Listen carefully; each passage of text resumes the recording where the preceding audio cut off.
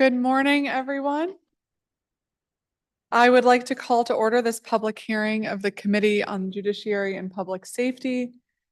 Do you all hear echo a little bit? Okay. I'm Councilmember Brooke Pinto, representing Ward 2 and Chairwoman of the committee. The time is now 11:24 a.m. on Monday, October 21st, 2024. We are conducting this public hearing in person in room 500 of the John A. Wilson Building and virtually via Zoom. We're also streaming on the DC Council website and on YouTube and X at @CM Brooke Pinto. We have 3 items on the agenda today, which we will be discussing one at a time. First, Bill 25-914, the Safe and Supported Pregnancy and Delivery for Incarcerated Individuals Amendment Act of 2024. Second, Bill 25-960, the Firearm Suicide Prevention, otherwise known as Donna's Law, Amendment Act of 2024. And Bill 25-955, the Child Marriage Prohibition Amendment Act of 2024. We'll begin today with Bill 25-914, the Safe and Supported Pregnancy and Delivery for Incarcerated Individuals Amendment Act of 2024. First, I want to express my gratitude to my colleague, Councilmember Christina Henderson, for her leadership in introducing this important legislation. This legislation addresses a significant gap in the Department of Corrections in how healthcare and emotional support is provided to incarcerated individuals who are pregnant. Pregnancy should be a time filled with care, compassion, and emotional as well as physical support. It should be a time where a birthing person can receive all of the pre- and postpartum resources that they need to have a healthy delivery for themselves and their baby. When a person is pregnant, they need a proper diet, prenatal vitamins, regular medical checkups, exercise, emotional support, a birth plan, and continued support in order to properly nurture a new life. Unfortunately, this is not always the experience of incarcerated individuals. The health care that folks receive while pregnant is often reported to be inadequate, leading to higher rates of complications, including miscarriages, preterm deliveries, and low birth weight infants. Instead, what we're hearing about the experiences of some individuals in the custody of the DC Department of Corrections is that they've experienced forced separation from their children after birth, lacked consistent prenatal and postpartum care, had been handcuffed late in their pregnancies, and had correctional officers in the delivery room after doctors had asked them to leave. This is the reality that has drastic consequences for an already high-risk population. We know that pregnancy complications are more frequent in correctional settings. These complications can have long-term consequences, not only for the individual, but for the child as well. Many of these individuals enter incarceration already marginalized in society, and their pregnancies should not be yet another source of trauma, again, for themselves or their baby. This legislation seeks to change that.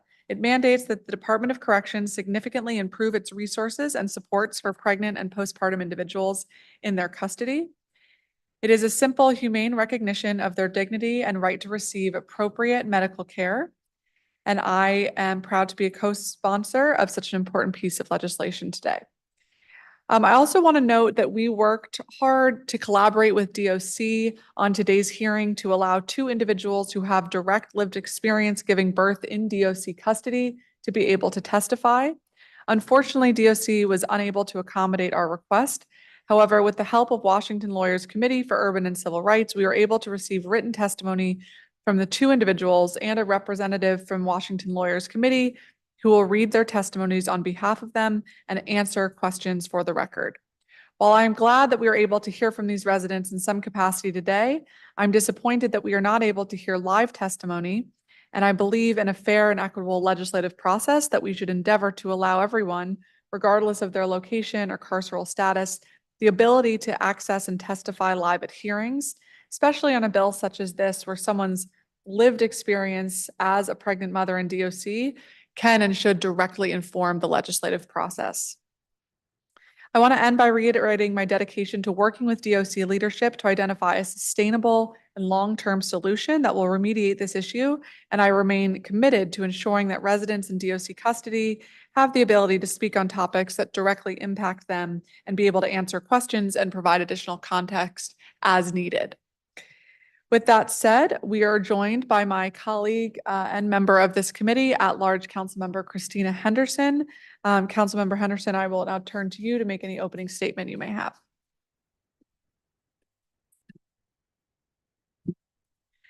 Thank you, Councilmember Pinto, and good morning, everyone.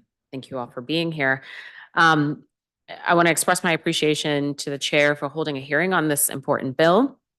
I introduced this legislation because I deeply care about the reproductive care and maternal health care outcomes for not just district residents, but also those who seek health care here in the District of Columbia. Pregnant people who enter the criminal justice system are especially vulnerable to poor health outcomes. They're more likely to miscarry, deliver early, experience health complications, and ensuring adequate care in detention is a good policy because those who are incarcerated are also likely to have received inadequate prenatal care or inadequate prior access to medical care. All of these factors put their own health and the health of their unborn child at risk. Now, this is also not something that almost never occurs. Based on data from the Department of Corrections in the past 9 years, there has never been a year where there has not been someone who has been pregnant in DOC custody. In 2023, there were 29, and the peak was in 2020 when there were 95 individuals there. Legislating the Department of Corrections provides minimum standards of prenatal and postpartum health care and provides policies for incarcerated people and their attorneys to be able to navigate in a practical manner. This is a matter of basic human rights, and it also provides persons with access to proper and reliable, dignified medical care regardless of their circumstances. Offering the option for individuals to have a loved one present during labor and delivery, limiting the presence of guards in the delivery room, and providing people with necessary non-medical supplies that ease pregnancy and postpartum recovery should not be granted on an ad hoc basis. DOC must have policies and procedures so that folks know how to request supports and have reasonable expectations for responsiveness.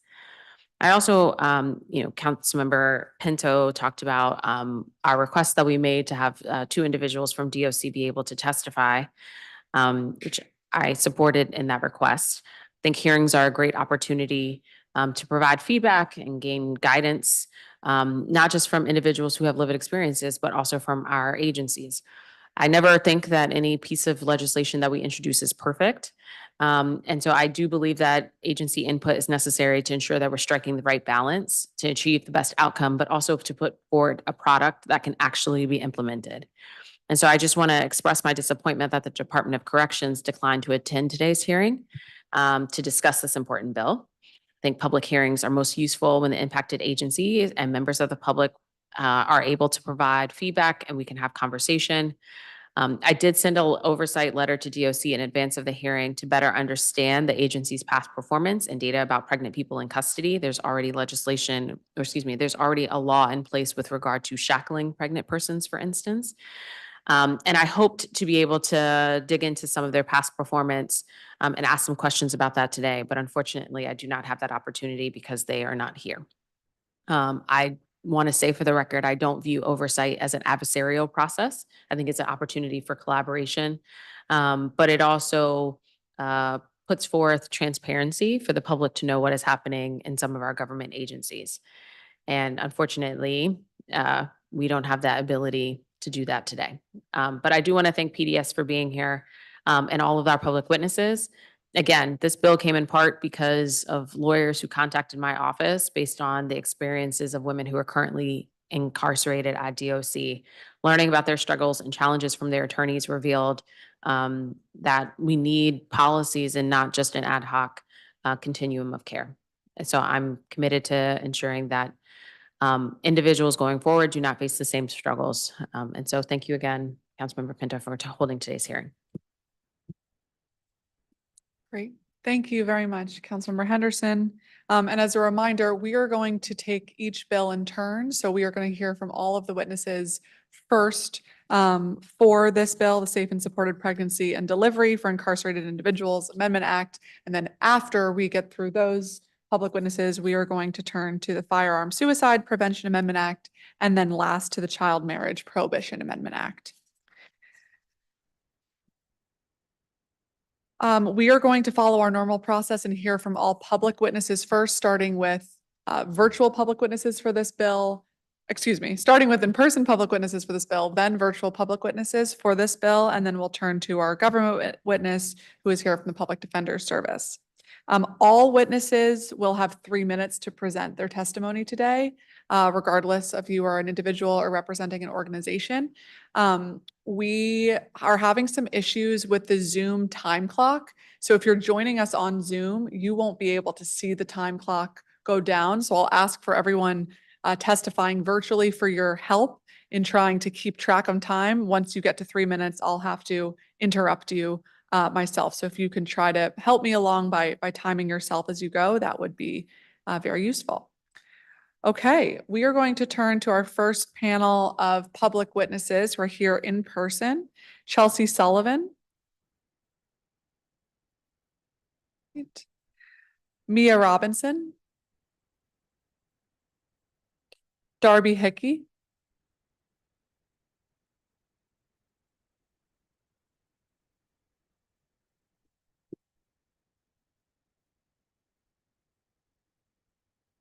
All right, thank you very much. It's a reminder to turn on your microphone when you're speaking, which is a button on the platform. We will start with Chelsea Sullivan, Associate Counsel from the Washington Lawyers Committee for Civil Rights and Urban Affairs. Councilmember Pinto and members of the DC Council. My name is Chelsea Sullivan, and I'm an attorney with the Washington Lawyers Committee. Last November, I was able to sit in the hospital room and support my sister as she gave birth to her first child. 4 months later, I advocated for 2 pregnant women at the DC jail to have that same experience. In March, I met London Teeter, a first-time mom when she was 30 weeks pregnant. Just a few months later, I met Tanea Vaney when she was 35 weeks pregnant. Together, these 2 women navigated uncharted waters and relied on each other for support. They not only had to share a cell, but they have shared an experience that no individual should have to endure. It is because of them that this bill exists. Notably, DOC Director Thomas Faust chose not to be here to answer any questions and be held accountable for DOC's treatment of these women.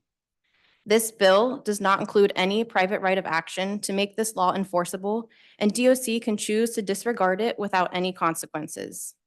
I will describe a series of actions that DOC took with these women that are stories I fear will be repeated in the future without accountability.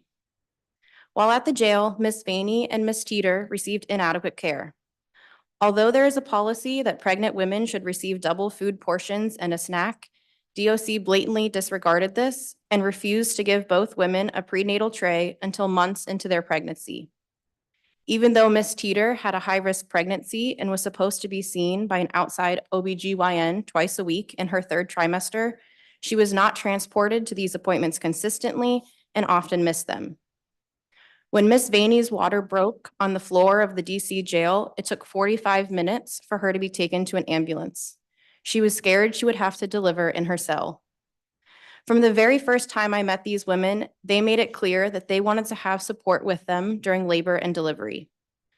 When we reached out to DOC's Deputy General Counsel in late spring, we were told that only patients in critical condition are allowed visitation from family members. It was not until Councilmember Henderson advocated to Director Faust that Ms. Teeter and Ms. Vaney were granted the right to have a support person. Despite this win, these women were stripped of their privacy and humanity during labor and delivery. When Ms. Teeter delivered her child, 2 guards were in the room. When Ms. Vaney was having an emergency C-section and lying on a table, numb from the waist down, a guard stood in the room. Contrary to DOC's assertion, individuals in labor who are often in pain and cannot easily move around do not pose a safety and security risk. Although this law aims to uphold the privacy rights of these women, without a private right of action, DOC will inevitably repeat these violations without consequence.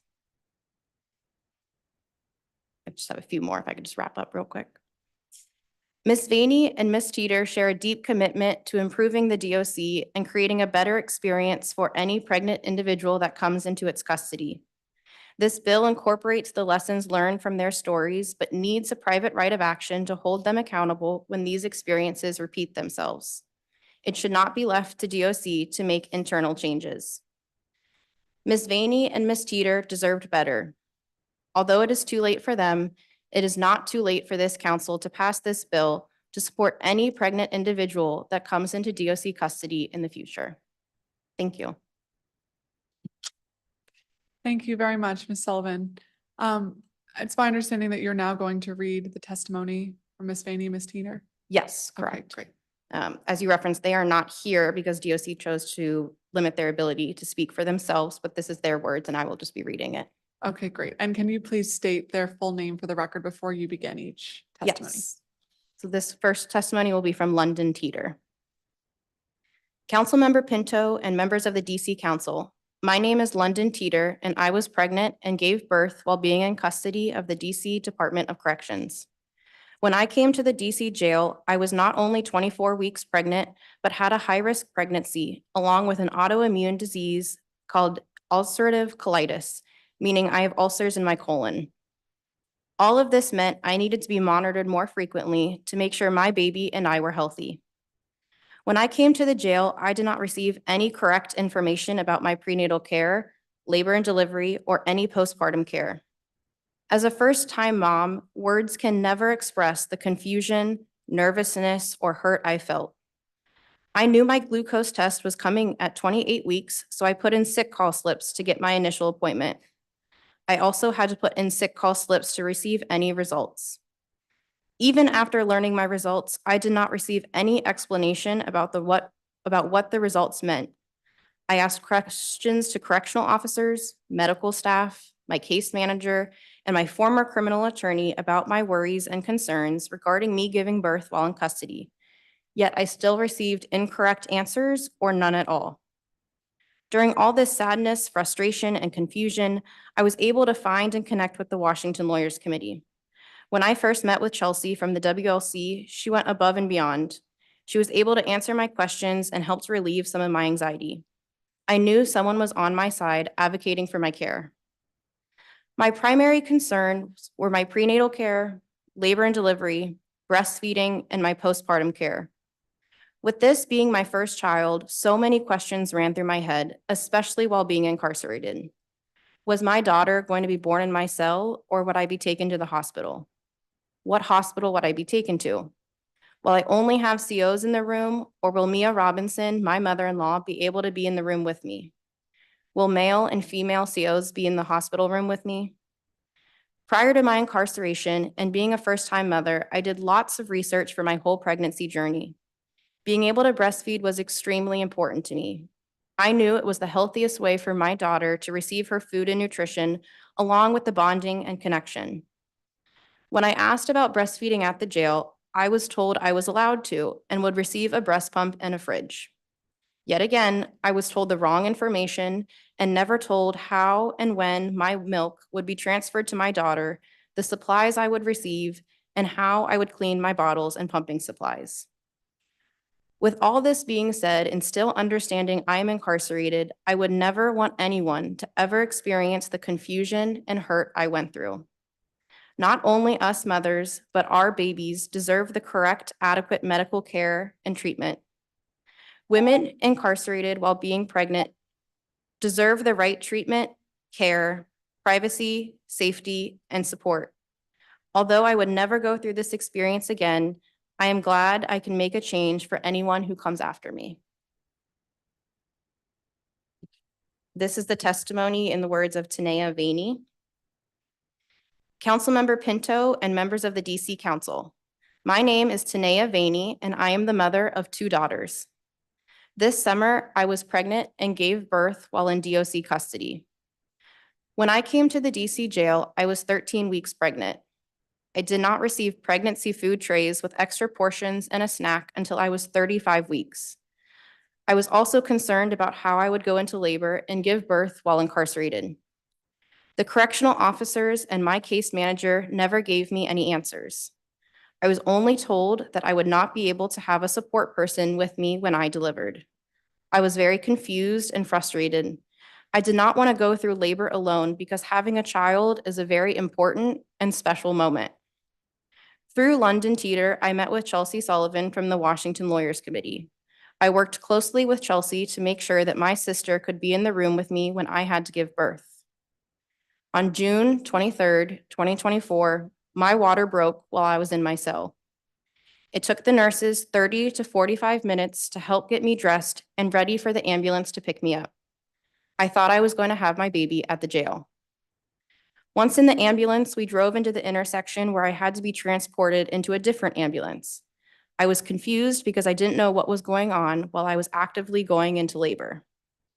When I arrived at Howard University Hospital, I was placed in the labor and delivery room. Within hours, I had an emergency C-section. I gave birth to my daughter on June 23rd at 4:59 p.m. Fortunately, my sister was able to be with me when I delivered, but getting her in the room was delayed because of confusion between DOC and hospital staff. During my surgery, there was a guard standing in the room. Even after giving birth, there were 2 guards in the room with me. One was male. I did not have any privacy with my baby, and I did not feel comfortable breastfeeding with him there. Once it was time to be discharged and go back to the DOC, it was the hardest thing saying goodbye to my daughter. The memories of having to leave her will always be stuck in my head. As I left the hospital, the COs tried to handcuff me, but I told them it was against the policy and against the law.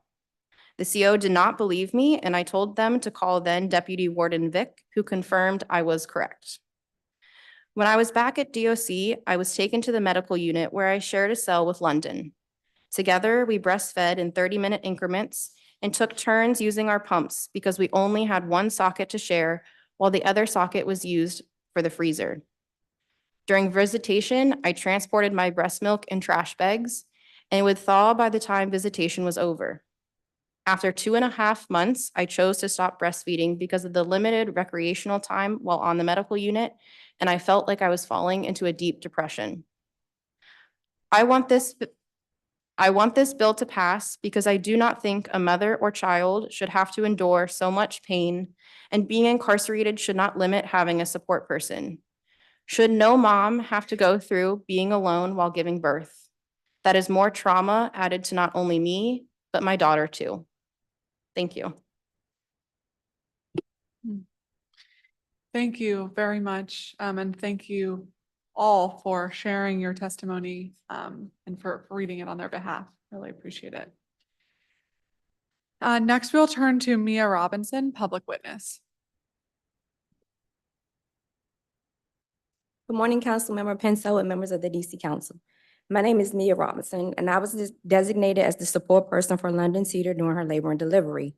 London entered the DOC as a high-risk pregnancy. For the first 6 weeks of London's incarceration, she did not receive any prenatal care. In fact, the DOC staff refused to acknowledge London's pregnancy due to the fact that they thought she didn't look pregnant. When she did receive care, her prenatal appointments were inconsistent. The DOC refused to adhere to the appointment schedule recommended by her OB/GYN to properly monitor her high-risk pregnancy, nor did they allow her to see a GI specialist to maintain her treatments for existing ulcer colitis. Her dietary regimen was not adjusted to support her pregnancy until 2 weeks before delivery. There was a situation in which London reported preterm labor, and she was not taken to the hospital until almost 6 hours later. She struggled with select officers refusing still all the way in the 9th month to acknowledge her pregnancy, often attempting to shackle her on numerous occasions. Because of this care, I was extremely concerned for the safety and well-being of my grandchild in London during the labor and delivery process. Through thorough research, I came across various states which allowed a support person to be with an inmate during labor and delivery. After months of advocacy and with the help of Councilmember Henderson, London was approved to have me as her support person. Because of complications identified during a prenatal appointment, London was induced at the Washington Hospital Center. From the beginning, there was inconsistent miscommunication, and the DOC staff were not trained for this unique situation. DOC did not inform or coordinate with the hospital to ensure a seamless process. With each officer, there were different rules and regulations. There were always 2 guards in the room, both male and female, including during delivery. The doctors and nurses begged the officers to wait outside, and they refused. The officers attempted to shackle London's feet to the bed after she gave birth. After intervention from the hospital staff informing the officer that shackling would be a health hazard, the officer contacted the warden, 4 a.m., to confirm the policy. They made what was to be a beautiful experience a lifelong memory, extremely tense, scary, and stressful. Although London wanted to breastfeed, the DOC did not have a plan in place by the time London was discharged. Each week that London nursed, there was an issue picking up the milk. London would pump between 20 and 50 bags of breast milk and only provided a trash bag to transport 50 bags of breast milk. The bags would burst before we even left the facility, which we obtained during the visits. I was not allowed to bring in my own cooler nor my own bags. London was also always at least 15 minutes late to every single visitation. As a result, London's visits with her newborn daughter were cut short every week and the staff did not extend the visit. After 3 months of this situation, London decided to terminate pumping. Despite all the trials and tribulations, I am extremely grateful that I was allowed to be present to see my granddaughter come into the world and to support London through her labor and delivery. I am very appreciative of the DOC for being open-minded and allowing me and London's dreams to come true. We thank Councilman Henderson for taking this risk with us, and it is my hope that this bill will pass so that other individuals can feel supported at one of the scariest and happiest moments of their lives. Thank you. Thank you, Ms. Robinson. Next, we'll hear from Darby Hickey, Policy Counsel of the DC Justice Lab. Thank you. Good morning, Chairwoman Pinto, Councilmember Henderson, and other members of the committee. Thank you for introducing this legislation and holding this hearing. The council must take action to ensure that the Department of Corrections is doing everything possible to promote maternal and infant health. In contrast, currently DOC policy and practice instead cause harm to pregnant individuals and their babies, as you've just heard. We support this bill and call on the council to strengthen it before passage with the following amendments. Number one, create mechanisms to promote alternatives to incarceration for people who are pregnant or have recently given birth, supporting them in the community instead. Let's stop locking up pregnant women. Number two, include a private right of action so that when DOC does not follow the law, incarcerated women have legal recourse. And number three, create a comprehensive framework following national standards for pregnant and postpartum people who are incarcerated. My oral testimony today will focus on the first point, but you will find additional information regarding the second and third points in the printed version of these remarks that I provided to the committee. And I will dive deeper into all 3 points in my written testimony for the record. This bill is an intervention aligned with the Health in All Policies approach, which seeks to address the social determinants of health that are the key drivers of health outcomes and health inequities. And under this framework, we have to ask how DOC's policies and practices are affecting the health outcomes in our city, including the dramatic disparities facing Black women and birthing people who are also disproportionately incarcerated. One way to improve outcomes for pregnant people who get locked up and their newborns is to create ways to keep them together in the community instead. Pregnancy in correctional settings is high risk, as you both have acknowledged today, in part because of how incarceration interferes with proper treatment. Receiving services in the community can substantially reduce this risk. Alternatives would also reduce the tremendous harm caused by separating mothers from children. Such separation can lead to emotional trauma and postpartum depression for the mother, and for the child, separation contributes to toxic stress and constitutes an adverse childhood experience with lifelong harmful effects. Separation of newborns and young infants from their mothers is especially damaging, as this is a critical time of development. This harm cannot simply be undone by future reunification. And separation also disrupts the ability to breastfeed, as we just heard. This amendment should create multiple mechanisms for community-based alternatives to incarceration at various stages of the criminal legal process. I'll follow up with the committee with suggested red lines on this topic, but these changes can be made in the code sections regarding pretrial release, sentencing, and the DOC director's ability to release people in the DOC's custody. This change will not only make DC healthier, it will also make us safer. Research shows that placement in a supportive environment with their infant reduces the recidivism of an incarcerated mother and improves the child's later life outcome, increasing the likelihood of graduating from college and reducing the likelihood of future arrest, incarceration, or criminal behavior. Lastly, I'll just address again that it's shocking that The two women whose experiences led to this bill were not allowed to testify today, and the DOC is not here to answer your questions and explain what they're doing to improve things. And I hope that you'll take steps to get them in front of you in the near future. Thank you so much for acting quickly on this bill. We hope you'll move it forward with these amendments and in consultation with maternal and infant health experts. Thank you. Great. Thank you very much. Thank you all for your testimony. We're going to do 5-minute rounds. So I want to start with this idea of a private right of action. And maybe we can start with you, Ms. Sullivan, as you have been involved personally on behalf of the Washington Lawyers Committee.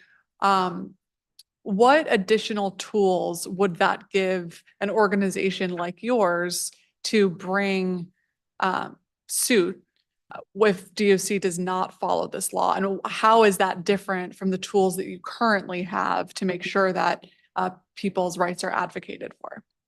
Sure. So I think first and foremost, it brings enforcement. So as we saw, and as Ms. Robinson referenced, Ms. Teeter was shackled when she left the hospital 3 days after giving birth, which is currently against the law. But the shackling law did not include a private right of action. So there was really not a method for enforcement, and DOC didn't face any repercussions for that action. And so I think it provides the women the right to pursue action and hold DOC accountable when they fall short, even if policies or laws are in place, which inevitably in both of these situations happened. The women didn't have a right to actually sue. Okay, thank you very much. And so just to make sure I'm clear, your current role has been in these cases. What does that advocacy looked like outside of the traditional kind of litigation context? Sure. So I think the advocacy was working and contacting Councilmember Henderson in order to get them a support person. It was working closely with the DOC, then Deputy General Counsel, now General Counsel, to try to facilitate some things or some improvements, then Deputy Warden Vic. But it really required a lot of collaboration. And if something falls through or if there's a policy that is not being upheld, we don't really have a method for advocacy there. Okay, thank you very much. Ms. Robinson, thank you so much for sharing your experience with your family.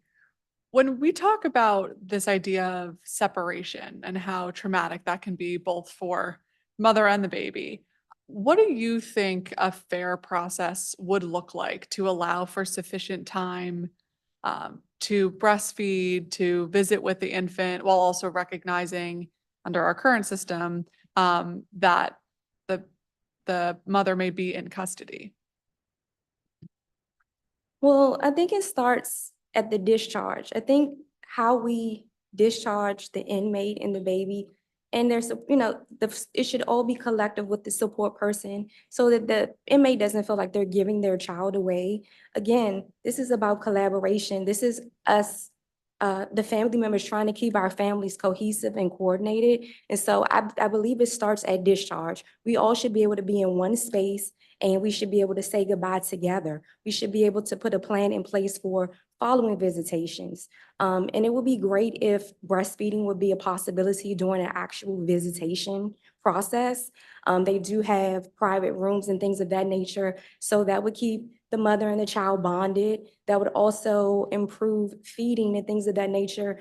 I had my granddaughter since 4 days old. And so we had issues prior to her discharge as far as her latching onto her mom's breast.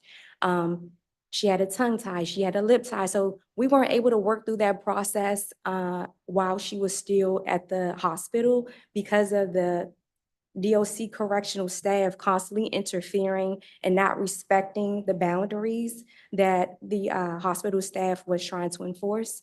So again, it starts with the discharge process, and prior to that, we started coordinating how visitation would look. I think that if the case managers became involved in that process, then we can all have something seamless upon discharge. So we're all aware that this inmate will be nursing. We're all aware that, okay, the first 30 minutes of the session, she should be nursing her, doing the visit. Then there's a collective visit between the mom, the support person, and the baby. We want to ensure that we're able to keep the mother and the baby connected throughout the entire incarceration, but we need the support of the DOC staff to work with the families and the support persons as well because we're on the outside looking in, and we're dealing with the correctional staff and the emotions of our incarcerated family members on a consistent basis. They need proper postpartum care, and we need to make it inclusive for the support persons too, because this has been extremely difficult on us as well. And we feel alone out here. We don't have any support from DOC, and then it causes us to have to find the Washington Lawyers Committee. And although I love Chelsea so much, I hate having to have her intervene every single time I'm not able to make any progress with the Department of Corrections. Some of us do love to advocate for our families. I love my family, and I'm going to advocate from day 1 to 100 whenever she comes home. So we really, really would love to work with the DOC. We would like to bring forth our concerns. We would like to be able to have support groups within the facility to help the family members that are going through these same situations or preparations for labor and delivery and things of that nature. But we really, really need their support for the support people as well, and to ensure proper postnatal care for the inmates. They really need therapy. They really need to be heard. Thank you very much. And it Thank you. clearly sounds like you've done an amazing job being an advocate and support person for your families. Oh, Thank you. thank you so much. It's important to me that Thank my granddaughter and her mom stay connected. I thank you guys so much. I appreciate this. I wish I could have brought the baby. Thank you. Me too. Councilmember Henderson? Thanks, Councilmember Pinto, and thanks so much for all of you for being here. Ms. Sullivan, I want to thank you and your colleagues for reaching out to my office. I hate that we even needed to intervene to ask, but I'm glad that we would not have known otherwise unless someone sort of brought it to our attention. And I want to say, when I reached out to Director Faust to make this request, he did reply, he did grant it. And so I don't want to suggest that he by any means is this, evil person who is declining requests. He's not. And I just feel like this should not be something that's on an ad hoc basis for which either a family member or someone has to know, oh, I need to contact an attorney to contact a council member to make a particular request of the director to be able to do this. It should be standard practice. And it sort of matches some of the other policies that we already have in the district. I work on legislation. We have doulas who are covered from Medicaid now, and that was based out of research that shows having an additional support person in the room can improve maternal health outcomes. So the idea that, for an incarcerated individual who's giving birth in the district, we would say, no, you only get a CO in your room, that just doesn't make any sense to me. And so I want to express appreciation for that, and also for you bringing the voices of London and Tanaya into the hearing today. I want to ask a follow-up question, Ms. Robinson. You mentioned in your testimony that London didn't start receiving, I guess you called it the pregnancy food tray, until 35 weeks. But you also mentioned that, staff at DOC were essentially trying to deny that she was pregnant. There is a medical unit for which that would have been part of her chart of like pregnant. They've taken a test and things like that. What was the response to that? So unfortunately, when you're dealing with Department of Corrections, there's always a delay in everything. It's always like a month or 6-week delay before things are acknowledged. So even once she became incarcerated, we immediately started contacting her outside medical advisors and doctors and things of that nature to get that information over to DOC's medical unit so that they can all be aware of, that she wasn't pregnant, that it was high risk, and that she had the ulcer colitis. Again, although she, was brought in through the infirmary and things of that nature, DOC just refused to acknowledge the pregnancy. It took about 6 weeks, and I think at that point is when I kind of started reaching out and getting the Washington Lawyers Committee involved. And if I can just be transparent, she carried very, very small. She's a very slim girl.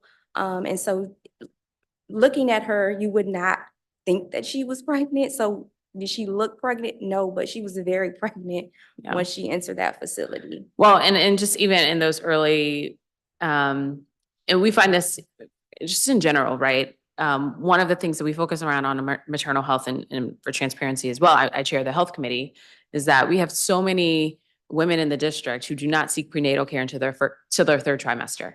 And so when we have these outcomes and incidents that we could be catching, whether it be, you know, a particular thing or gestational diabetes or something like that, any sort of delay in sort of acknowledging the reality could be harmful on the back end. I wanted to ask, because you're sitting next to a former colleague of mine, and we worked on the shackling bill back in the day. So it is hard for me to sit here and hear that a nurse is the one who had to step in and advocate, like, no, she should not be shackled. She just gave birth. That is dangerous. When in fact, it is against the law to do so. Did it seem to you, I think you said Washington Hospital Center. Yes. Did it seem to you that the staff at Washington Hospital Center were more aware of the laws than perhaps the officers who were in the room? Honestly, I don't believe that they were aware of the laws. We were aware of the laws, and so I kept a copy of it open in my phone. Okay. And I shared it with each and every correctional officer that entered that room so that we can all be clear and for transparency purposes. Unfortunately, DOC staff was not educated prior to being sent to the Washington Hospital Center. So every single shift change, I was providing them with the law because we didn't know what time she would deliver. So the Washington Hospital Center staff was not necessarily aware of the laws until I showed it to them, but they were acting more from a safety capacity. Okay. How can she nurse? Pregnancy is very traumatic, and unfortunately, London had an infection and it required additional assistance. But even trying to get her back and forth to the restroom, things of that nature, being shackled to the bed was just a major safety hazard. And the hospital staff did not want to be liable for anything that could happen if she fell or, you know, anything happened to the baby with her being No, shackled. I understand. I mean, that is definitely a liability for, I'm just also trying to understand how they Staff is had, not educated about the law at all. We had a full-blown argument about the fact that she should not be shackled. That ended up with us calling the warden about 3 or 4 a.m. to confirm that she should not be shackled. okay, I'm over my time. I also just want to say, I've been to Washington Hospital Center, been to Howard, beautiful hospitals. Those rooms are not that big. So the idea that I've got now 2 additional people on top of all the medical folks, on top of all the equipment, Yes. that's a lot in there. Okay, thank you. Thank you so much for being here. Thank you, Councilmember Henderson. Thank you all very much for your testimony and continued advocacy. We are going to turn to our virtual public witnesses for this bill. Dr. Jessica Henderson Boyd, Gail Smith, Brenda Smith, Ellen Mason, Ruth F. Pollard, Nandi Majenga, Taylor Nouvelle, and Rakita Steele. We will start with Dr. Jessica Henderson Boyd, Chief Executive Officer and President of Unity Healthcare. Please go ahead when you're ready. And it's my understanding the clock is back up. So everybody will be able to follow along on the Zoom. Thank you very much, Dr. Boyd. Please go ahead. Great. Good afternoon, Chairperson Pinto and esteemed members of the Committee on Judiciary and Public Safety. My name is Dr. Jessica Henderson Boyd, President and CEO of Unity Healthcare, the largest network of community health centers in the district.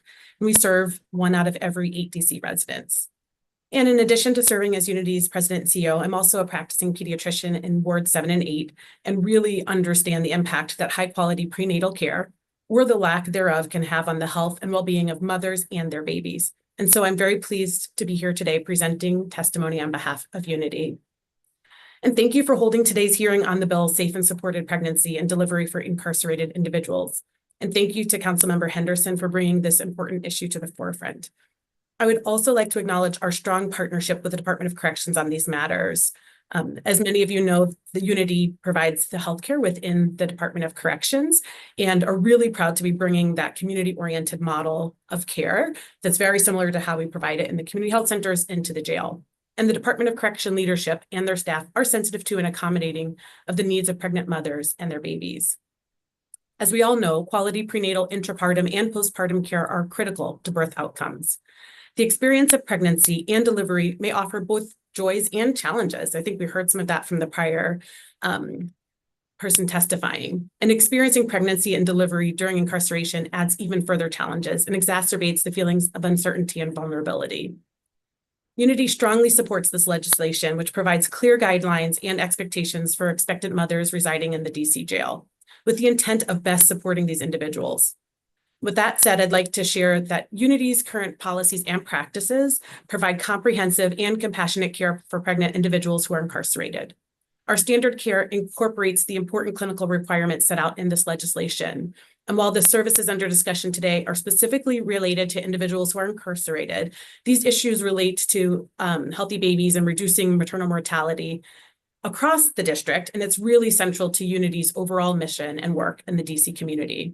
Fighting for health equity for all district residents, including those who reside in the DOC facilities, is what we do. As many know, Unity is the largest community health provider of primary specialty care in the district, serving nearly 90,000 patients across more than 27 delivery sites, including community health centers, low-barrier homeless shelters, schools, and the Department of Corrections, which allows people to reach people wherever they are, whatever circumstance, to impact their care. As I mentioned, Unity currently serves as the healthcare provider at the DC jail facilities, and we have a dedicated team of almost 175 staff members, including over 45 full-time and part-time primary care and specialty providers. Since 2006, we've been partnered with the Department of Corrections to develop and implement the first community-oriented correctional healthcare model in the country, earning national recognition as an innovative and quality-driven system. For over 15 years, we've administered comprehensive services at the DC jail, including medical, dental, and behavioral health, ensuring continuity of care for about 20% of residents upon release.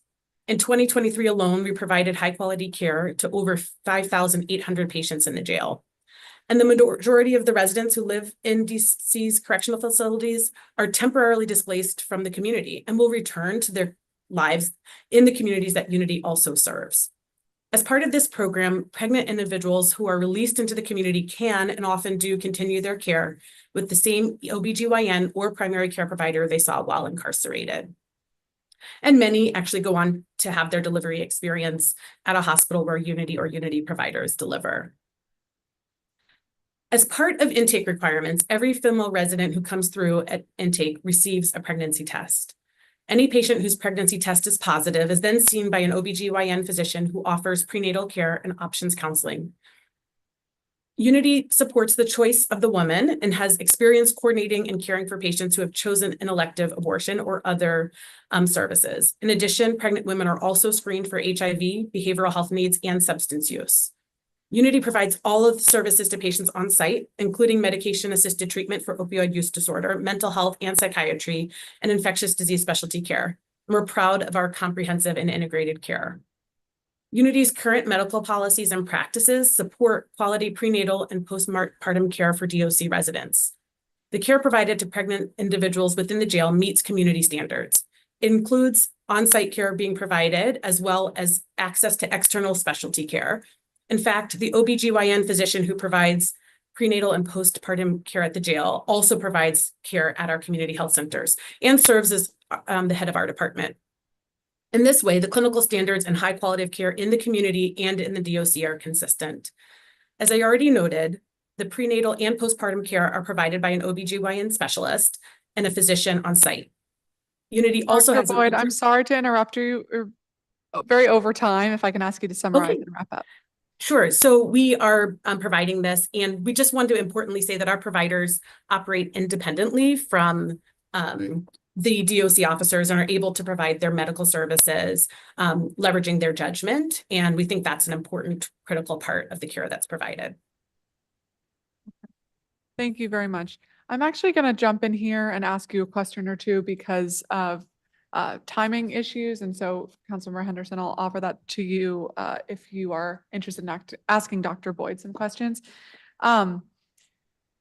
So one of the things that we heard from our first panel is the existing laws that are in place. And, you know, you talked a little bit about that, and thank you so much for all that you do and all that Unity does to provide care to this population. But why do you think there seems to be this disconnect between what our current standards are, whether that's around having a support person or receiving additional care right when you come in at the beginning of your pregnancy, and that not mirroring the experiences that we're hearing about from people who have actually been pregnant and gone through what should have been a more comprehensive process. I think that's a great set of questions. One of the things I'd like to address first is something about like intake. And so we actually measure and we do quality improvement all of the time on things like time to prenatal care. So it's like how many women are getting that in the first trimester. And at the jail, we do test at intake, but it may not always be positive depending on the timing of that pregnancy. So it is really critical that residents have access to sick call and other means to be able to access health services, which are available, every day of the week for them to be able to get their health issues addressed. And I do think that continual education in this regard is really important so that everybody who's caring for a pregnant woman is clear about what the legislation is and how to really create that space of dignity and respect for them while they're pregnant and delivering, and probably within different facilities during that time. Okay, thank you. That's a helpful suggestion. And then in terms of postpartum care, whether that's around the time that you can spend with your infant or the time of breastfeeding, we heard from some of our witnesses around using, sharing a suction cup or having to use a trash bag to carry breast milk.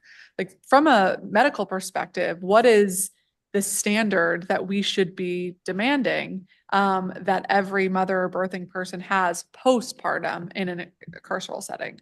Yes, I think that breastfeeding support is critical and that residents be afforded the opportunity to be in the infirmary, which allows them to be able to pump and provide best breast milk and have access to the refrigeration and privacy and all of those things. I do believe that there should be from an infection control perspective, appropriate equipment for every woman who is breastfeeding and pumping to be able to make sure that the milk is stored in a safe way. And so those, I agree, are standards that should be upheld. We do our best to do that. It's within our policies and our process. And we believe it's critically important and support it within the legislation. Okay, thank you. And then lastly, and kind of an odd question to ask you perhaps, but we heard some suggestions of allowing for a private cause of action. And from your perspective, like when you lay out the policies and you're trying to have them be followed, what do you think is the most appropriate enforcement mechanism if it's not followed up? And somebody with a clear lack of leverage or an unusual power dynamic in a carceral setting needs to be able to speak up to make sure that the COs know what the rules are and that the law is actually being followed as intended.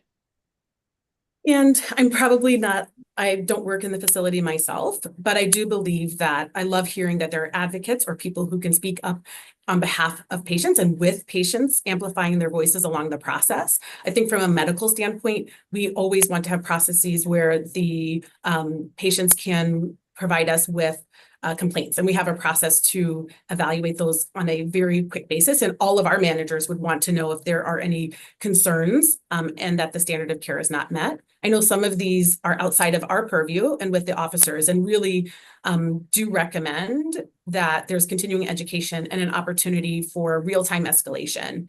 I have felt in our time working with Department of Corrections, when they know, they are willing to respond. And so how we can set up systems to improve the exchange of information, I think is really critical.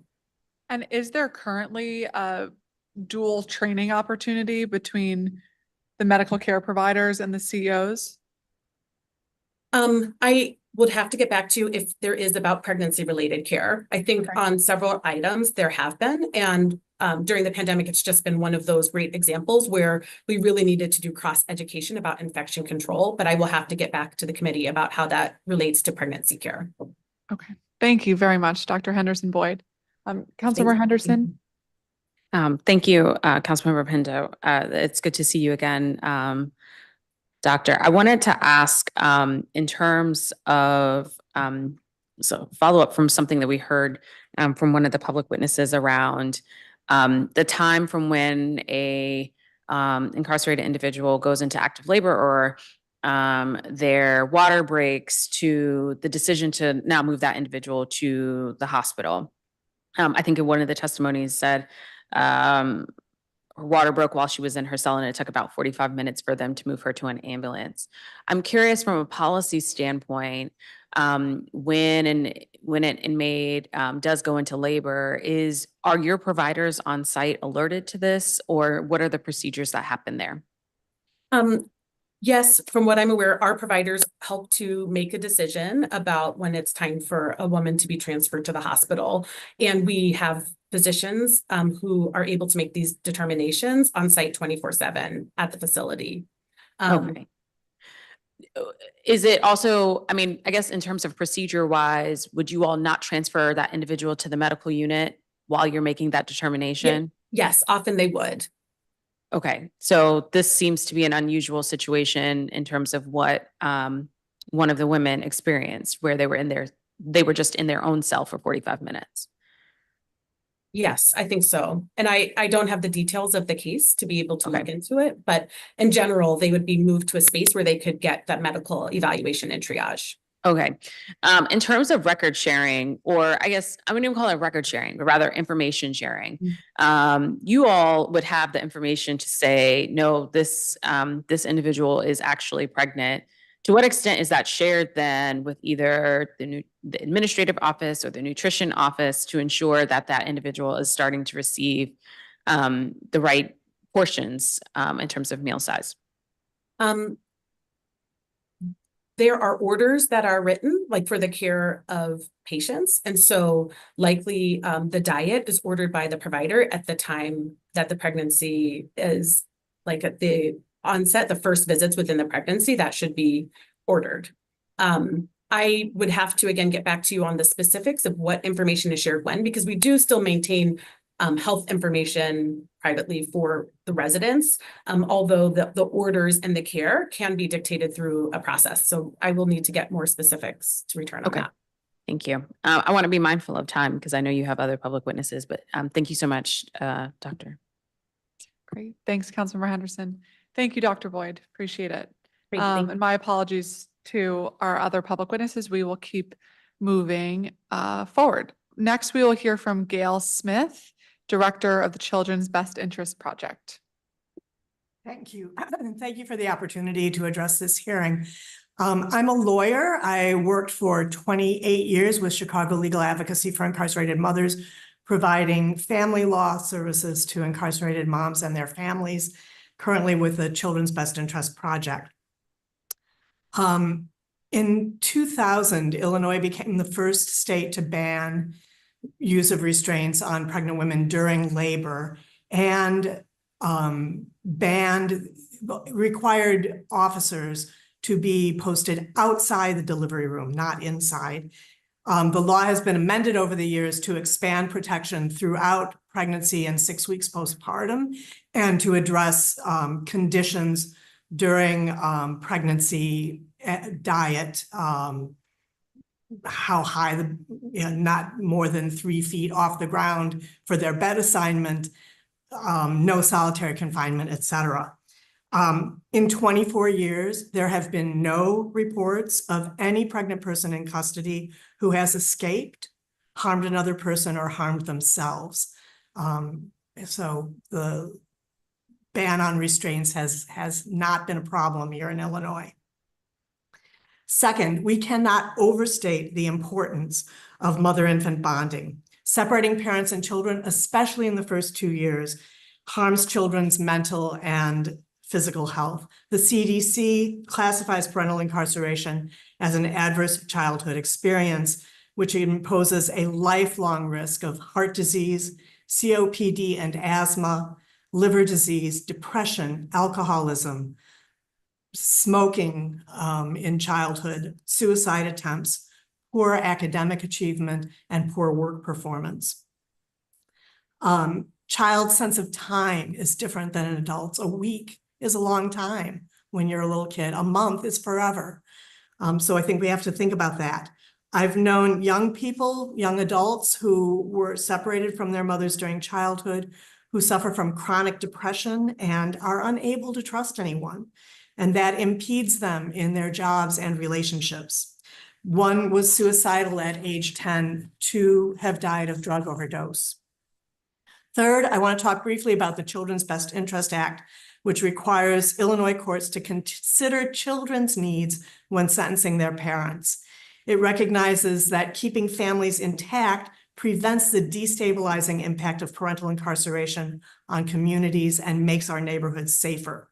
Its central provision, unless the court finds that a parent poses a significant risk to the community that outweighs the harm from the parent's removal from the family, the court shall impose a sentence that allows the parent to continue to care for the child and children. Parents may submit a family impact statement that the court will consider. Many prosecutors have been persuaded to dismiss the most serious charges so that the person can plead to a probationable sentence and take part in community programs and keep their children with them. This has been vitally important to the parents released. To the best of my knowledge, none of the families we have worked with have had a parent who's been rearrested. I hope that the council will consider changes to give full protection to pregnant persons and their infants, and to consider children's needs when decisions are being made about detention or sentencing of their parents. Thank you very much. Thank you, Ms. Smith. Brenda Smith, Professor and Director, Project on Addressing Prison Rape, American University, Washington College of Law.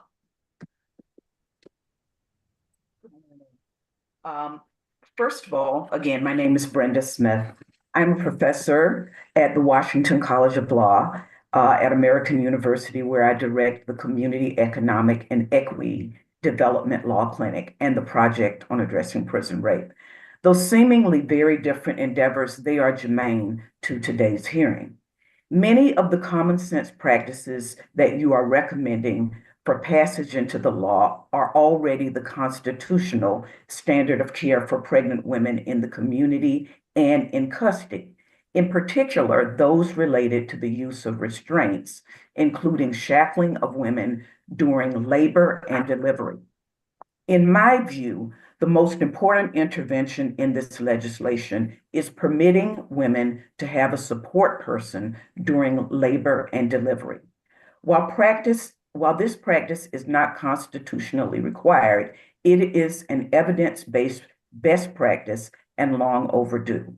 If passed, this provision has the potential to help agencies identify, assess, and support potential caregivers, birthing and postpartum care associated with better health, economic and educational outcomes for women, their children, and communities. And so again, having that support at the beginning and the wraparound care that we're talking about here is quite important, not only for mother and child, but I want to impress also for our communities, for the long-term viability of those children and their success.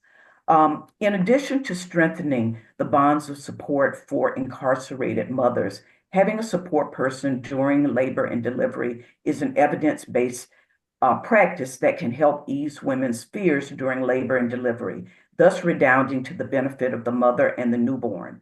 Moreover, direct investments, healthcare, childcare, housing, job training, trauma-informed care for women who come from marginalized community is an investment that will redound to them, their children, and their communities. Finally, women are multipliers in their communities and are bellwethers for healthy and thriving communities. The McKinsey Health Institute, in collaboration with the World Economic Forum Center for Health and Healthcare in Davos, released groundbreaking new research which emphasizes the health and economic potential of investing in women's health. In addition, women on average spend 25% more time in poor health than men. I believe that the interventions that are embedded in your bill will help to diminish that percentage and also contribute to the thriving of our community. I'm willing to take any questions.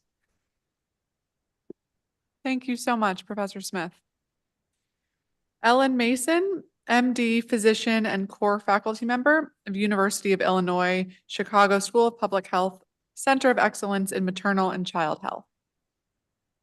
Morning. Thank you for the opportunity to speak in support of this act and to reiterate some of the points already made and perhaps make a few additional points as well. As noted, I have extensive experience, both clinical advocacy and research, over 35 years of experience working at Chicago's Cook County Hospital, taking care of incarcerated patients and people, as well as working as a faculty member in a Center of Excellence for Maternal and Child Health, which is a designation that's kind of rare. There's only 13 in the United States, and we've been one since the designation was created in '84. I wanted to put this bill and this act and this discussion in the context of something that was already mentioned, but maybe expand a little, which is this is about the stemming the tide for a maternal health mortality crisis that we have in the United States that's longstanding, that's worsening, that's worse than other countries with comparable economic situations, and that is rising continuously and is high in DC. In fact, the March of Dimes assessment of maternal mortality report that came out last year in 2023 states that rates of maternal mortality in the DC in the District of Columbia are higher than national averages by a good bit. And so we really need to think about these things and make sure we're doing the right thing. The solutions for addressing maternal mortality are policies that follow evidence-based guidelines and that are implemented with ongoing education for all staff, for correctional officers, for DOC leadership, for everybody, for healthcare providers, etc. We need to do the right thing every time for every pregnancy when we are responsible for care. I was going to address a number of issues. Some of them have been already touched on, so I won't dwell on them except to maybe make one or two additional comments. Number one, restraints. It's dangerous to shackle in early pregnancy. It's dangerous to shackle in, quote, the fourth trimester, which is the postpartum period of pregnancy. Accommodations. They should not only beds that are of a suitable height from the floor, but exercise and social interaction are critical to maternal health, both physical and emotional. Nutrition, food and water. We don't want to starve pregnant women. And if I had $1 for every pregnant person I've seen from the jail who said, I'm starving, I'm losing weight, you know, I would be wealthier than I am now. And I think we need to think about this. Undernourished mothers give birth to poorly nourished babies who develop lifelong health problems and conditions as a result. Levels of care. The United States has been committed to appropriate levels of care and standards of care, i.e. regionalized perinatal care and levels of care 1, 2, 3, depending on risk status since the 1970s. And it sounds like we're still having trouble adhering to those, even though we know they work and even though we know that the elements of prenatal care are not extra, you know, a glucose tolerance test that isn't done at the right time can't be done a month later, as we heard, or 2 months later, or not acted upon, as we heard in the previous testimony from the individual who's on site there. And these interventions are time sensitive and they're essential. Substance use, I really want to talk about that. Substance use disorders are the leading cause of maternal mortality now in Illinois and in other places as well. Delay of care after universal screening results in maternal withdrawal that can cause miscarriage, preterm delivery, and fetal demise. We don't want that. Labor and delivery support, I think a lot of the testimony Ray has spoken to that. I think there's robust evidence just not only for doula support, but for home visiting, and we need to implement those support persons in alternative settings as frequently as possible. And last, Dr. Mason, I'm Yeah. sorry to interrupt. You're over time. If I can ask you to summarize and wrap up, Sure, please. I'm happy to summarize. Bonding is important, and I think that all of the things we're talking about have the potential to break intergenerational cycles of disadvantage, premature disability, and death in our country, and we need to do it. And I'm happy to answer questions, and I'm submitting written testimony. Wonderful. Thank you so much. And thank you for doing this work and sharing your experience with us. I'm going to ask all the public witnesses to help me out here a little bit with time. Everyone has been over your time. We have about 50 public witnesses today. And we want to hear from everybody and make sure we have time with everybody. So if I can ask everybody to help me monitor the clock, and as a reminder, everybody will have 3 minutes to testify today. We are now going to turn to Ruth F. Pollard, President and CEO, DCPCA. Good afternoon, Councilmember Pinto, Councilmember Henderson, and members of the Judiciary and Health Committees. I'm Ruth Pollard, President and CEO of the DC Primary Care Association. DCPCA works to build a healthier DC by sustaining community health centers, transforming care delivery, and advancing racial and health equity. Our collaborators in this work include community health centers that serve over 180,000 patients in every ward of the city. In particular, DCPCA is proud to have Unity Healthcare, a healthcare provider for people in the custody of the Department of Corrections, as a member. Under the leadership of Dr. Jessica Boyd, Unity's role with DOC and its strong presence across the district ensure continuity of care for district residents returning to their home communities. We appreciate the opportunity to provide testimony in support of safe and supported pregnancy and delivery for incarcerated individuals Amendment Act of 2024. DCPCA commits itself to building better systems and care delivery models for maternal and reproductive health by engaging stakeholders, collaborating with expert partners, and supporting respectful, high-quality care at community health centers. From in-depth interviews of women and providers, we generated human-centered solutions to improve reproductive and maternal health outcomes in DC, a report detailing solutions aimed at not only increasing the health of expectant mothers in the district, but improving the respect and dignity mothers feel. DCPCA recognizes that certain populations are at risk for poor maternal and reproductive health outcomes and more likely to be impacted by care that fails to respect their dignity.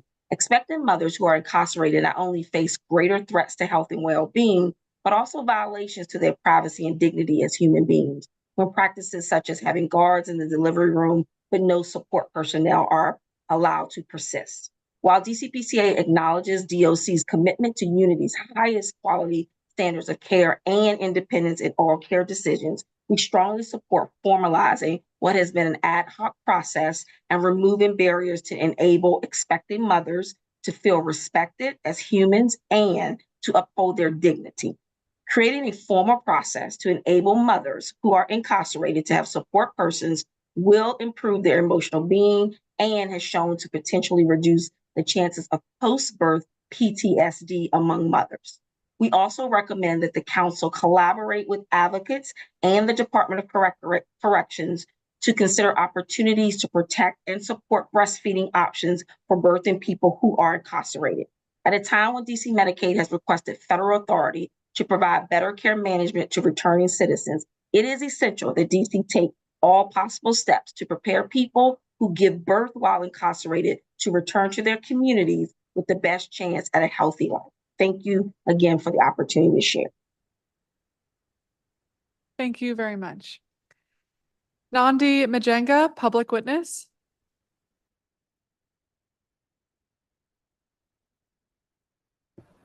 Awesome, thank you. Hello, my name is Nandi Majenga. I am here as a public witness and a resident of Washington, D.C.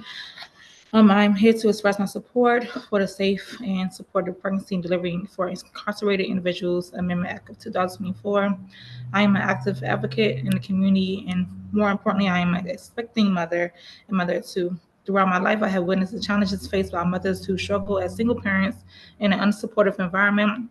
I am grateful for the supportive factors that eventually allow me to grow into a healthy environment, and I can only imagine the similar challenges faced by pregnant women in prison. We must consider whether it is fair to penalize these women for simply trying to survive in difficult circumstances.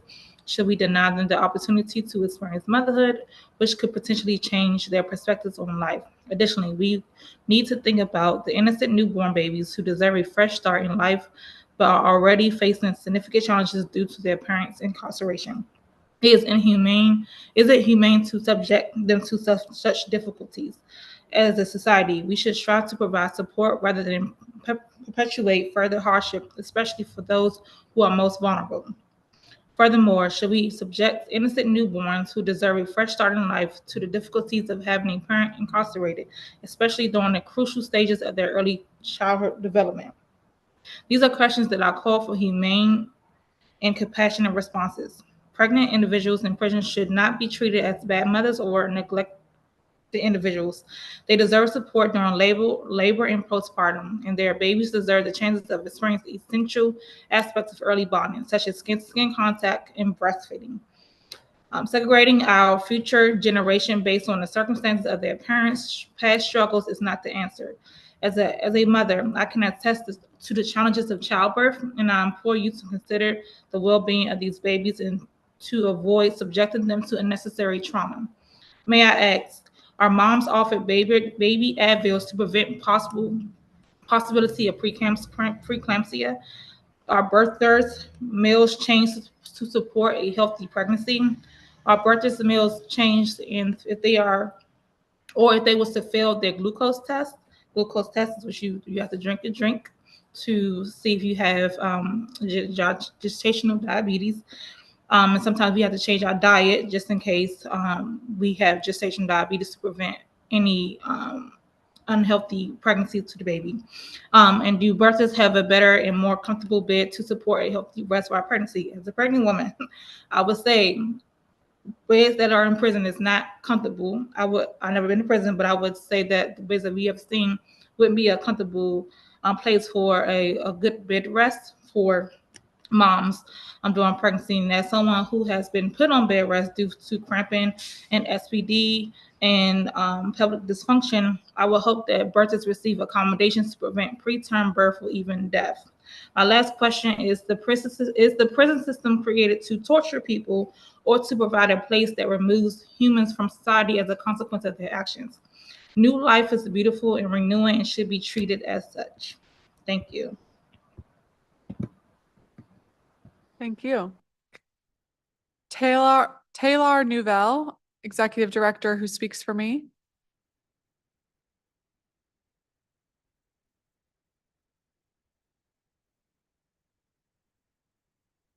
Rakita Steele, Harriet's Wildest Dreams.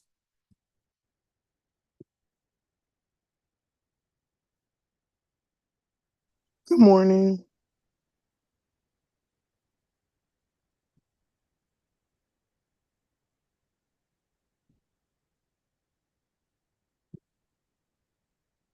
Hello? Ms. Steele, we could hear you. Please go Okay. ahead.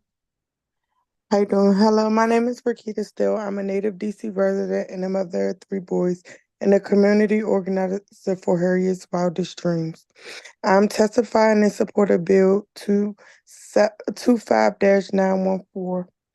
First and foremost, we need to recognize that pregnancy and childbirth are a profound experience that requires specialized care. Last year in February 2023, I got to know Ms. Lyra Davis through a free Black Mama Bailout program. Ms. Davis is a Black woman who gave birth while incarcerated in Prince George's County facility, Upper Marlboro. After giving birth, Ms. Davis was treated poorly by staff. She did not have the supplies needed to store her breast milk for her son, nor the medical attention she needed post-birth.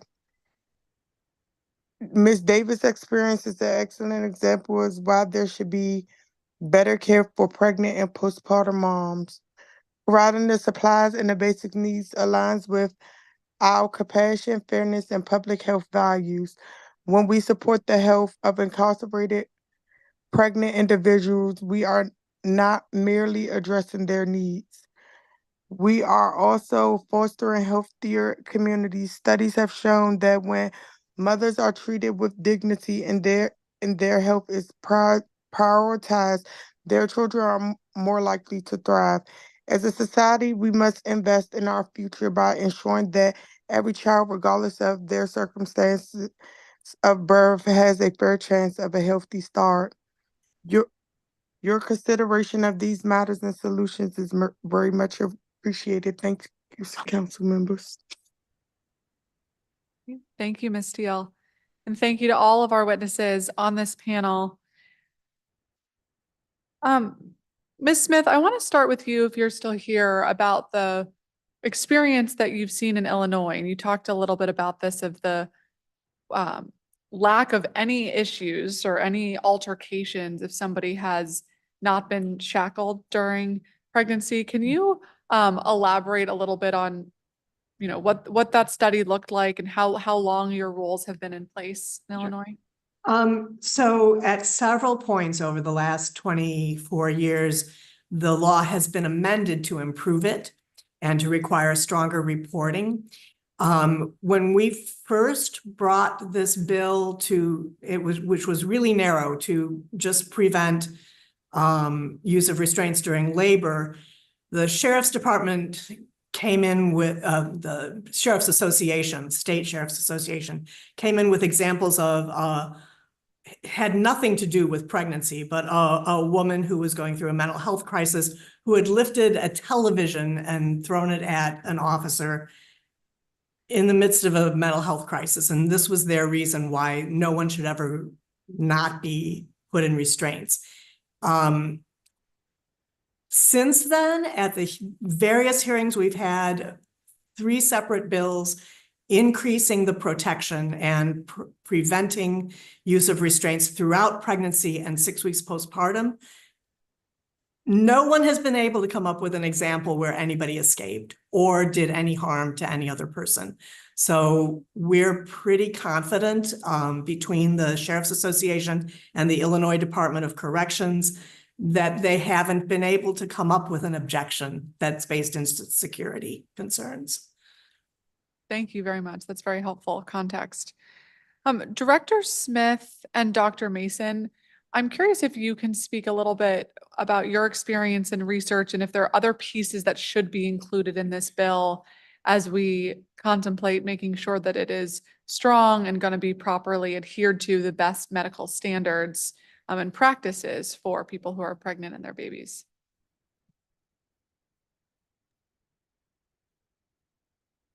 I'd like to give the physician on site first crack at that, and then I'm happy to try and answer some of that. Great. Professor Smith, are you still here? Okay. I think she stepped away, so please go ahead, Dr. Mason. So I think the point was made, and maybe I can expand on it a bit, that implementation of a law, as we all know, is just the beginning, and that specific and serial training of all personnel at all sites and at all points is critical.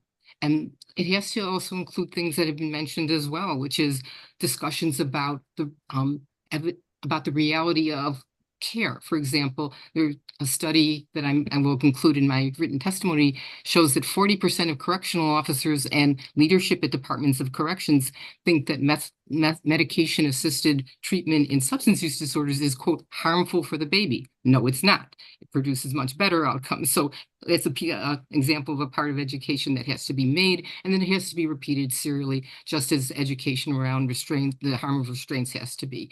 And then there has to be monitoring and documentation. Dr. Carolyn Suffren, who's submitting written testimony and who did the landmark pregnancy in prison study a couple of years ago, made the famous comment in her APHA editorial on incarcerated and pregnant women that we don't count those who don't count, but these women do count and they do enter society, and their children are part of our society on an ongoing basis and they deserve better. So again, documentation is critical. It's not trivial, it's essential. I think that nutrition, I could speak about that for a couple seconds more because I know you probably have other questions, but it's not just extra calories. It's about protein. It's about fiber. It's about timing of the meals, small frequent meals. A pregnant woman's stomach doesn't empty quickly. She has gastric reflux. She has nausea and vomiting. She has dysgeusia, a change in her taste sensation. So and she needs water to expand her blood volume by 40% and decrease her cardiac output by 40 to 50%. And so we need to address all of those things. Those are not expensive. Those are not high tech, but those are all essentials that I think I would like to include in this discussion. And of course, in my written testimony that I'll submit. Thanks. Thank you very much, Dr. Mason. And it's such an important point about the nutrition, and we've been working with DOC for several years around increasing the nutritional standards and optionality for people, because regardless, you're a man or a woman or pregnant or not pregnant, we need to be doing a better job about ensuring that folks in our custody are properly getting the nutrition that they need to be healthy, and that is especially important for people who are pregnant. So thank you very much. Councilmember Henderson?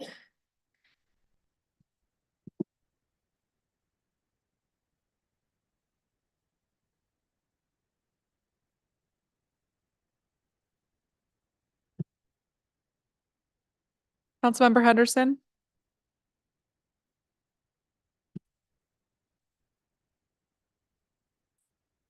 Okay, she may have stepped away. So with that, I would like to thank all of our public witnesses very, very much for sharing your experience and your expertise in this really important area. And we look forward to continuing to work together on this bill. If you haven't already, please make sure that you submit your written testimony so we can have it for the record and re-review it as we work on this piece of legislation. I would now like to call Katerina Seminova, Special Counsel on Policy and Legislation from the Public Defender Service. Welcome. Please feel free to sit wherever you'd like. Thank you. Hold on one moment.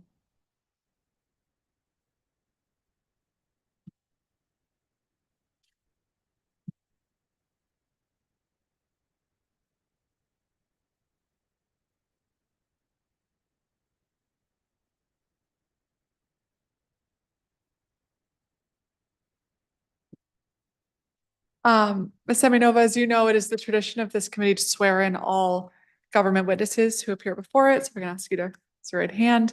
Do you swear under penalty of perjury that the testimony you're about to provide for this committee and the Council of the District of Columbia is the truth, the whole truth, and nothing but the truth? I do. Okay, thank you very much. Please go ahead. Good afternoon. I'm Katerina Seminova, Special Counsel for Policy and Legislation at the Public Defender Service for the District of Columbia.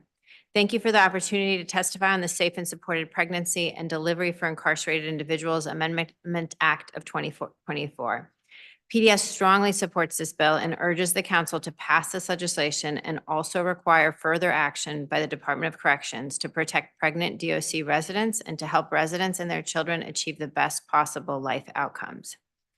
Incarceration rates for women are growing nationally, as demonstrated by a more than 585% increase in the number of women who were incarcerated between 1980 and 2022. The majority of incarcerated women in the district and nationally are of childbearing age. Studies have estimated that nationally, 3 to 10% of women entering incarceration are pregnant. Despite these increasing rates of incarceration and therefore the increasing likelihood that incarcerated women may be pregnant, the district's Department of Corrections has only minimal standards addressing care for pregnant DOC residents. DOC also does not provide public information about the number of pregnant individuals in DOC facilities. This bill begins to fill the gap by providing important rights to incarcerated residents during pregnancy and birth, and by making what was apparently an ad hoc process available to all. It is essential that the district take these steps given the needs of this population and the district's crisis in maternal mortality, particularly for Black mothers and the widening gap in healthcare access between white and Black district residents. Black mothers in the district have a mortality rate that is more than 3 times the national average, and Black women accounted for 90% of all maternal mortality in the district. Addressing these disparities means making real reforms at the Department of Corrections, where the vast majority of detained women are Black and have likely already experienced less access to quality healthcare prior to entry into the Department of Corrections. Regardless of whether they give birth while in DOC custody, DOC residents will need care and counseling that helps them survive pregnancy. This act makes many positive and necessary reforms to make pregnancy and birth safer and less traumatizing. For instance, PDS strongly supports the bill's requirement that the DOC ensure that incarcerated individuals who are pregnant receive confidential, appropriate, timely, culturally responsive, and comprehensive health care. The bill also outlines that health care should be provided for medical conditions that may emerge during pregnancy and allows an individual or healthcare provider to request personal care supplies during the pregnancy. This is an improvement over current DOC policy, which merely states that the medical contractor's responsibilities are to provide, quote, confidential and comprehensive options, counseling, ongoing prenatal and postpartum follow-up medical services and linkages. To further protect the rights of pregnant people, the bill should specify that prenatal and postpartum care must be provided by healthcare providers who specialize in obstetrics and gynecology. The bill should also include a section on nutrition and ensure that during the course of pregnancy, individuals receive food that is consistent with standards outlined by the American College of Obstetrics and Gynecology or a similar body. The bill should also require DOC to accommodate requests for dietary changes for food aversions and intolerances that stem from pregnancy. As Dr. Mason just pointed out, this is not just about calories. In another positive step, the bill takes the ad hoc process of requesting a support person and clarifies that each person who will deliver while in the custody of DOC or who will terminate a pregnancy while in the custody of DOC has the right to have a support person present with them at the hospital during the procedure, delivery, and postpartum care. It is essential to give individuals the explicit right to have a support person present, because without explicit rights, support will only be afforded to incarcerated people who know to ask for the support or to whom corrections officers affirmatively offer support. It is easy to see that individuals who do not speak English or who do not have positive relationships with DOC staff will be denied these services or may not know to ask for them. While the bill limits DOC's ability to deny requests for particular support people, for instance, by prohibiting DOC from denying a request for a support person based on their criminal record, and takes other positive steps like establishing timelines for DOC decisions and requiring DOC to provide its reasoning for any denial, the bill should also allow individuals to appeal any denial by DOC of the right to have a particular support person directly to the court.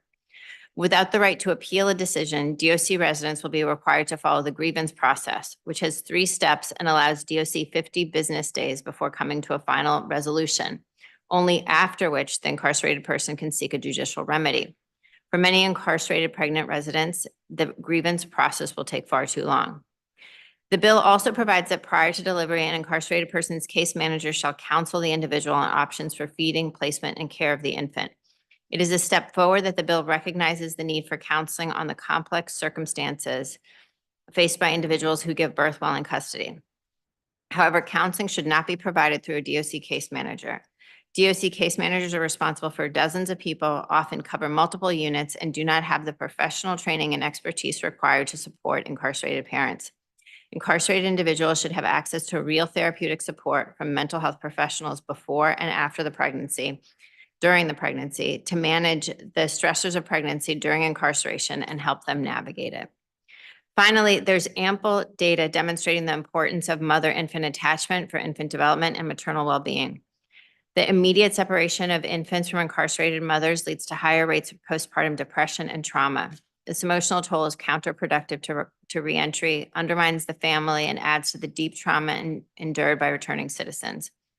Rather than separating mothers and infants within hours of birth, states including New York, Ohio, West Virginia, Indiana, Missouri, Nebraska, Washington, Illinois, South Dakota, and California all have dedicated units where mothers can remain with their babies.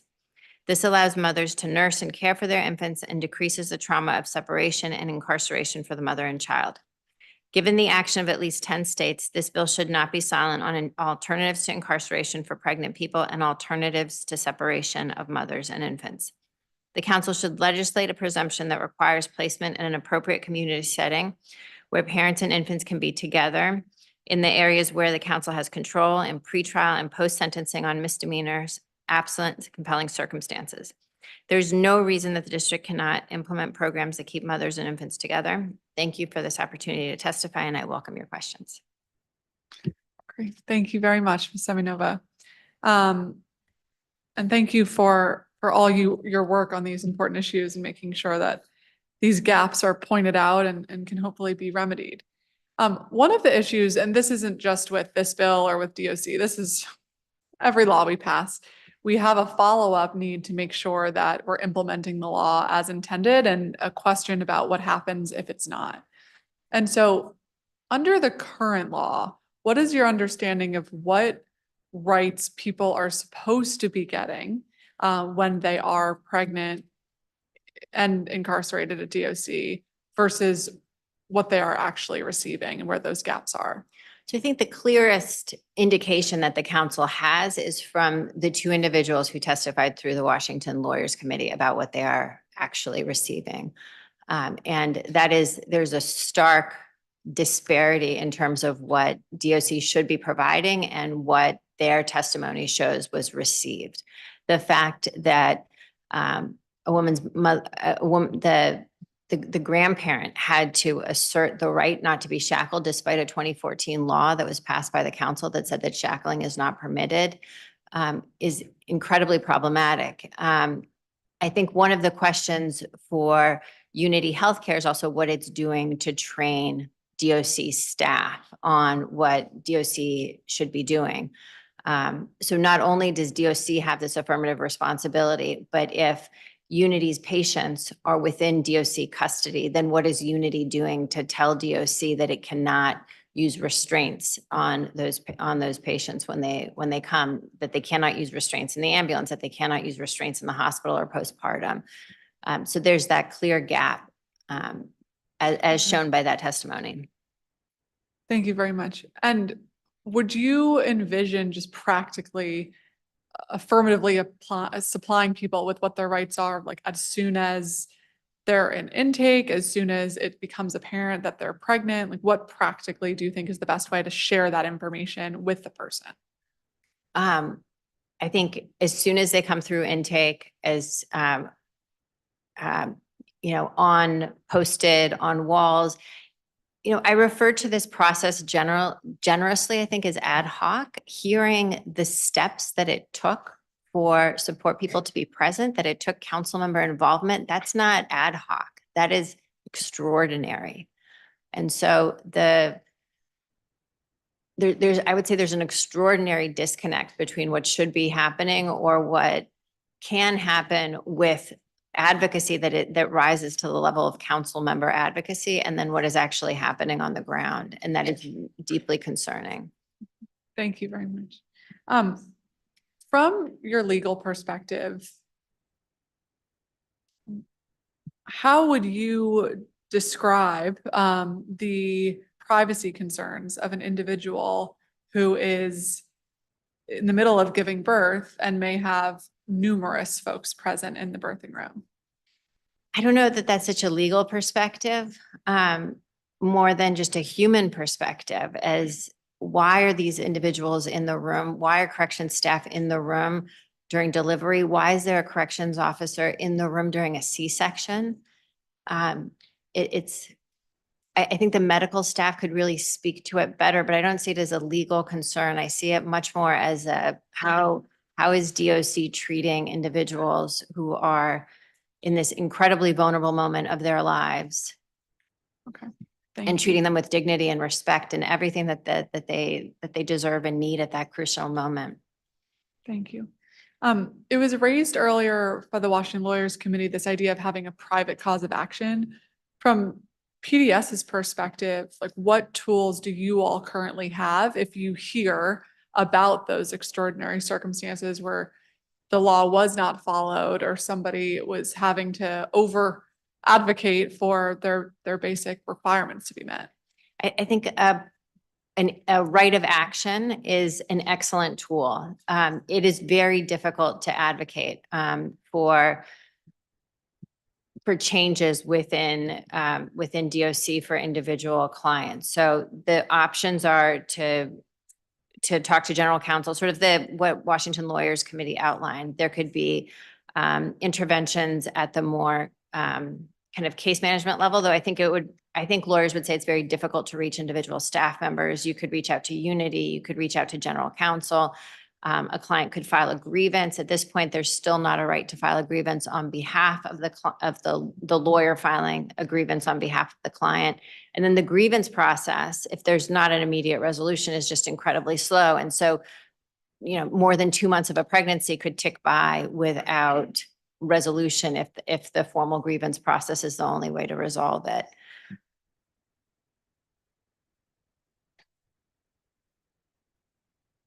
I think also the testimony of the support person, how she was constantly reaching out to DOC, and it took so long for changes to take effect. I think that is also very informative of how the council needs to create a better avenue for faster relief.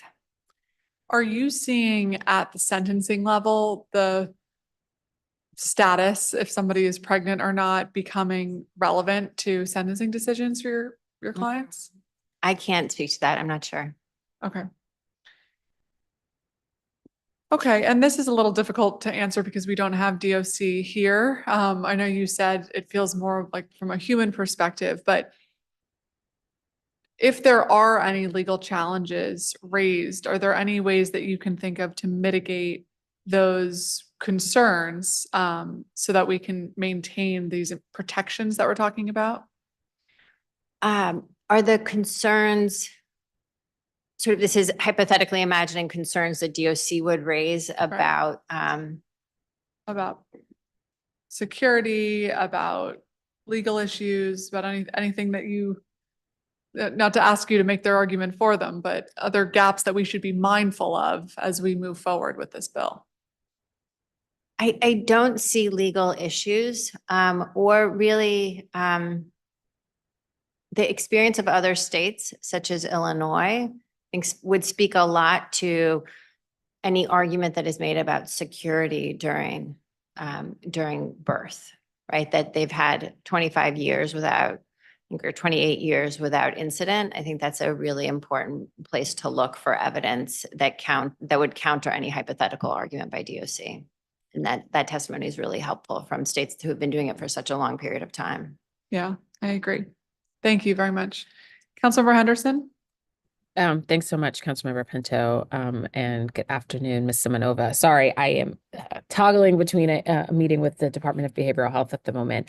I want to thank you so much for presenting testimony from the PDS perspective. I want to ask first a just sort of process-related question. So we did request that 2 individuals be able to testify today virtually. And one of the reasons that DOC said that they could not accommodate the request was because they were in federal custody and that DOC does not have the authority to allow them to testify before the council. Have you heard of this being a thing before? Sort of depending on whose quote unquote custody you're in, it restricts your privileges or not within DOC? I can't really deeply speak to that. I did try to facilitate contact between the U.S. Marshal Service and Washington Lawyers Committee.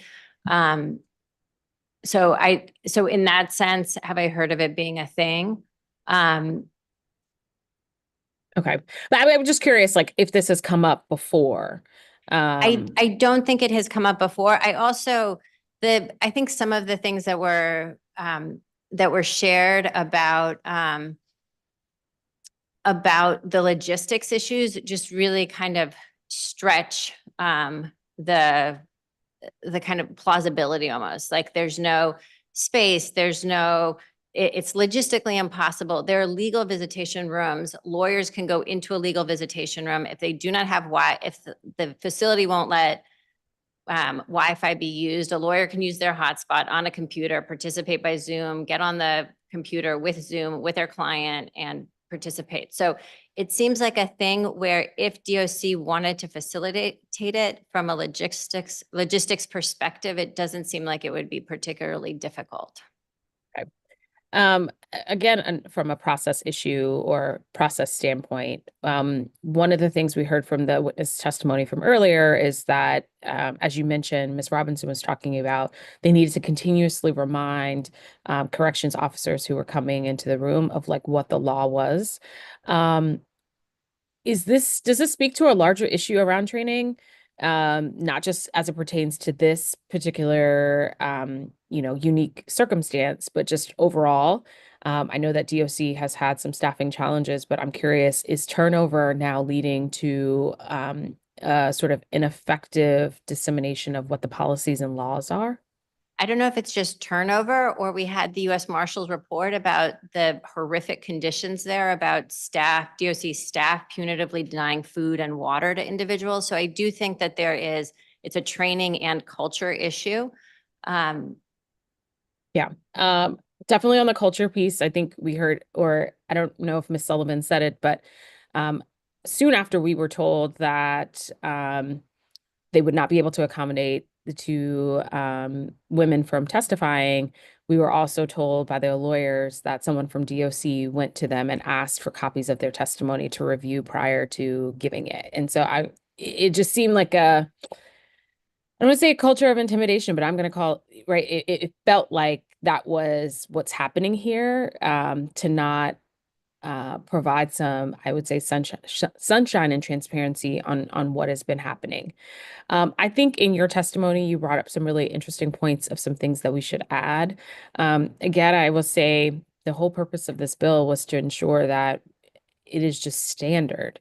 And so to Councilmember Pinto's earlier point around at what point do you share information, right? At least how I envision it is that once a health provider on the medical unit determines that a person is pregnant, they are essentially sharing with them, and here are your rights, and here's what's going to happen going forward for the remainder of your stay, whatever that might be, to sort of explain, what's happening here. And I think even the conversation that you were having, and then someone else mentioned before around, whether it be the shackling or whatnot, right? Like, it almost feels to me as though people don't realize what giving birth is like. If somebody just had a C-section, they're not hopping off the bed to like run. And so you think it's a security risk, but in fact, it is actually like that's just something that's not going to happen. And I want to thank the witnesses for amplifying what's happening in other jurisdictions, as well as the ACLU who submitted testimony, who provided some information about other jurisdictions as well. I want to be very mindful of time, Councilmember Pinto. I don't have any further questions, but thank you so much, Ms. Simonova.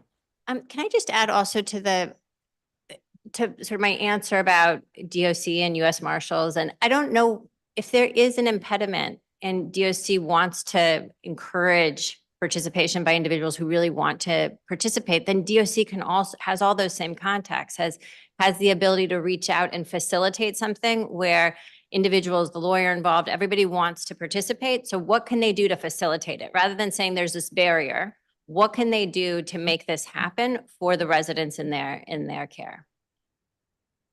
Thank you. Thank you very much. I think that's very helpful. And that concludes our witnesses for this bill today. I really, really appreciate everybody being here in person and virtually and sharing both your personal experiences and your professional experiences with this really important bill. And thank you again to Councilmember Henderson for introducing this, for your advocacy here. And I know our committee looks forward to working with you all in the coming weeks to make sure that we support our pregnant people who are incarcerated and their babies and make sure that they have appropriate care and custody and compassion with what is a humongous life event. Okay, thank you very much. We are now going to turn to our next bill, Bill 25-960, the Firearm Suicide Prevention Amendment Act of 2024, which we colloquially refer to as Donna's Law. The majority of gun deaths in the United States are from suicides. I'm going to say that again. The majority of gun deaths that we see in the United States are from suicide. This bill is designed to reduce such deaths by firearm. As the American Foundation for Suicide Prevention notes, 85 to 90% of suicide attempts with a firearm result in death. This bill creates a voluntary firearms suspension registry to be maintained by the Metropolitan Police Department. This would allow vulnerable adults to voluntarily and confidentially add themselves to this suspension registry, either through MPD directly or through a healthcare provider. Once registered, the person would be restricted from purchasing, receiving, or possessing a firearm. The person later decides that they want to be removed from the list, and to be able to purchase, receive, or possess a firearm again, it would be required to wait at least 21 days after filing a request to be removed from the list. This bill is based on similar legislation that's been enacted in Utah, Washington, Virginia, and Delaware, known as Donna's Law in honor of Donna Nathan. On June 26, 2018, Donna died from self-inflicted gunshot wound after a series of voluntary inpatient mental health stays to manage her suicidality brought on by bipolar disorder. Donna purchased the gun legally just hours before her death. Our version of Donna's Law also adds an innovative provision that would require MPD, in consultation with other agencies working in the health and human services behavior space, to collect information, prepare, and distribute literature about firearm safety, suicide prevention, and conflict resolution. Under this provision, any business engaging in the selling, purchasing, or repairing of firearms or ammunition in the district would be required to display and distribute that literature. not just those open now, but any that may be open in the future. This provision takes inspiration from our neighbors in Montgomery County, Maryland, who proposed this innovative ordinance. This ordinance recently survived a First Amendment challenge, and I'm excited to bring this tool to the district. I believe that this bill is a common sense means of preventing more firearm suicide while respecting the Second Amendment right to bear arms. As the American Foundation for Suicide Prevention notes, when surveyed, 46% of psychiatric patients and 22% of veterans said they would be interested in signing up for this kind of registry. Another important fact is that gun owners, when surveyed about these registries, have also predominantly endorsed Donna's Law. And states with Donna's Law have been found to have reduced numbers of suicide by firearms with no increase in suicide by other means. Our version of Donna's Law will be the first of its kind in the United States with its suicide literature provision, and the second of its kind after Utah to have an innovative means of registration through a healthcare provider. I believe that Donna's Law, if and when passed in the district, will continue the life-saving work of preventing suicide and self-harm.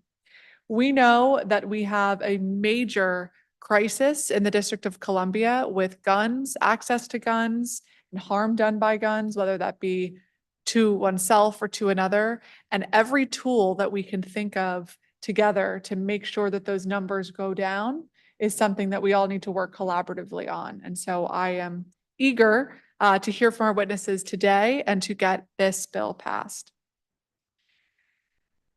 We are going to hear from our public witnesses today. As a reminder, everybody will have 3 minutes to present their testimony. The Metropolitan Police Department, which will be an instrumental partner in maintaining this registry, has opted to submit written testimony today, so we will not have any government witnesses on today's bill. Our public witnesses today are Katrina Breeze. If I can ask you excuse me, you are virtual. Katrina Breeze, Ian Ayers, Michaela Deming, and Kai Harp. And we will start with you, Katrina Breeze, public witness. Thank you so much for joining us today. Oh, thank you. I support this bill with all of my heart. My mother, Donna, died by suicide with a gun purchased that same day. She did not want to die, and she did not want to shoot herself. She wanted to live and play with her grandchildren, but her bipolar disorder caused her to be impulsively suicidal and psychotic. She was aware of this and frightened by her altered and dangerous mental state. She immediately took proactive steps to protect herself from suicide every way she legally could. She went to her doctors and psychiatrists regularly and maintained daily contact with them. She then voluntarily committed herself to inpatient psychiatric care multiple times in a row. She tried everything she could to not kill herself. Despite the best psychiatric care, my mom ultimately graduated out of her inpatient hospital programs. We tried to protect her every way that we could. Her partner quit his job to stay home with her. My family called the police 5 times the day that she died. In a fleeting episode of psychosis, my mom impulsively Googled how to hang yourself, which quickly led Google to provide directions to the closest gun store. She drove to the gun store and bought her first gun, and in minutes shot herself at the public park. My mom had never even held a gun before. My mom would have signed up for this list because she definitely did not want to die. Had she been involuntarily committed to the psychiatric hospital, she would have been protected from an impulsive gun purchase through an automatic prohibition. But because she took the initiative to voluntarily commit herself to a psychiatric hospital, she was not permitted to use the same proven tools for self-defense against suicide. A voluntary prohibition to purchase a gun could have enabled her to save her own life. Donna's Law will save others from impulsive gun suicide now. Most gun deaths are suicides. and this will address this tragedy by empowering the personal agency of our most vulnerable. But this tool also addresses every single kind of gun violence because people in suicidal episodic psychosis often kill others before they kill themselves. Many people seek voluntary psychiatric support to prevent being a threat to themselves or others. Most mass shootings are the family annihilations that happen almost every day that we don't hear about. Cyclical episodic mental illness, like my mom's, means many parents need this tool not only to protect themselves, but also their children. It's amazing and hopeful to think about how huge the impact and value of this simple little tool could be. And I want to thank you all so much for your compassion and for addressing this public health issue. Thank you. Thank you so much, Ms. Breeze, and thank you for your courage and your collaboration and forward thinkingness to continue this work in honor of your mother. And when we pass this bill, her memory will continue to live on in the many, many Thank you. lives that she will save. So thank you. And I will have some questions for you in a moment. Okay. Next, we will turn to Ian Ayers, public witness.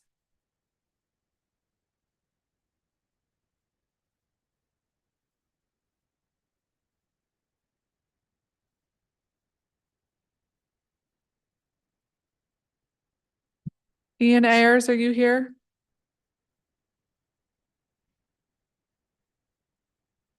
Okay. You can message our team if you join at a later date. Next, we will turn to Michaela Deming, Policy Director, DC Coalition Against Domestic Violence. Good afternoon. Thank you.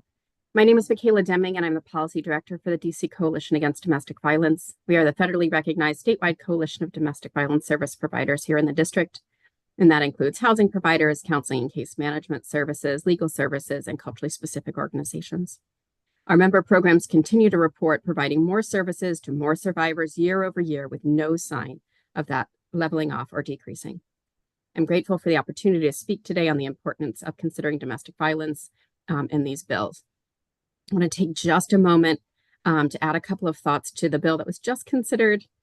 We know that as many as 94% of women who are incarcerated have a history of surviving physical and or sexual abuse, and that intimate partner violence continues throughout their period of incarceration. We also know there's a direct link to lethality and pregnancy, with women in the US being more likely to be murdered during pregnancy or soon after childbirth than to die from the top 3 leading obstetric causes, and that Black women are at a substantially higher risk. For domestic violence victims, being pregnant and the time following delivery is a time of heightened danger and stress, and having a safe and supportive healthcare provider throughout pregnancy and postnatal care, in addition to support people, is a critical component of improving health outcomes and saving lives. We support that being provided for all pregnant folks, including those who are incarcerated. In regards to this bill, there is a body of emergent research looking into the correlation between suicidality and domestic violence for both perpetrators and victims. One study found that domestic violence is a precipitating factor for 4.5% of single suicide and 6.1% of suicides overall. As you just heard from the other witness, murder, suicide, and familicide at the hands of a domestic violence perpetrator account for the increase. Other studies show that as many as 30% of suspected suicides and 50% of attempted suicides have a domestic abuse component or factor. And yet another study found that 31% of children and young people who die by suicide were living in a home impacted by domestic violence. The presence of a firearm makes a domestic violence situation 5 times, that's 500% more likely to be lethal. And an abuser's access to firearms increases the risk of homicide by 11 times. That's 1,100%. And I want to note that the research here, of course, mentions presence and access. It doesn't have anything to do with who owns the gun. It's about the firearm being there that increases the risk of death.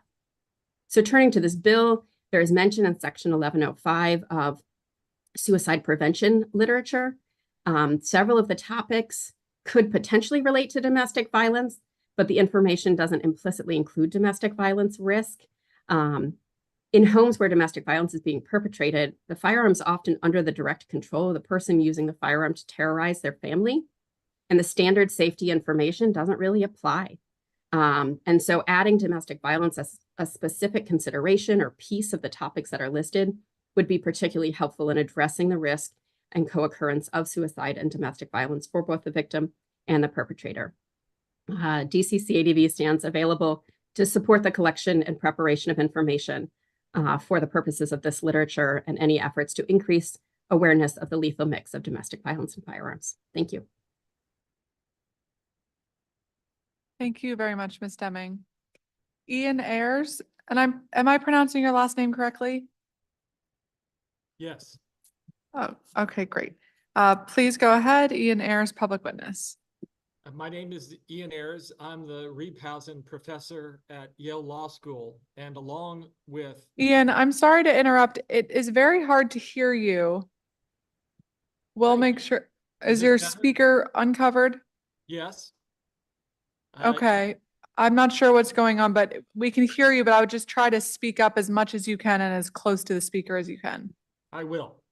Okay, thank you. I'm the Reebhausen Professor at Yale Law School, and along with Professor Fred Vars and Katrina Breeze, I have helped to develop Donna's Law. Thank you for the opportunity to testify. The Firearm Suicide Prevention Amendment Act will allow District of Columbia to continue to lead the way on sensible gun regulation. Although mass shootings grab the headlines, gun suicides claim many more lives. Nationally, gun suicide kills more than 50 people every day. This bill would allow people who fear suicide to put distance between themselves and firearms. The bill, in effect, allows people to opt into a 7-day waiting period.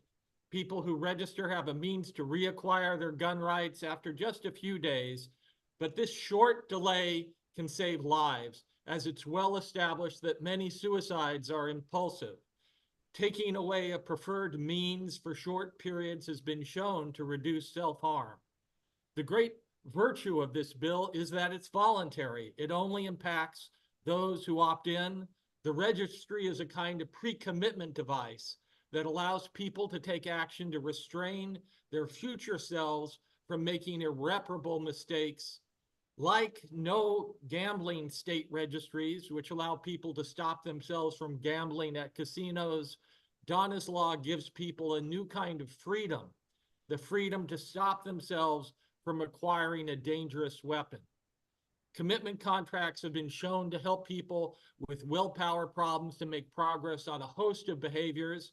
I'm a co-founder of a website, stick.com, where people have entered into commitment contracts, putting more than $50 million at stake to help themselves make progress on all kinds of things like quitting smoking or eating a healthier diet.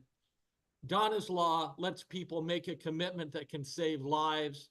During periods of clarity, scores of people who know that they may become disabled want to take action to protect themselves and their loved ones against an uncertain future.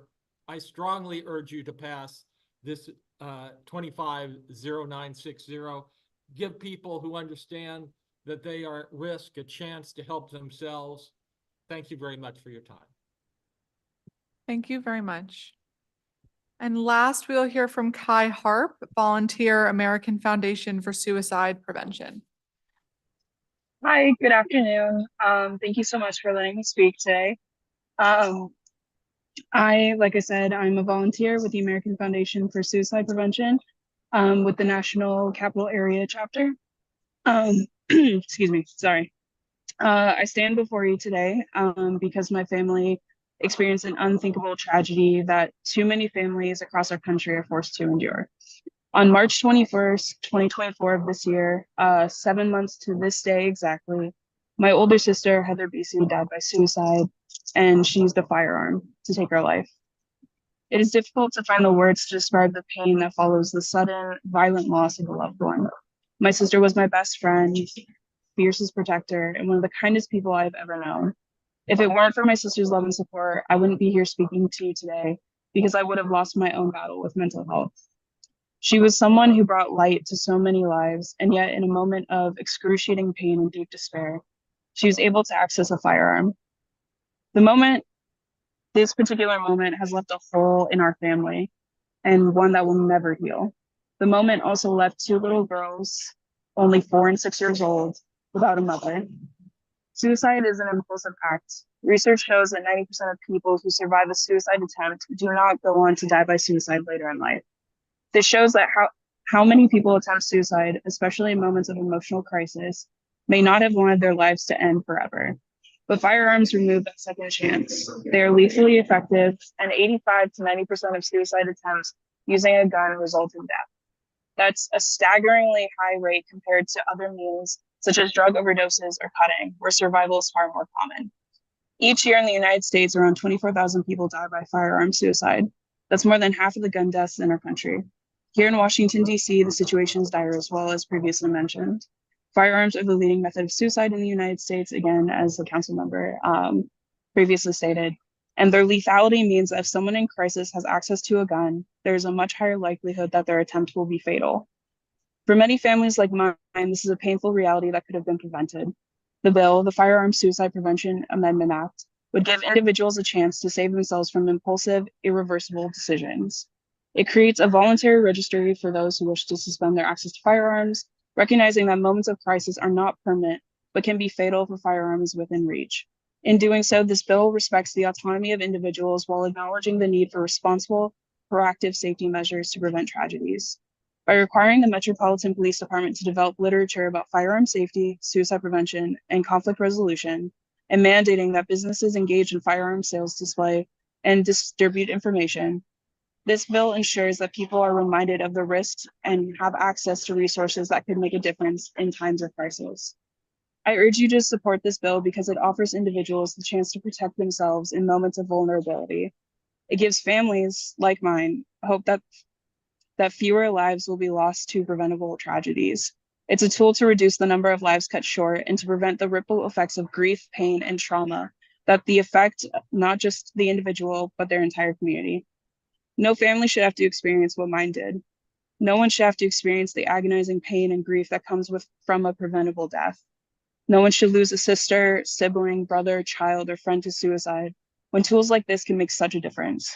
Please pass the Firearm Suicide Prevention Amendment Act and give people the option to choose life, even in their darkest moments. Thank you so much.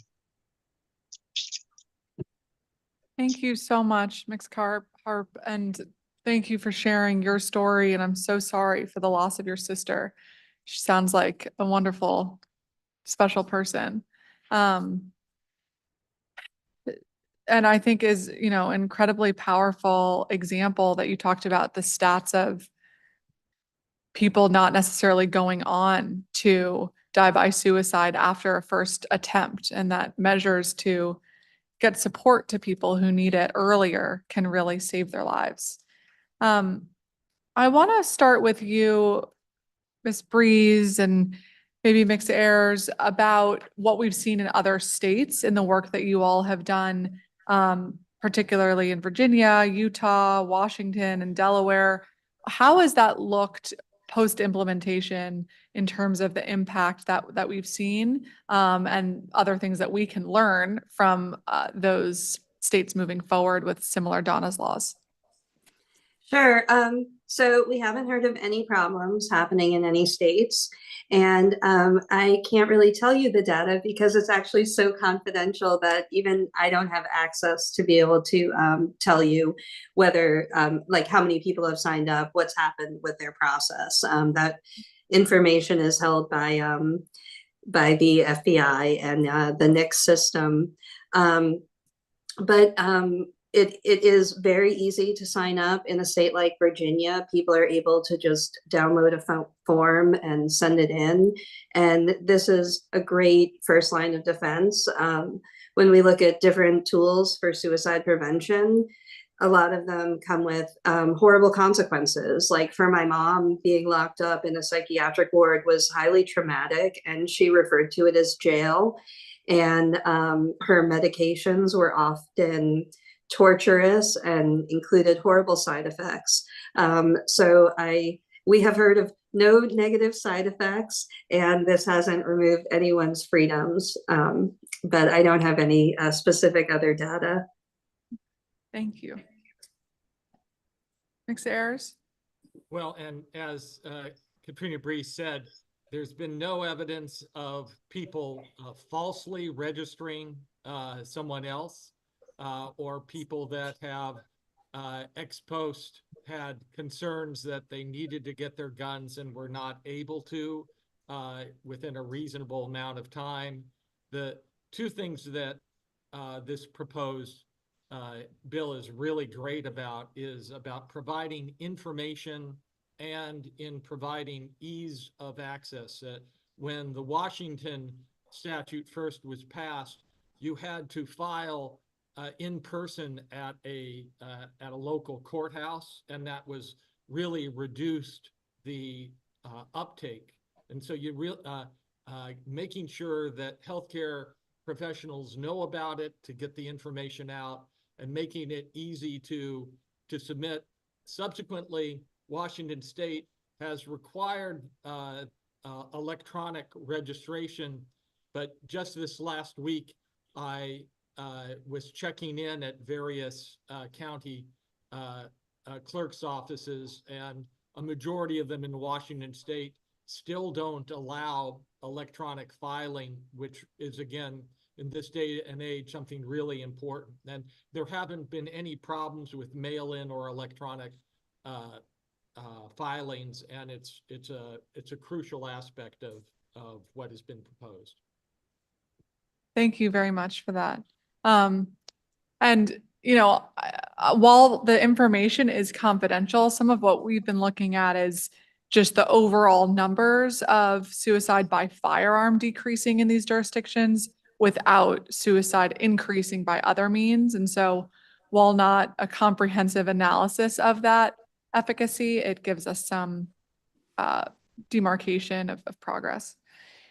Do you know if Utah's bill allows for healthcare providers to be a means of registration like we're proposing here? I hope Ian knows the answer. I don't have that at the tip of my tongue. I'm sorry. Okay, no problem. I'm getting a note here from my colleague that they do have it in their law. I didn't know if there had been issues with that implementation, because kind of to your first point about making it a little too onerous at the courthouse, we want to make sure that we're being comprehensive and where people are actually receiving services. And so Utah would be another area to look to see if they've experienced any challenges with that. Ms. Deming, the chief of the suicide prevention at the U.S. Substance Abuse and Mental Health Services Administration reported that survivors of intimate partner and domestic violence are twice as likely to attempt suicide, and that cases of murder-suicide are most likely to occur in the context of abuse. Can you talk about the implementation and efficacy of Donna's law as it relates to domestic violence victims? I can't speak to how it's working in the other states that were mentioned. I can say that I've seen much of that data, and I shared a number of other points, and my written testimony will have even more points around the impact of domestic violence and firearms, and specifically this piece around suicidality. This is actually something new that's being looked at by the Domestic Violence Fatality Review Board here in DC. And so we hope to have some additional DC specific data on that soon.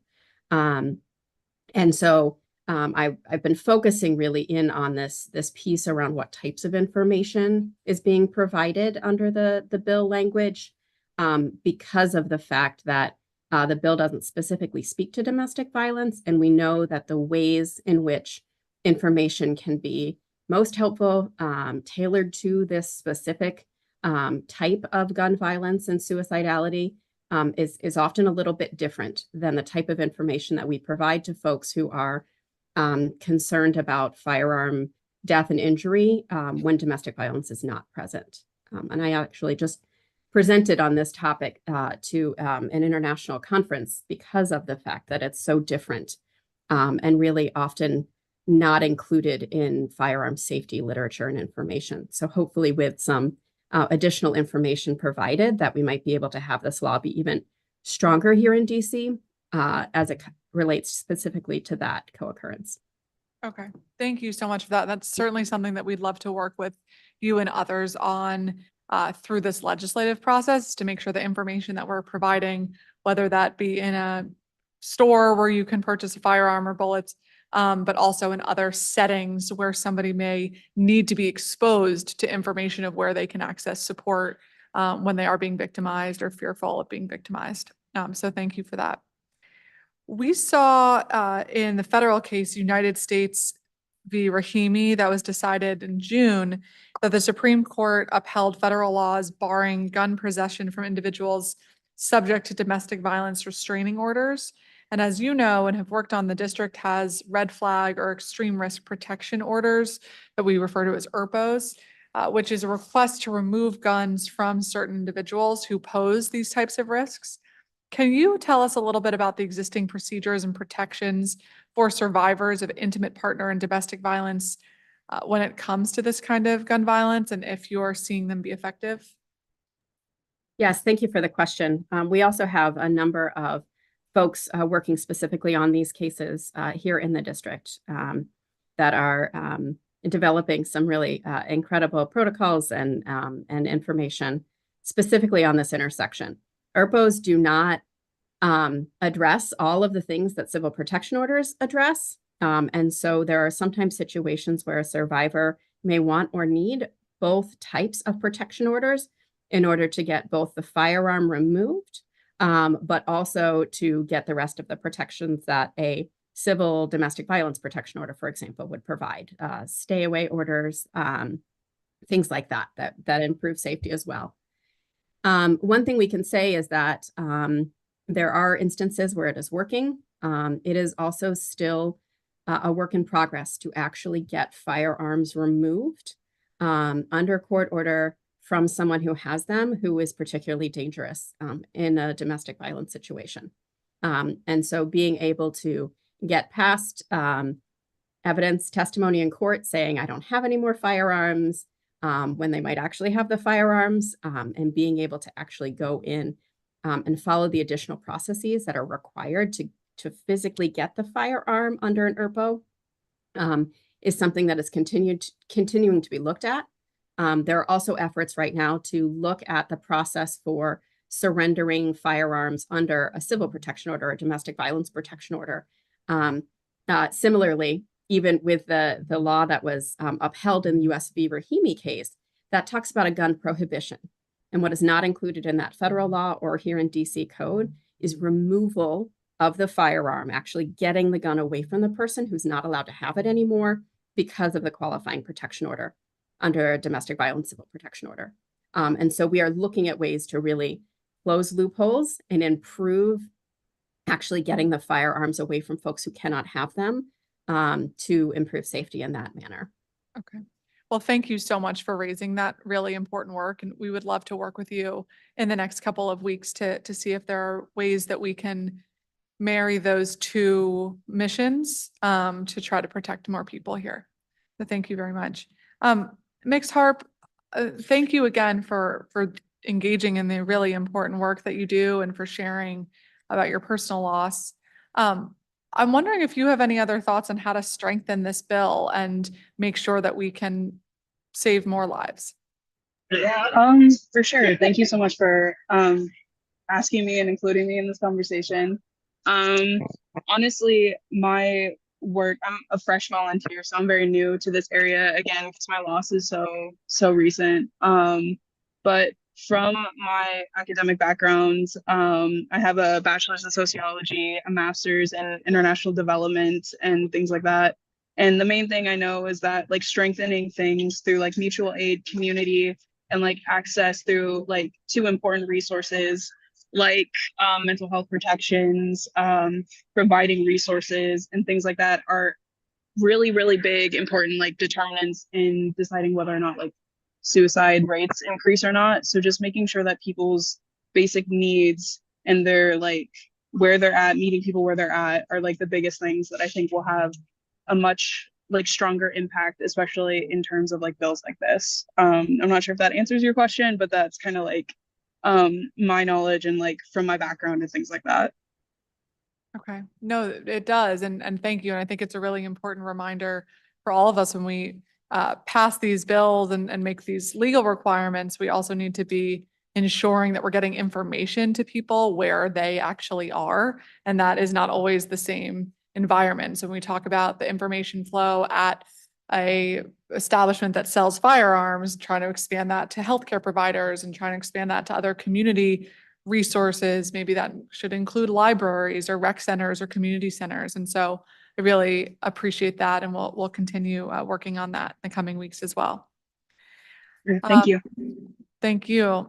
I want to thank all of our witnesses today. Thank you for working with us on this bill and for sharing your stories. Gun violence affects far too many of our residents here in the district and across the country, and it is heartbreaking and feels unnecessary at times. And everything that we can do to try to make sure that we are not arming people who need support and need additional resources and intervention, and not a means by which to take their own life or that of others. And so I really, really appreciate the courage and the bravery it takes to come forward and speak up on these issues and to collaborate with us and relive so much of your loss and your pain. And all I can say is their stories of your stories and your families will stay with us as we try to get this bill across the finish line as soon as possible and continue to focus on gun violence here in the district. Okay, we are going to move on to our last and final bill of today. We have a number of witnesses joining us, so welcome to you all. And thank you for being with us today. We are now moving to Bill 25-955, the Child Marriage Prohibition Amendment Act of 2024. Child and forced marriage is a reality that many people may not fully realize exists today in 2024 in the District of Columbia. The harm caused by allowing individuals under the age of 18 to marry is clear. Studies show that child marriage increases the likelihood of domestic abuse, economic instability, and a significant reduction in educational opportunities, consequences that follow individuals and can follow individuals for the rest of their lives. Even the United States State Department calls marriage before 18 a human rights abuse. Roughly 87 minors entered into marriage in the district between the years 2000 and 2019. 67% of whom were young girls who were married to adult men. Additionally, according to data obtained from DC Health over the last couple of years, the number of minors married in the district increased significantly. 2 minors were married in 2020, 5 minors were married here in 2021, 1 minor was married in 2022, but in 2023, we saw 15 minors marry in the District of Columbia. The Child Marriage Prohibition Act is about protecting young people. It sets the legal age for marriage at 18 with no exceptions. At 18, a person has the legal capacity to make informed, independent decisions about their lives. And I believe that we owe it to our young people to protect them before the age of consent. I also recognizes that there is another side to this conversation, and I want to address it directly, briefly. For some youth, marriage has been seen as a pathway to autonomy, particularly for those who find themselves in difficult or abusive family situations, and we need to acknowledge that harsh reality. For some, this bill may seem like it removes a potential option for escaping an extremely difficult circumstance. Here is my view. We should never have a system where marriage is the only available solution to that type of hardship. I believe that part of this broader conversation is ensuring that our youth have real, viable paths to autonomy when they need it. For those facing untenable situations at home, emancipation should be an accessible route, for instance. a legal process that empowers young people to gain independence without the pressures and risks associated with a marriage when you are a child. While that's not the focus of today's hearing, I know that it is an important piece of this conversation. And you have my commitment and that of this committee to continue to work with folks with this concern, with experts, survivors, and advocates in the future to explore how we can provide additional support for youth who are seeking independence. Because again, marriage should not be the only way out. This bill, in many ways, compels us to look at the bigger picture. We must protect youth before the age of consent. And when young people do need autonomy, we must ensure that they have the support and legal mechanisms in place to access it. With that said, I look forward to hearing the compelling testimony from our public witnesses who have joined us today. And before I transition here, I want to note we have a few survivors who were brave enough to share their personal experience and testimony with us today. Because of the sensitivity of this topic, we've reserved space in room 103, which is downstairs on the first floor, for folks to use if they become overwhelmed or they need a private place to regroup. A representative from the DC Rape Crisis Center is here and will be able to direct you to the room if you need it. I thank you all so much for sharing your stories and for your bravery. It is going to save people in the future and children in the future from having to endure what you have endured. Thank you. There are no public witnesses for today's bill, and so we are going to hear from all of our there are no government witnesses for today's bill, and so we're going to hear from all of our public witnesses today, starting with those who have joined us here in person. I will call the names. If the first person I call can sit at the seat to my right, and then we'll move down the table. Lul Muhammad, Frady Rice, Becca Powell, and Brianna Roberts.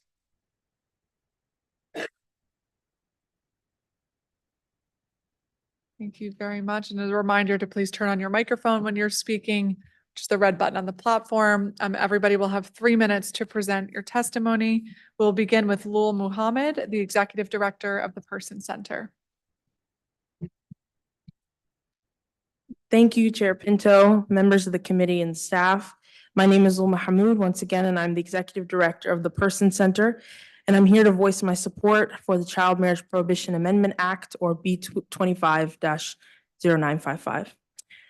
Today, you'll be hearing from advocates, experts, leaders, and most importantly, from survivors of child marriage about the monumental nature of this legislation.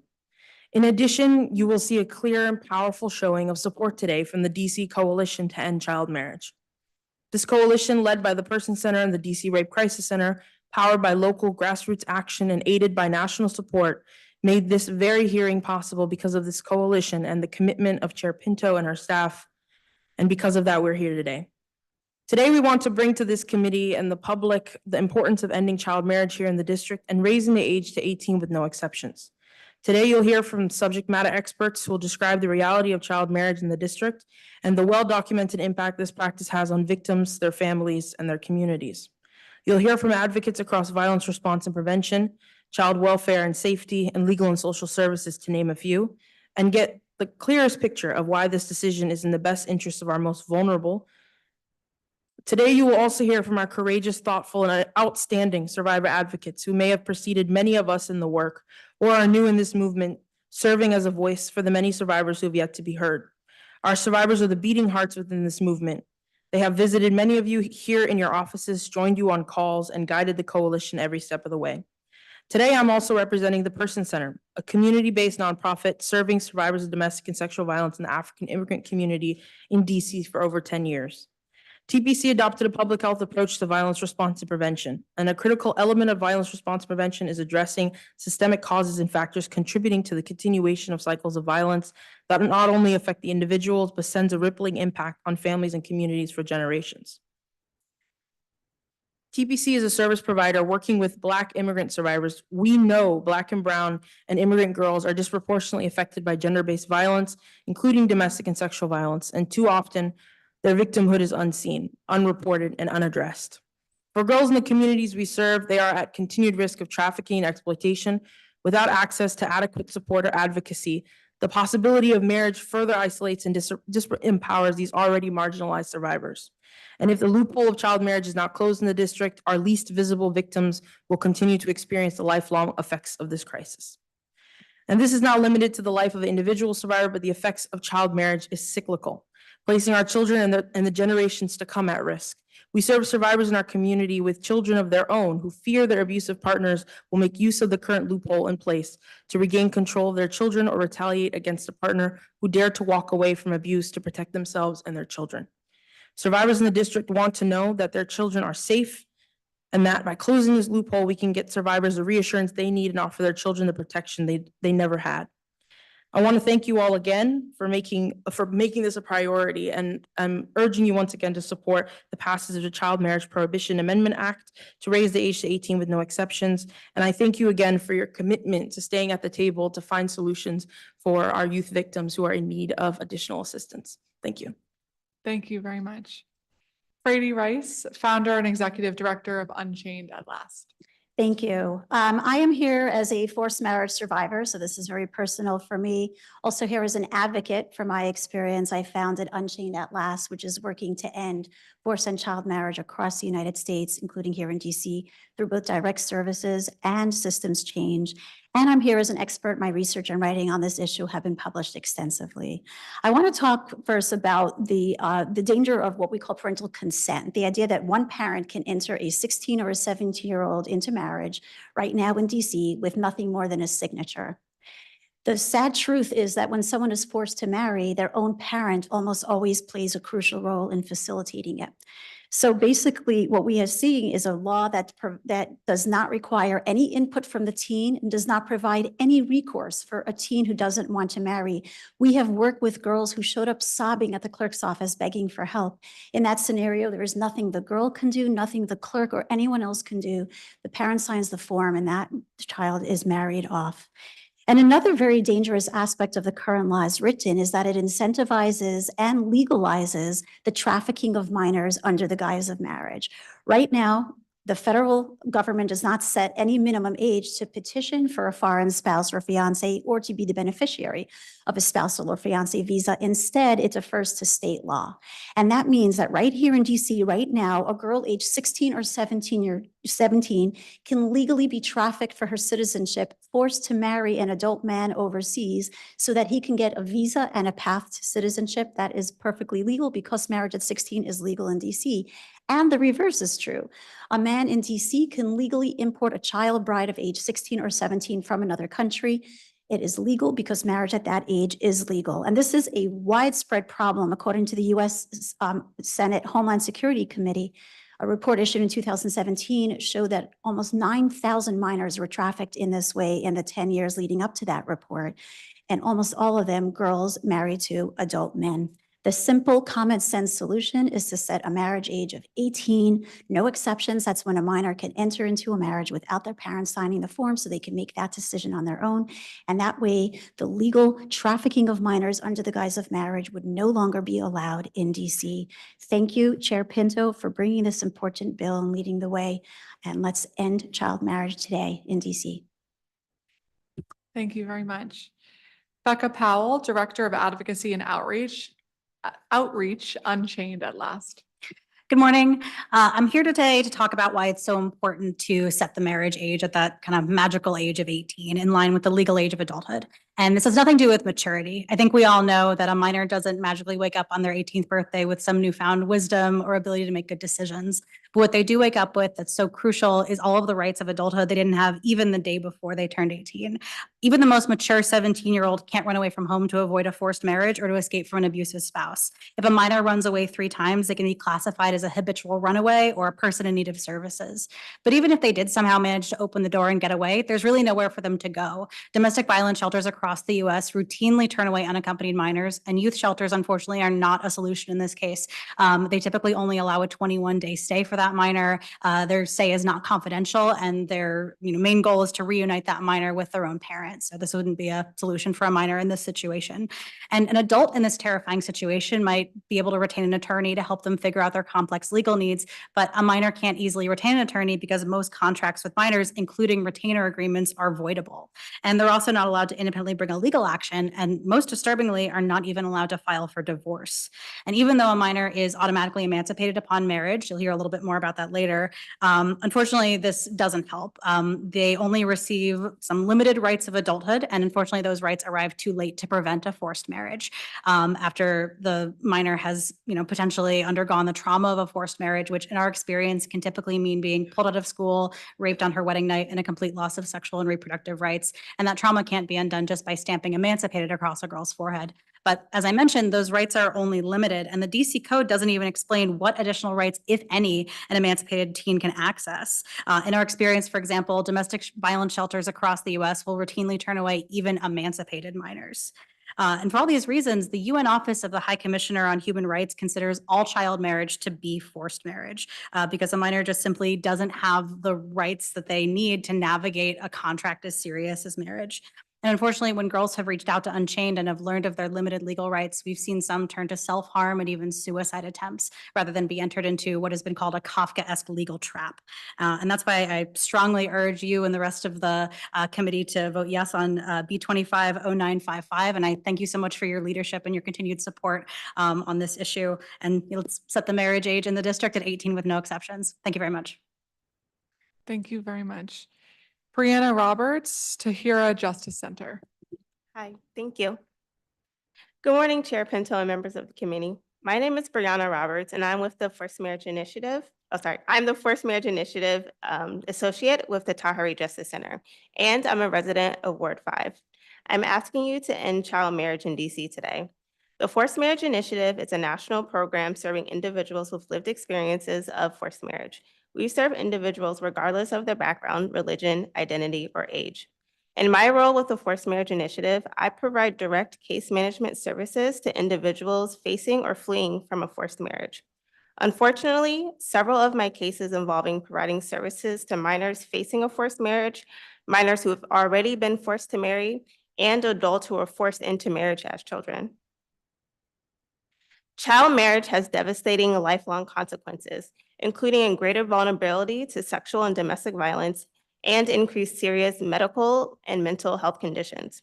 Children who are forced into a marriage often lose their bodily autonomy and reproductive rights. Not only are they raped after the wedding ceremony, but they tend to bear more children, awfully closely spaced together before they hit legal adulthood. Child marriage also affects the survivor's economic stability. Many survivors have expressed to me that their dreams of a higher education were delayed or denied because they were either forced to drop out of school or their mental health impacted their ability to learn. Lack of education makes survivors more reliant on abusive parents and/or spouses. When a person's financial well-being is tied to a perpetrator, they are often at a greater risk of poverty or being trapped in an abusive cycle because they lack the resources to help guide them out. And 80% of marriages involving minors end in a divorce, which further destabilizes them. My cases involving minors are some of the most heartbreaking, challenging, and complex cases to work on. Helping minors access resources on their own, such as safe shelter or housing, or attaining a family law attorney or legal support, is difficult as organizations often require their parents or legal guardians' permission. And unfortunately, this can escalate violence within the home if the families become aware that they're seeking help. You have the opportunity to prevent the negative consequences of marriage under age 18 and overall set minors up for long-term success. Please vote yes on this bill. Thank you. Thank you, Ms. Roberts. I actually want to start with you. When we think about this, either from the perspective of the clients you've worked with or kind of broader, what are some of the long-term impacts, whether that's health impacts, economic impacts, that we're seeing when a child is forced to get married when they are just a teenager, or 16 or 17, I should say? Yes, so I want to speak from the education standpoint. I have a client in mind right now who, because of her mental health, she is not graduating on time.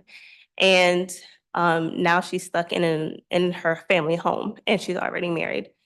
And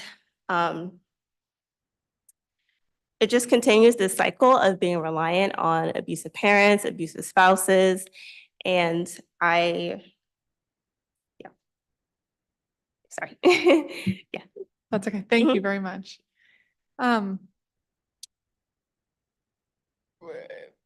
I want to ask you, Ms. Rice, in the other jurisdictions that you've worked with and in this one, opponents may say, well, if you have the parents' permission, that's between the family to let them deal with. Why is that wrong? Well, unfortunately, as I was saying before, when someone is forced to marry, their own parent almost always plays a crucial role in facilitating it. That's what we have seen with our more than 1,100 clients. And we're in the process of studying the first of its kind study of forced marriage in the United States, partnership with Columbia University researchers, and that's what we're seeing again and again. We cannot always, unfortunately, rely on parents to do the right thing.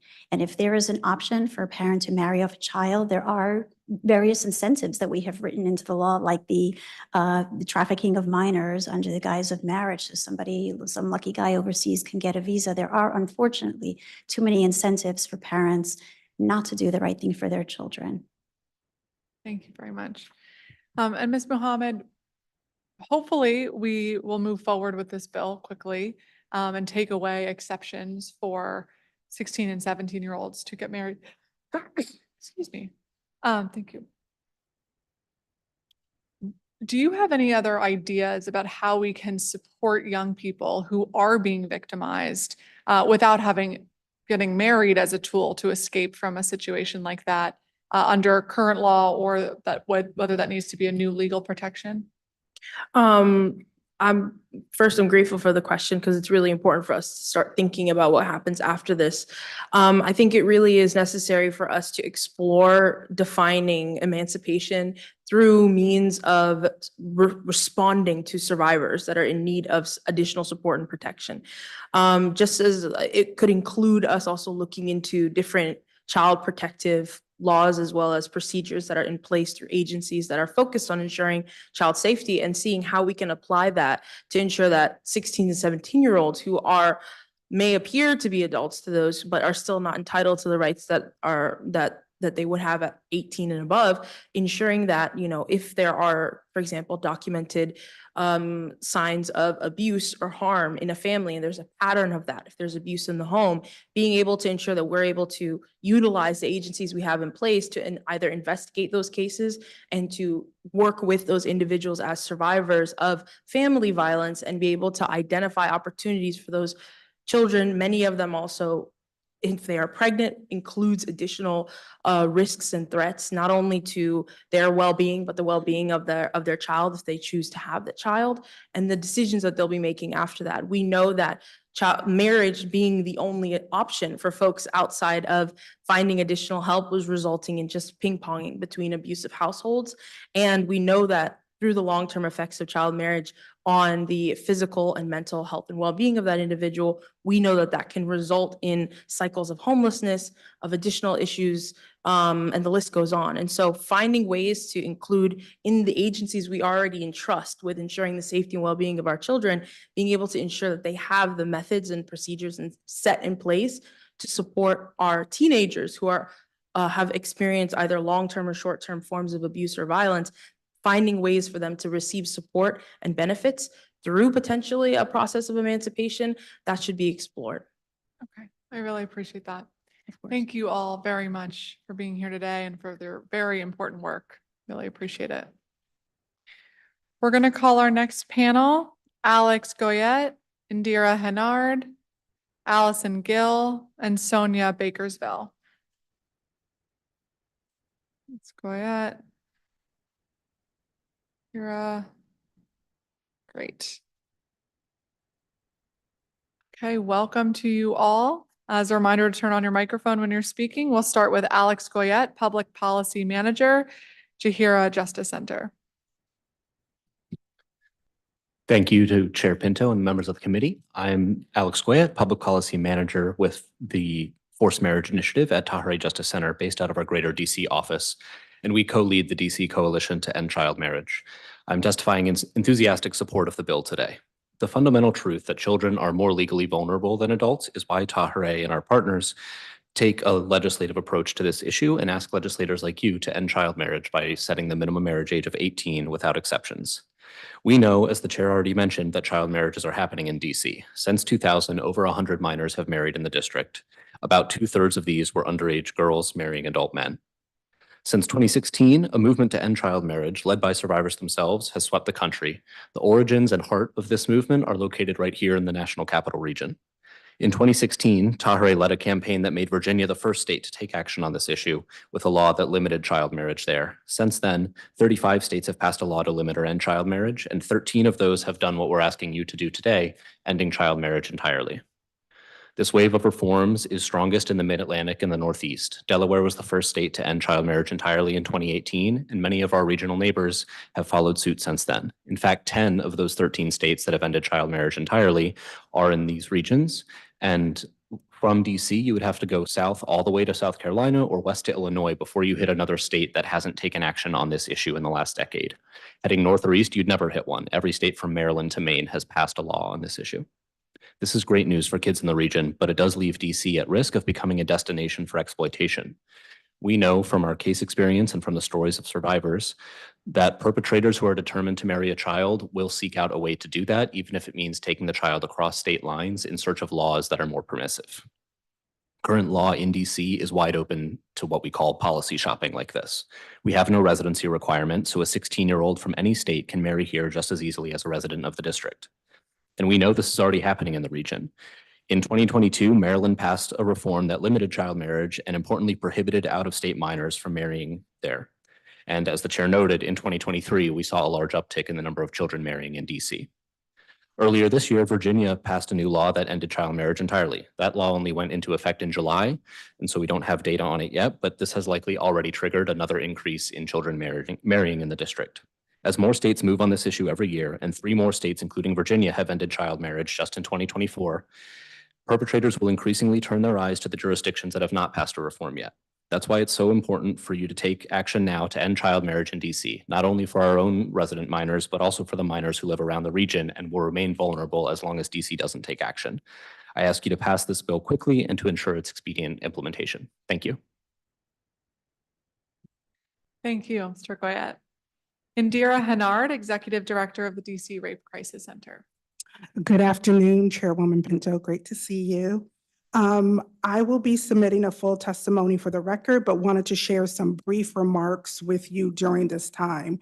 First and foremost, thank you and fellow committee members for bringing this hearing to fruition. As the oldest rape crisis center in the country and the only rape crisis center in Washington, D.C., we support this legislation 100%. We know that the work we do is sacred and unscripted and sits at the intersections of freedom, justice, and liberation. In a season where reproductive rights and bodily autonomy is being challenged and at risk, the sense of urgency to end child marriage in DC could not be more paramount. This piece of legislation brought forth before DC Council sends a strong message that children should be protected at all costs, and that we recognize that children who are still developing physically and emotionally should not be subjected to child marriage that ultimately equates to sexual assault and other forms of violence, harm, and trauma. Protecting our children from violence, harm, and trauma not only reaffirms our commitment to DC values, but it also reaffirms our commitment to human rights. We also recognize the cultural and intersectional implications of child marriage, and we know that this disproportionately impacts Black and Brown children. Additionally, we know that in order to have effective policy and legislation, there must be a direct response to racism and oppression. We know that all forms of oppression are connected and that reproductive rights, body safety, choice, consent, and sexual violence are intrinsically linked. Ending child marriage in DC is the urgency of now. It impacts the very foundation of individual, community, and family. Children need protection and not abuse. Protecting children should be everyone's business. It should be a forethought and not an afterthought. Thank you, Councilwoman Pinto and fellow committee members for supporting this critical piece of legislation that covers and protects our children from violence, harm, abuse, and trauma. It is our sincere hope that this will move expeditiously through committee and take effect as soon as possible. And I would be happy to answer any questions. Thank you very much, Ms. Hennard. Allison Gill, Vice President, Legal and Policy of American Atheists. Good afternoon, Chair Pinto and members of the Committee on Judiciary and Public Safety. My name is Allison Gill, and I'm the Vice President of Legal and Policy for American Atheists. Thank you for holding this incredibly important hearing in support of B25-955, an important bill that will protect young people by ending child marriage in the District of Columbia. American Atheists is a national civil rights organization dedicated to equality for atheists and other non-religious people. We protect the rights of atheists, advance social inclusion, and empower non-religious people through advocacy, education, and community building. American Atheists believes that children should never be coerced into marriage, regardless of the religious beliefs of their parents or guardians. I'd like to speak with you about the National Coalition to End Child Marriage, for which I represent American Atheists on the steering committee. The coalition consists of more than 100 federal and state organizations, as well as more than 100 survivors of child marriage. As the name of the coalition implies, our goal is to end child marriage in the United States, and our strategy has been to oppose this harmful practice through state law. Our coalition consists of a wide variety of organizations, including religious groups like the Episcopal Church, secular groups like American Atheists, many groups fighting for the rights of women and girls, such as Zonta International and National Women's Law Center, international advocates like Global Citizen, groups that support survivors, such as Unchained at Last, and groups that seek to end child abuse, such as Child USA, and many, many others. Since 2015, our coalition has gone state by state, urging legislatures to set marriage age at 18 with no exceptions. So far, 13 US states have set the marriage age at 18, notably nearby states like Virginia and Pennsylvania. Just this year, in fact, New Hampshire, Virginia, and Washington state ended child marriage. And if the district were to join them, that would make 2024 our coalition's most successful year so far. So I hope that happens. It's clear that we've reached a tipping point. With few exceptions, lawmakers see child marriage as an archaic and harmful practice. But when they learn that it's still happening in our communities, they realize that something can and must be done to end it. I hope you will take this opportunity to protect young people in the district by taking action to end child marriage today. Thank you for your time, and I'd be happy to take any questions. And I'll just note that I've submitted a longer testimony for the record. Thank you. Thank you very much. Sonia Bakersville, Zonta Club of DC. Thank you, Chairperson Pinto and the committee for the opportunity to testify before the Committee on Judiciary and Public Safety in support of B25-955, ending child marriage. My name is Sonia.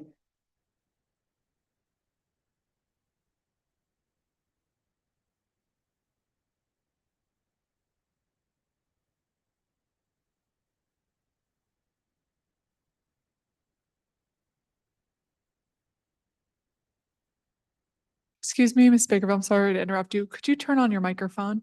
It popped off. Sorry. Sorry about that. Please go ahead. Where would you like me to start? Just wherever? Oh, okay.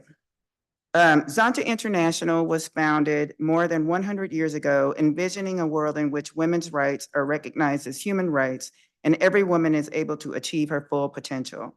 As you have heard from various witnesses today, ending child marriage is a global imperative. In the last decade, about 25 million child marriages have been prevented. However, due to COVID-19, an additional 10 million girls are now at risk of becoming child brides by 2030. Under the United Nations Sustainable Development Goals, 193 countries, including the United States, have promised to end child marriage by year 2030. In recent years, countries as diverse as England, the Philippines, and Sierra Leone have taken action to set the marriage age at 18 with no exceptions. Through our international efforts with like-minded organizations, Zonta has supported ending child marriage since 2014. Since 2018, Zonta has contributed US $4.7 million to the UNFPA UNICEF Global Program to end child marriage, the first private sector donor to the global program. We cannot allow the United States to fall behind. We must keep our promise to the world to end child marriage. Zonta stands ready to support the end of child marriage in the district through this legislation. We want a world in which girls everywhere experience healthier, safer, and more empowered life transitions while they maintain control of their own destiny by making informed choices and decisions about their education, marriage, and childbearing. Thank you, Chairperson Pinto and sponsors for support for and advancement of this important legislation. Thank you very much. Thank you all for your testimony and the work that you do. I want to start with you, Ms. Hennard, as we look at the very troubling studies around people who get married before the age of 18 being more likely to experience domestic violence. Why is that? Why are we seeing those types of numbers? And what are the barriers to exit a abusive relationship that are especially prevalent for minors?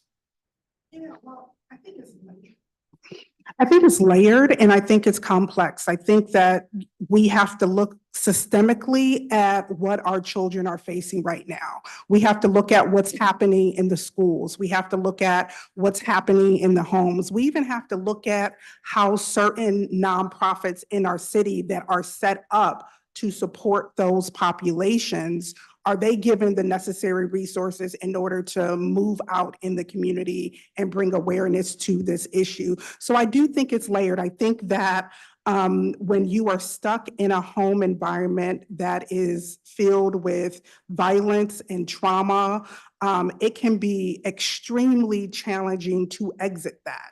And then when you are given, quote unquote, and I use this term very loosely, a lifeline, then it becomes easier to say yes to that because you're trying to get to something that is different from what you're experiencing. But I do think that being able to support the different resources in Washington, D.C.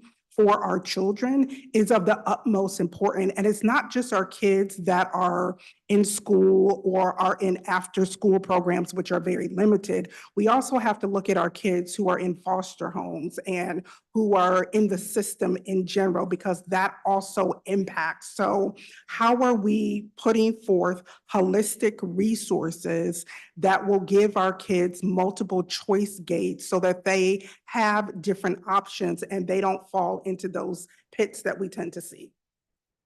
Thank you very much. Mr. Goyette, can you speak to why it's so important to have a consistent legal framework in the region and in the United States? Yes, thank you. That's a great question. As any resident of this region knows, our own lives are pretty fluid and travel across borders. You know, folks will live in Virginia, work in DC, take vacation in Delaware. It's easy to get into any other state, and that's particularly an issue when we have perpetrators who are seeking to marry a child. And what we have seen throughout this region for years now, and beyond the stories I went into, is that perpetrators will cross those very same borders in order to marry a child. The reform that ended child marriage in Delaware was initiated by a clerk there who was tired of seeing vans full of girls brought in from out of state to his courthouse for marriages that he had no power to stop. The 2016 reform in Virginia that limited child marriage led to an uptick in Virginia resident minors being married in Maryland the next year before they passed their reform.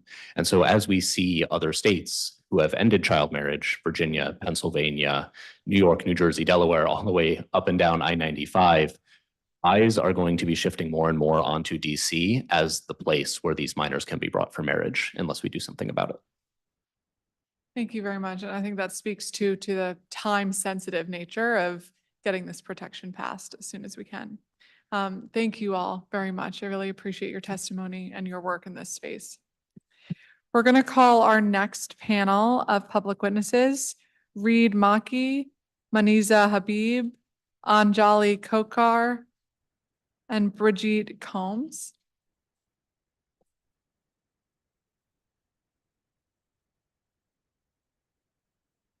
Great. And if you could sit in that order, Reed Maki, Maniza Habib, Anjali Kochar, and Brigitte Combs. Okay. Is Anjali here? Okay. Okay, Vilas Wright. Okay, if you want to join this panel, yes, if you don't mind, that would be great. Okay, we will begin with Reed Mackey, coordinator of the Child Labor Coalition. Thank you very much, Chair Pinto and distinguished committee members. I represent the National Consumers League, where I'm the director of child labor advocacy. NCL is the nation's oldest consumer group, and we are celebrating our 125th year, more than half of that here in the district.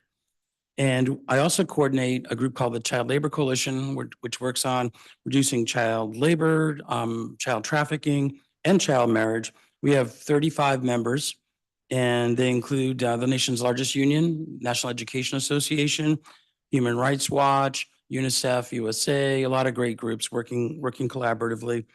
And I'm basically here to support this bill and to thank you for your hard work to bring this about. Really appreciate it. Urging a yes vote on B25-955. Internationally, the dangers of child marriage and forced marriage are widely recognized. Since many victims of child marriage are coerced into their marriages, child marriage and forced marriage are inextricably linked.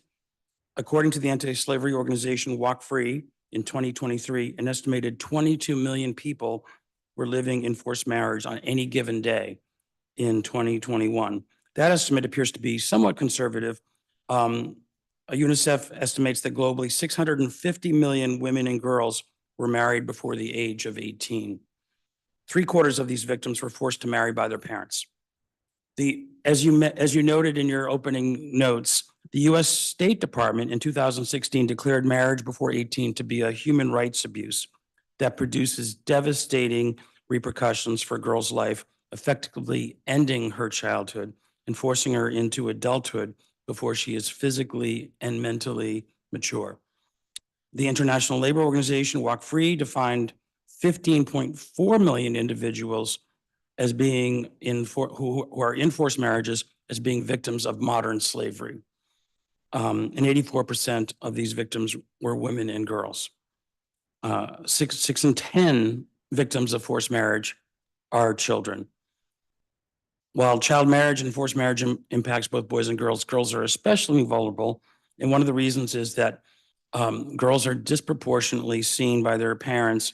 Their education is marginalized, and 1 out of every 4 girls who are age 15 to 19 are neither in education, employment, or training, compared to only 1/10 of boys. So there's this gap in the way that girls and boys are treated, and that makes girls more vulnerable to this phenomenon. B25-955 saves girls from human rights abuse and eliminates the dangerous loopholes that allow girls to marry before 18. A 16-year-old in America cannot vote. They cannot go to war. They cannot obtain a credit card. We believe that by reserving marriage for adults, the likelihood of exploitation of that marriage, whether sexual, labor related, or financial, decreases significantly. Thank you very much. Thank you, Mr. Mackey. Maniza Habib, Research Associate, Population Institute. Good afternoon, Chair Pinto and council members, and thank you for your time. My name is Maniza Habib. I'm a resident of Washington, D.C., a relative to survivors of child marriage, and a sexual and reproductive health researcher at the Population Institute, a DC-based nonprofit that analyzes policy and advocates for sexual and reproductive health and rights, both domestically and internationally. I stand in full support of the Child Marriage Prohibition Amendment Act to ban child marriage in our city, and I'm here to emphasize the urgent need for this law. Too often, we hear misconceptions that harmful gender-based practices, such as child marriage, does not touch the lives of Americans. I recently co-authored a publication entitled Behind Closed Doors: Exposing and Addressing Harmful Gender-Based Practices in the United States, that reveals the deep and often hidden impacts of gender-based harm, including child marriage, in the United States. Child marriage is a human rights violation that transcends borders and communities, and we have a responsibility to address it. This practice, while sometimes viewed as foreign or archaic, continues to affect individuals here in the United States, in our own communities, and in our city, all legally. Child, early, and forced marriage is not just a violation of basic human rights. It has long-lasting, life-threatening consequences for women, girls, and the broader community. It is a serious population health issue. It is a potential entry point into a cycle of poverty, a way to control girls' sexuality and bodily autonomy, a path to increase domestic violence and reproductive coercion, and a denial of freedom and independence. Child marriage impedes an individual's bodily autonomy. Setting a minimum age of consent for marriage does not restrict the sexual and reproductive rights of young people. It is still equally important that they have access to a full range of reproductive health services, while also protected from entering legal contracts that they may not have wanted to get into and cannot get out of, which very well may have restricted their access to reproductive rights in the first place. Despite recent reforms across the country, loopholes and exceptions have led to thousands of minors being married, often with parental or judicial consent. In fact, between 2000 and 2018, an estimated 300,000 minors were married in the United States, most of them young girls married to adult men. And Washington, D.C. is not immune. As you said, from 2020 to 2023, there was an increase from 2 to 15 minors being married in the district. And because our neighboring states prohibit child marriage, D.C. has become even more vulnerable. A recent report from Human Rights Watch found that the U.S. states overwhelmingly fail to live up to key standards in protecting children. We are failing our children, and the United States, and specifically D.C., should be an example to follow, and therefore we need to pass this legislation. The time to act is now. I urge you to support the Child Marriage Prohibition Amendment Act and set a minimum age of consent to marriage in the District of Columbia to 18 with no exceptions. Thank you. Thank you. Brigitte Combs, public witness. Thank you, Chair Pinto, members of the committee. My name is, excuse me, Brigitte Combs, and I'm a child marriage survivor and advocate, and I'm here in support of this legislation. My parents were part of a religious organization that treated females basically as lesser human beings, didn't think that education was important. Our leader encouraged early marriage, and because as part of that, my mother started looking for a husband for me at the age of 11. At 13, she matched me up with someone, and at 14, I was married in a spiritual ceremony to a 37-year-old. At 15 and 7 months pregnant at that point, my parents decided I needed to be legally married. After a few words with the adults in the room and a signature from my mother, the judge asked me if this is what I wanted. I mean, I had to agree it was. They're all standing there. What do I do? The reality is that I'd wanted to do other things with my life, but this was the path that was being laid out for me. And I wouldn't have dared say no. It didn't matter what I thought, and there was no law to protect me. By 17, I had 2 children. I did my best to be a good mother and a good wife. But the situation, I couldn't stay in the situation. When I started seeking help, I found out that I was not old enough to file for a divorce. I couldn't sign any legal contracts, even though I was technically emancipated through being married. I was trapped. I couldn't get help. I couldn't even enroll myself in school. I was stuck. There was nothing. Little did I know the hardest was yet to come. When I decided I had to leave, I left my 2 children behind temporarily. As I walked out the gate down the rural country road, I didn't know what I would do, but I figured somehow, some way, I'll make some money. I'll get a place to live. I'll get my children back. Even when I turned 18, I had no high school diploma, no credit, no car, and was homeless. I was literally living in a bush. I got a few odd jobs, some not very wholesome. And when I say that, I mean, honestly, I was exploited. I won't go into all of that. When I had enough money to get a place saved up, I was robbed. And then I had nothing. But this wasn't the only time I was robbed. I was robbed of a childhood, an education, dreams, peace, and basic protections. Desperate at that point, I tried to contact my parents again. They wouldn't accept my collect phone call from 30 miles away. But I was able to call an 800 number of a workplace of somebody that I had known once who came and picked me up, and I was able to stay on his couch. He ended up being my second husband eventually, but without any proper foundation of what a healthy relationship looked like. This didn't go so well. I've ended up a single mother then with 6 children. We ended up surviving that. It wasn't easy, but we did it. I don't want anyone else to have to struggle through this. And this is why I speak, because I couldn't speak then. And I'm speaking now for those who can't and those who maybe aren't as fortunate as I have been. Thank you. Thank you so much, Ms. Combs, for sharing your powerful and personal story. I really, really appreciate it. Thank you. Vilas Wright, public witness. Good afternoon. Oh, push the button. Good afternoon. Thank you for the opportunity to address the council today. My name is Vilas, and I'm a survivor of child marriage and an advocate and member of the DC Coalition to End Child Marriage. I am testifying to share my story. At the age of 13, I was violently raped and left on the side of the road. I was covered in bruises and bite marks and therefore not able to hide it from my father. When it came to light, my parents decided that I should be married off. 5 months later, I was married to a man I didn't know who was more than twice my age. No one asked me. I was naive and innocent. No one stopped it. No one stood up and questioned if this was right or wrong. You have the power to do that. At 13 years old, I lived with this man being raped repeatedly as a mere possession until he tossed me aside after a little more than a year, and I became homeless and lived on the streets. I never attended high school. I was not able to get a job because I had no training and was not old enough to be hired. I survived by trading my body for shelter and food. After all, it seemed to carry no other value. The consequences of the events of my childhood will remain with me for the duration of my lifetime. I fight my demons every day, and I use my voice against injustice whenever possible. If my efforts and words to you as a survivor and an advocate can save one child from living the hell that comes as a result of children getting married, then I am asking you to hear my testimony and protect future generations of innocent children from this fate.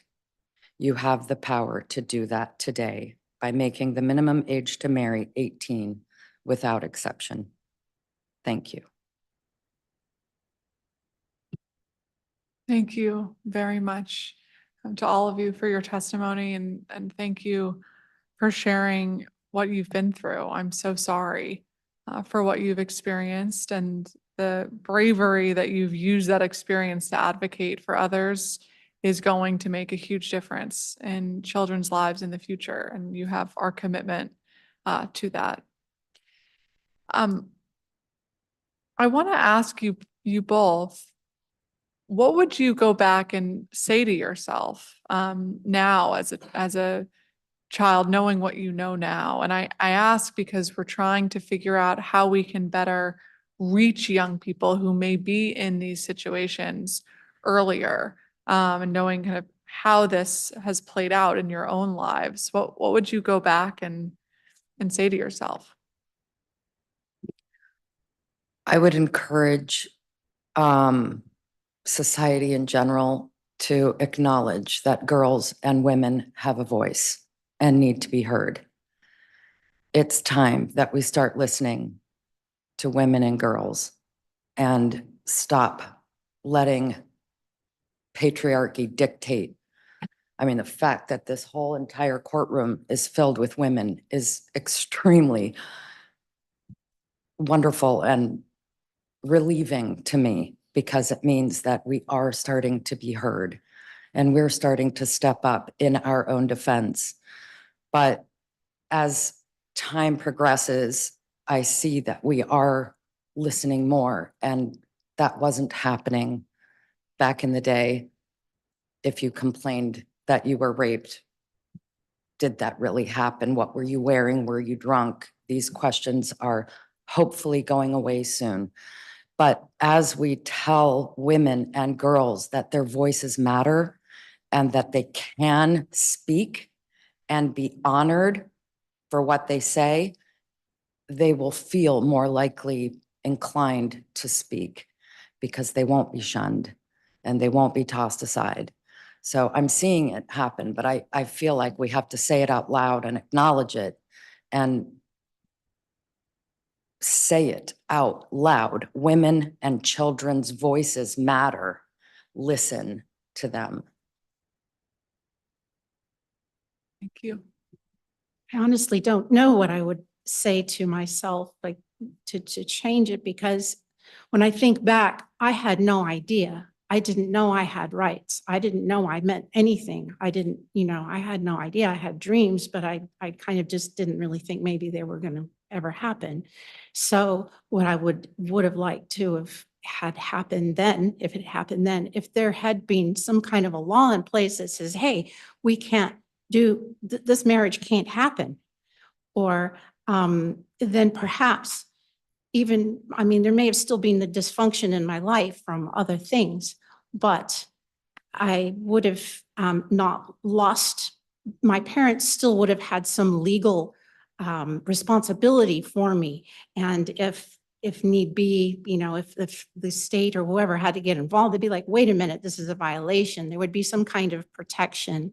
I know it doesn't cover everything and people fall through these, things happen, but there would have been some kind of protection. I wouldn't have lost my parents being responsible for me, and now kind of gone into this thing where now I had nobody advocating for me.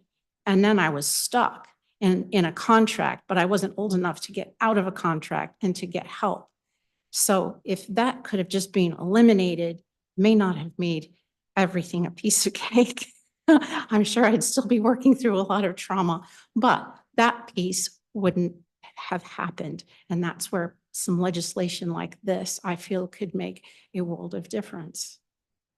And so that's not really what would I say to myself, but what would I like to have had happen then that didn't happen, but could now. That's very helpful. Thank you. Thank you all very much. Really appreciate it.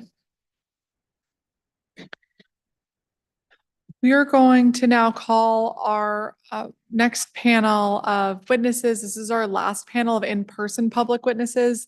There are 5 people, so if I can ask that we pull a 5th chair to the table, and either we could do 5 in a row or one person can be kind of rounded out here.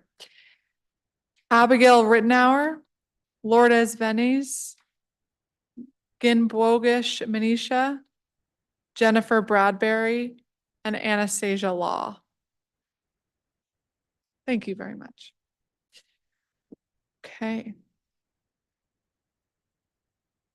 We will begin with Abigail Rittenauer, public witness.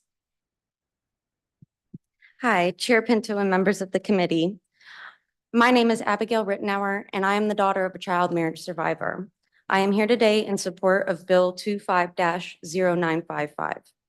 When I think of my mother, I choose to think of the times in which she was strong for me and my siblings, that she made us laugh and smile, and when my cuts and scrapes were kissed with that special magic that only a mother has. However, behind that, there's a lot that sometimes I would seek to forget, but I cannot because it is the reality. Behind what I saw as a strong woman was someone who had been forced to become strong because the society, which was supposed to protect and serve her as a child, did not do that. A woman who did her best she could to give her children a reason to smile, to distract us from the dark reality of the conditions that we were forced to live in due to generational trauma that had been placed from child marriage and the failures of the systems to protect our children. When a child's soul is hurt, cut, and burned, there is no kiss to heal those wounds. My mother was let down repeatedly by a country that she believed would protect her. My mother was only a child when she became a bride and soon a mother. She was never provided the chance to be a child and to experience the innocence that we claimed to value. There is so much that my mother wished to provide to me, but she was not able to because it had never been provided to her herself. How was she able to know how to care for 6 children with her eldest children now older than she was when she became a mother herself? Child marriages are rarely a success, with the majority ending in divorce. Additionally, when girls are married before the age of 18, they are more likely to have more children than women who marry after 18. When I was born, I was often left being raised by my older siblings, as my mom would be working multiple jobs, struggling to make ends meet as a single mother. She was robbed of a chance of education at the cost of being a bride and a mom. When girls and boys marry before 18, they experience increased risks of psychiatric and physical illnesses as well as poverty. The children are not protected if we are allowing them to be forced and coerced into a life that will be an everyday fight for these boys and girls, not men or women and their families. I am here today before you as an exception, not the standard. My life was turned around when my stepfather helped bring me and my siblings out of the generational poverty and moved us away. However, there is no erasure of the adverse childhood experiences, often known as ACEs, that I was exposed to. When we allow young girls and boys to be married, we are exposing them to exponential ACEs and allowing for generational trauma to seep into this country. Generational trauma and ACEs are known to lead to long-term health consequences, higher incarceration rates, increased involvement with the child welfare system, and lower educational performance and other lifelong consequences. I myself could not read until my later primary years. I knew the fear of waiting for social services to show up at the door. I have also struggled with mental health disorders and physical health concerns which affect my daily life. This legislation provides the opportunity for the government to protect the children and families it was designed to protect. I am only one story, but there are many today who cannot share their experience. I ask you to support and pass this legislation to codify a safe net to prevent the continuing reign of trauma and the impacts it has on our society. Thank you. Thank you. Lourdes Benny's public witness. The microphone there. Yeah, perfect. Good afternoon, Chair Pinto and distinguished members of the committee and to the team.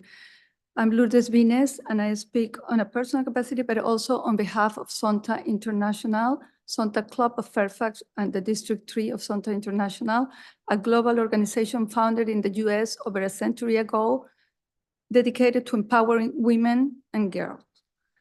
As my fellow SONTA member had indicated, SONTA had supported ending child marriage since 2014 and partnered with UN,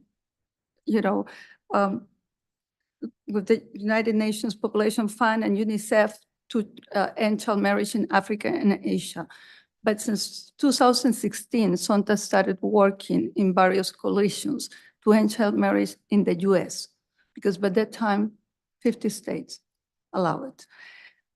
The policy that SONTA represents is a policy of 18 years, no exception, that aligns also with the UN guidelines on, eliminating child marriage.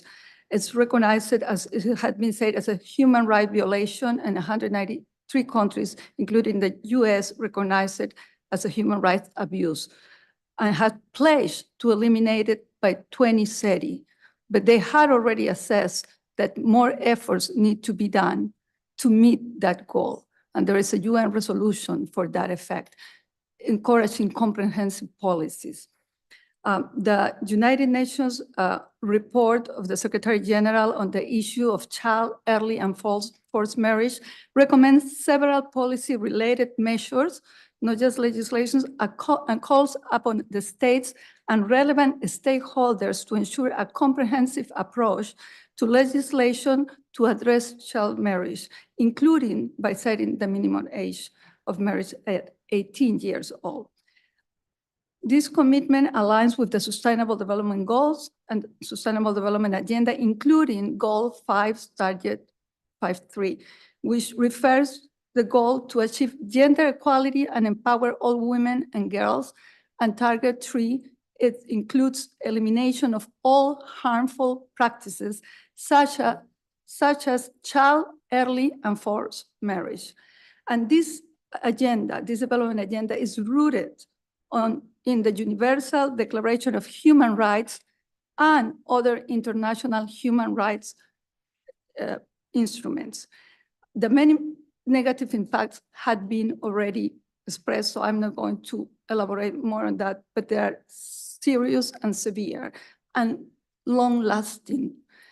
But I would like to emphasize that it is not just a human rights violation, but it also is linked, and it has been mentioned that, to other serious crimes or terrible crimes like human trafficking. According to, there is a detailed UN DC report that, so as the courageous survivors had show, or their testimony had shown, while reporting statistics are important, this is not just about the numbers, isn't it? It's about the human factor. It's about the drama that they experience One victim is one too many. We would like to note that we have submitted a written statement on behalf of the DC Bar International Law Community.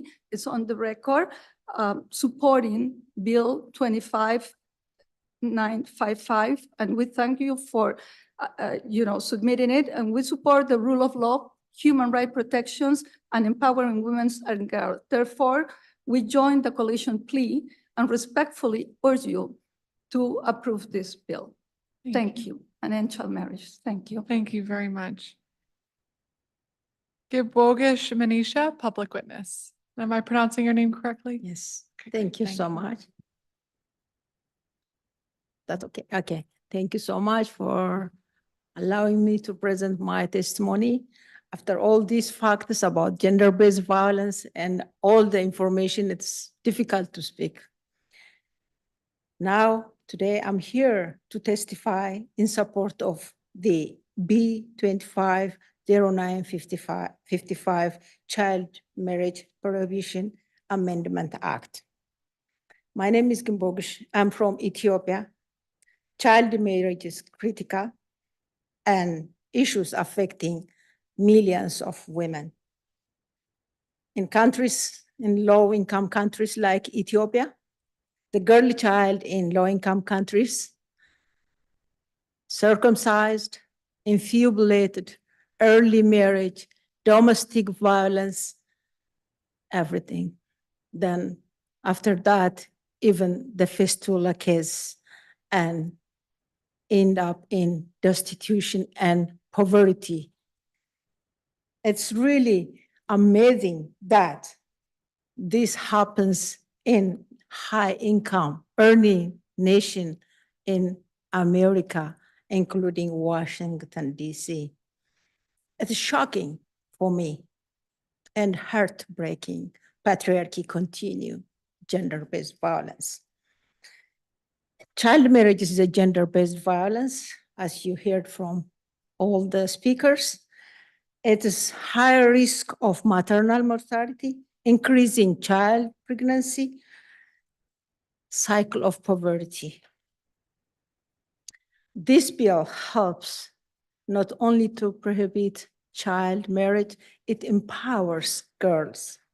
It gains independence, reduce health outcomes, early pregnancy, all those challenges, and ultimately improve their lives and the life of the community and empower the community.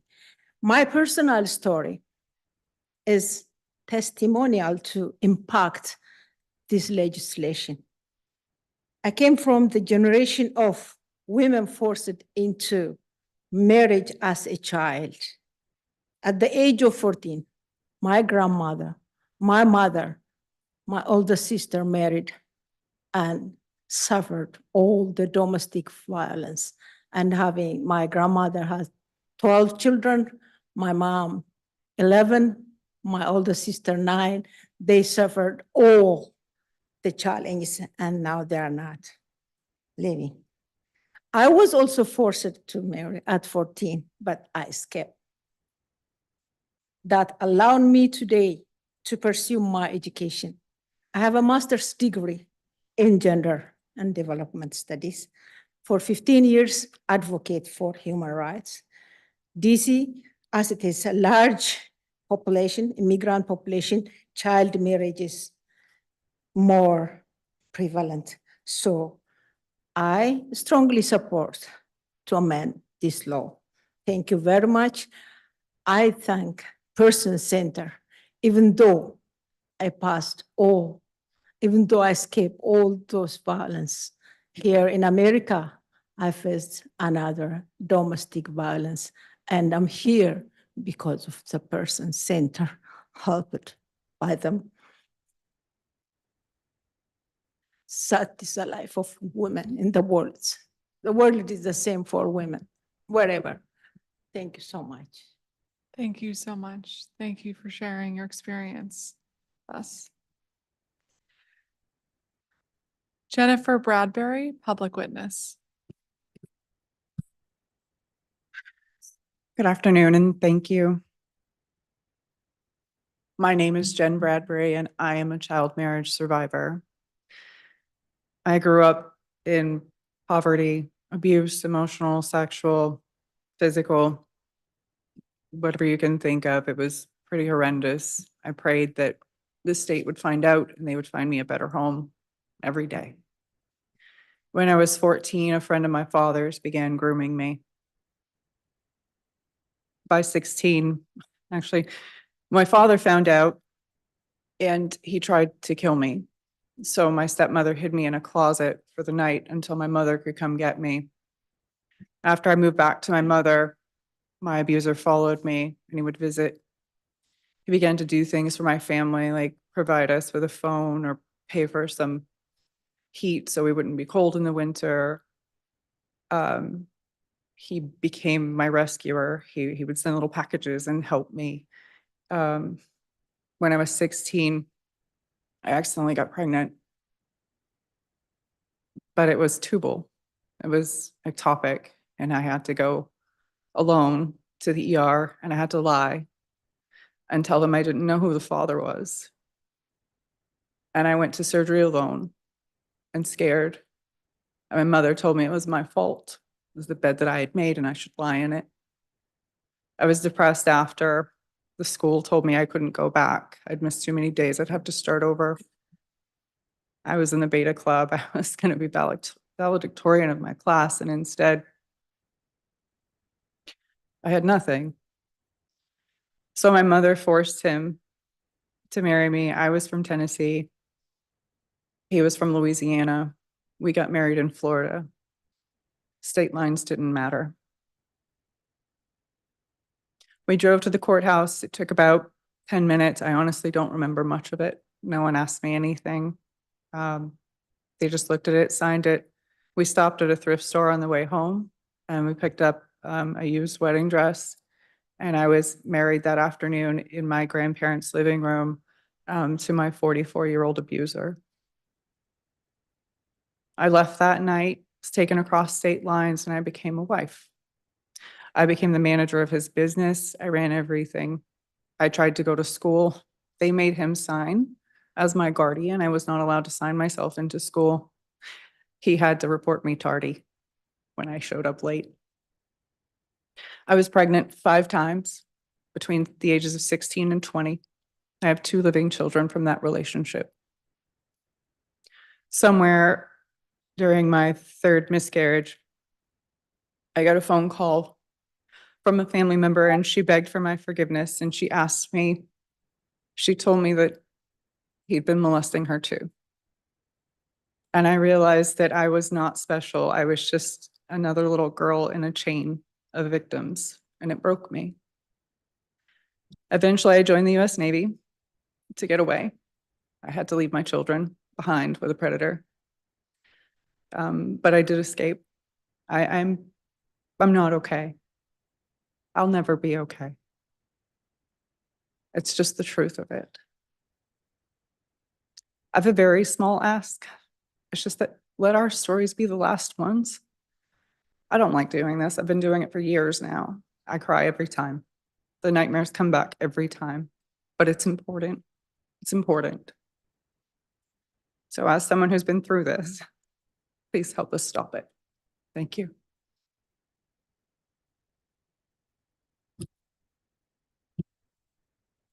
Thank you so much for sharing your story. So sorry that you went through that and are still going through it, clearly. And so many in the chamber are today. So thank you. You're not alone in this.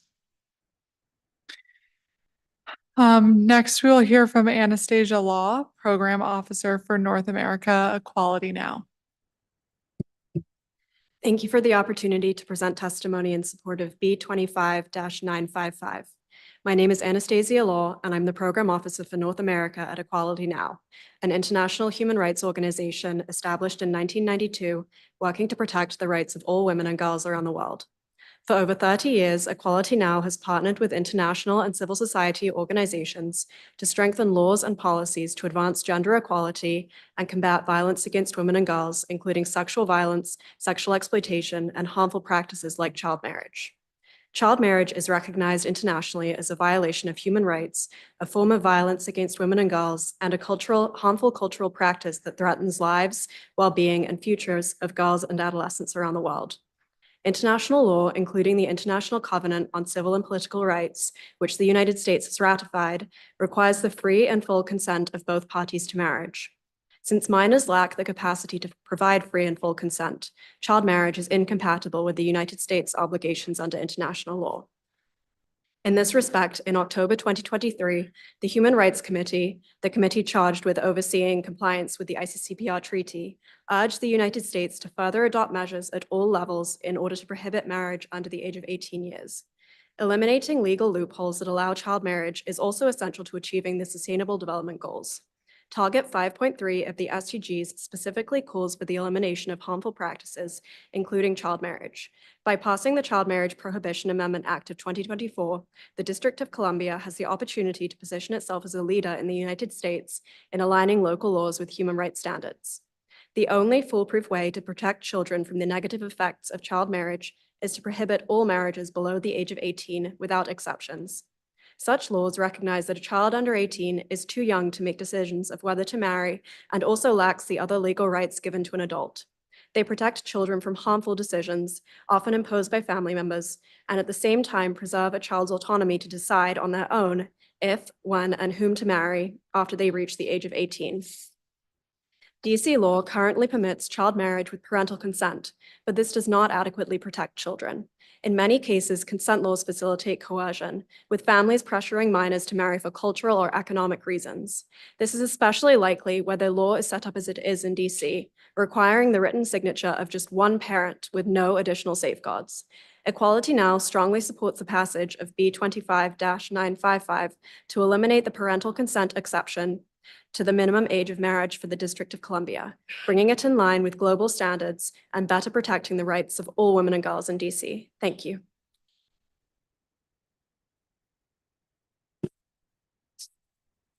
Thank you. Thank you all for your testimony. And frankly, it was extremely difficult to hear. And so I can only imagine how difficult it was to share. And I really, really appreciate that you have offered your experience and your story to try to help other people in the future, which you will. All of these stories kind of say to me that we have to be doing more to find children in these situations and reach out to them and help them sooner. So I am totally convinced that marriage should be banned without exception under the age of 18. But do you all have other ideas of how else we can find children who are in these types of situations, whether it be abusive emotionally or physically, or perhaps were married before this law ultimately gets passed, to better reach them? Anyone who may have ideas?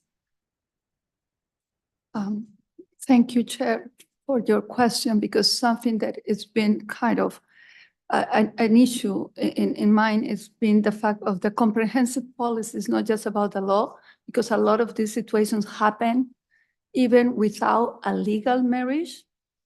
So there is another aspect that probably we need to consider, which is what happened with common law marriage, how it gets recognized, when it gets recognized, for example, and the consequence of that. But I think education is a big part of it. You know, some people talk about access to law, access to justice, but it's access to law and justice, because, you know, we had heard during the testimony, a lot of times you don't know even that you have a right. So education is a very important part and should be made part of the curriculum. Thank you. Of the schools, among other measures. Thank you. Go ahead. Thank you. I think the law matters. Like I mentioned, in our country, there is a law, statutory law, but the culture overrides the law. So in this country, I know that this domestic violence law helped us because of the law. So amending this law is the first. And again, empowering girls and the families. It's because of power, poverty, and the children, the women, girls, all are socialized. And then, this socialization is, if they get married, they will have some income, they can survive, all these things. If we empower girls and also the family in the name of culture, in the name of religion, in the name of, traditions that they are implementing, they are practicing their patriarchal ego, and they are dominating, they have everything, so they are just feeling like buying something from the shop, like giving them money, cheating them, and the girls are also not empowered, not informed. They accept it, the family accepted, the children, the girls accepted that they are going to, they accept whatever. So I believe in empowering the family and the children, and also economic empowerment. Economic empowerment comes with education, employment, and also awareness and the life skills. How do they cope up their problems? All these needs integrated strategies to address, and the resource also. I believe that. Yeah. Thank you. I would also say, as well as empowering girls and women, just empowering children in general. I know for too long, children have been told that their voices do not matter, that they do not have a voice. You're too young to make decisions, that they don't know, whatever that meaning may be. But I believe if we gave children, let them know that their opinions, what they have to say does matter. Their autonomy is important as well. I myself, I was a CPS worker for 3 years, and I know how fear, coercion, control can prevent a child from being honest if they're experiencing abuse, neglect, exploitation, even if it may mean that they will be staying in that situation, but they don't feel that they will be heard. They feel that their words will be used against them. They don't know what is on that other side. And I think for too long, our society has told children that they don't matter when they do, and they hold a lot of power, and we need to give them the space for them to speak, but also make sure that we're listening. Thank you. Anyone else? I'll just chime in for a minute. I do think there's been a big shift in the way that society is approaching gender equality and opportunities for women from when I grew up in the 80s in Southern Alabama. It's very different now, and I think that's helpful for us. Legislatively, it's laws. We just have to get rid of the option so that they can't be removed from further opportunities to do an education or to go places that they need to go. I don't know that anybody could have reached out to me during. I would have lied. I would have said everything was fine. I did lie. I covered for years until I started doing this, until I was 30-something years old. I never told anyone. But I also didn't think I had other options. Smartest kid in my school, and I still didn't believe that I could go to college because no one in my family could. So getting, I guess, for children that are in that poverty level, those lower education levels where education is not important, bringing to light that you can be your own rescuer, like getting rid of this Cinderella problem where we're sitting around waiting for someone to come save us. If I'd known that I could have just saved myself, maybe I'd be on the other side of the bench today. So, thank you. Thank you all so much. I really, really appreciate it. Like we had a collective deep breath in the chambers today. Okay, we are going to turn to our virtual witnesses. Sarah Tasneem, Michelle Hanash, Amanda Parker, Michaela Deming, Donna Simmons, Stacy LaCroix, Michelle Booth Cole, Judy Weigland, and Aliyah Abbas. We will start with Sarah Tasneem, public witness. Hi, can you hear me okay? Hello? Hello, we can hear you. Oh, okay, thank you. Chair Pinto and distinguished committee members, my name is Sarah Tasneem, and I am a survivor of forced child marriage. I hope that no other child must have to go through what I did, which is why I'm here to support this important legislation to end child marriage under the age of 18 with absolutely no exceptions. At 15 years old, I was forced to marry a complete stranger who was 13 years older than me. I was legally married to my rapist and abuser at the age of 16 and clearly pregnant, which was evidence of a rape. At the age of 15, during a summer visit to see my dad in California, I was forced into a marriage I didn't want. My father introduced me to my husband-to-be one morning, and I was told that I would marry him that night. That man was 13 years older than me. He was 28 years old, and I was 15. My mother did not know that this was taking place. She thought I was going to come home to her house after my summer visit and finish high school there. Instead, however, after a short spiritual wedding ceremony that evening in Los Angeles, California, I was handed over to my abuser and rapist and physically left with him. I lost my bodily autonomy, my reproductive rights, my childhood, my education, my freedom, and myself that night. I would never be the same person again. I was not allowed to go back to school. Instead, I was taken out of the country, raped daily, and impregnated almost immediately.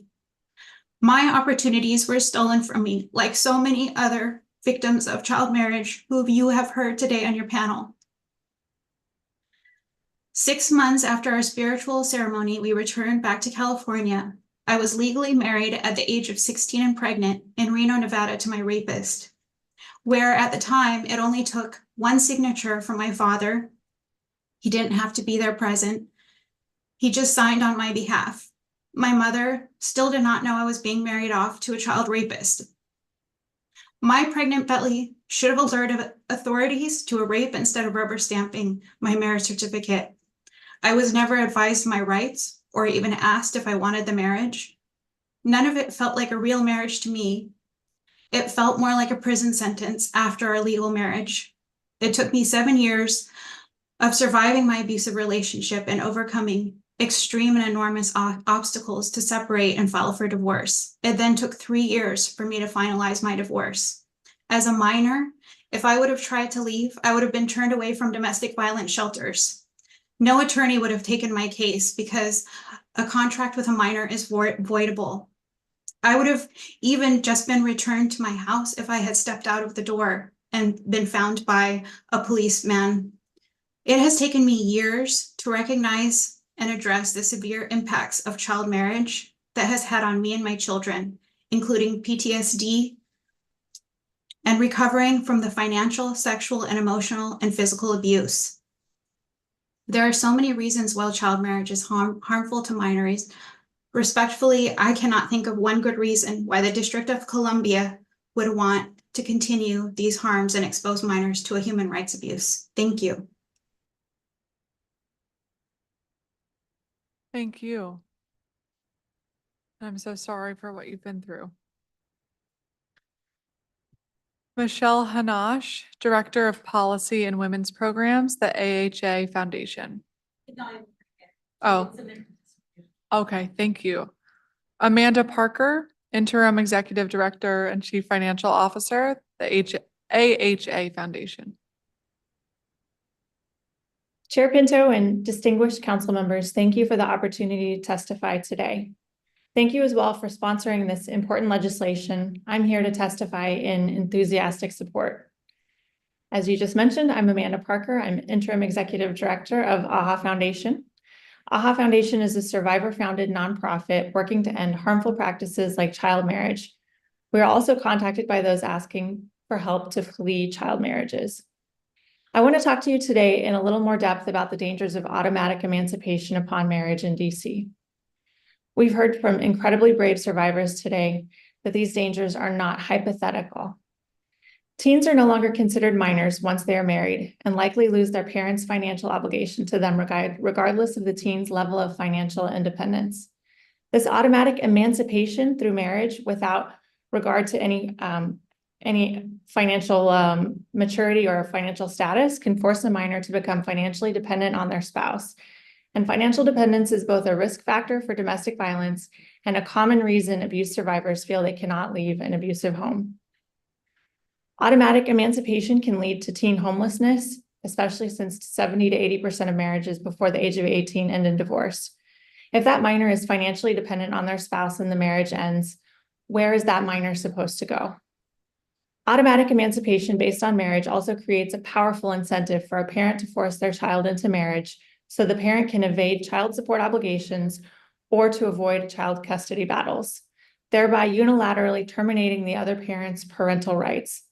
We've seen this happen across the US, including a case that recently ended up before the Idaho Supreme Court.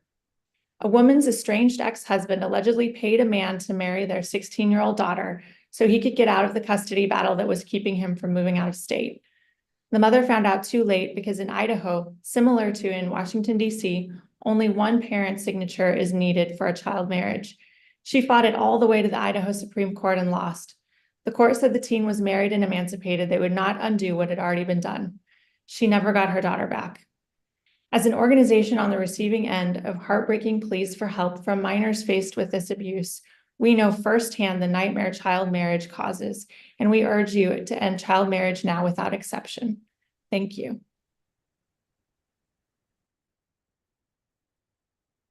Thank you. Michaela Deming, Policy Director, DC Coalition Against Domestic Violence. Thank you. Good afternoon again. And thank you to all of the courageous survivors who have shared their stories today. The DC Coalition Against Domestic Violence proudly convenes the Domestic Violence Survivor Advisory Board. All the members are women of color who advise the coalition and our member programs on policy, programming, and other initiatives in the district. We discussed this bill with them, and based on that discussion, would like to raise a few concerns. Several survivors shared their own stories about how they used marriage at a young age as a means to change or improve their situation. That included a teen living at home where it was unsafe due to domestic violence and maltreatment, and another one who was homeless and living on the streets. They chose to marry to become housed and to leave an abusive situation when there were no other legal alternatives. And those are just a couple of the examples we heard. Child marriage was an option for those survivors, and that is the path that they chose. This bill would remove that option for 16 and 17-year-olds in the district. We also heard from the Survivor Advisory Board about a number of other material benefits that marriage had for these survivors. A few examples include being able to qualify for financial assistance for college based on the marriage as opposed to their parents or their family of origin, the ability to accrue interest in marital property, avoiding child welfare and delinquency court involvement, immigration protections, and access to a range of services and supports that they could not access as a minor under the legal control of their parents or as wards of the state. In DC, as a 16 or 17-year-old now, if you're not safe at home, the legal options are to stay there or to become a ward of the state through children's services. We know that the risk of that child welfare involvement, especially for Black youth, is more likely to result in group home and other settings that youth often do not want to engage in. And none of the options that are allowable, including just choosing to go AWOL and living on the streets, allow those teens to navigate their own safety with the resources to support their social, emotional, educational, and physical needs, except perhaps a healthy relationship that is recognized as a marriage. The Survivor Advisory Board members agreed that the real solution is to address the underlying problems, as has been being discussed here: cash assistance, flex funds, youth housing without barriers, education, job readiness skills, information and guidance from safe sources, reliable social safety net. But the bill doesn't do that. Marriage is obviously not the ideal solution for these effects. And unfortunately, even with the bill passing, the same types of harmful, abusive, and oppressive relationships described today can still happen without the legal recognition of marriage. So that same abusive relationship can happen without the possibility of accruing any interest in that marital property, or being able to access shelter or anything else when that relationship ends. Those same parents that would want to sign off to allow the marriage to happen are still the parents who are in control of that youth's life. We know that DC Code contemplates emancipation, but there's no process for it. And we're concerned that if this bill passes to remove the option for marriage as a way to emancipate, that there are fewer options for however long it takes council to pass an additional bill to add in emancipation. We appreciate and acknowledge the bravery of all the survivors who are sharing their experiences and the lifelong impacts that decisions made by adults have had on them. We look forward to working with council and community organizations to materially improve immediate and long-term safety, as well as working with survivors, and appreciate the work and expertise of the Person Center and what they brought to this conversation. We thank you for the opportunity to testify and welcome any questions. Thank you. Thank you, Ms. Deming. Stacy LaCroix, attorney at the LaCroix Law Firm. Am I pronouncing your name correctly?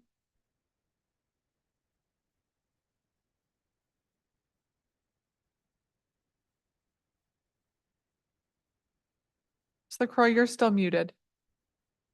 Thank you. Yes, it is LaCroix. Thank you. Great, thank you. Thank you to Chairwoman Brooke Pinto and council members for allowing me the opportunity today to provide testimony on this very important issue of ending child marriage in the District of Columbia and the United States.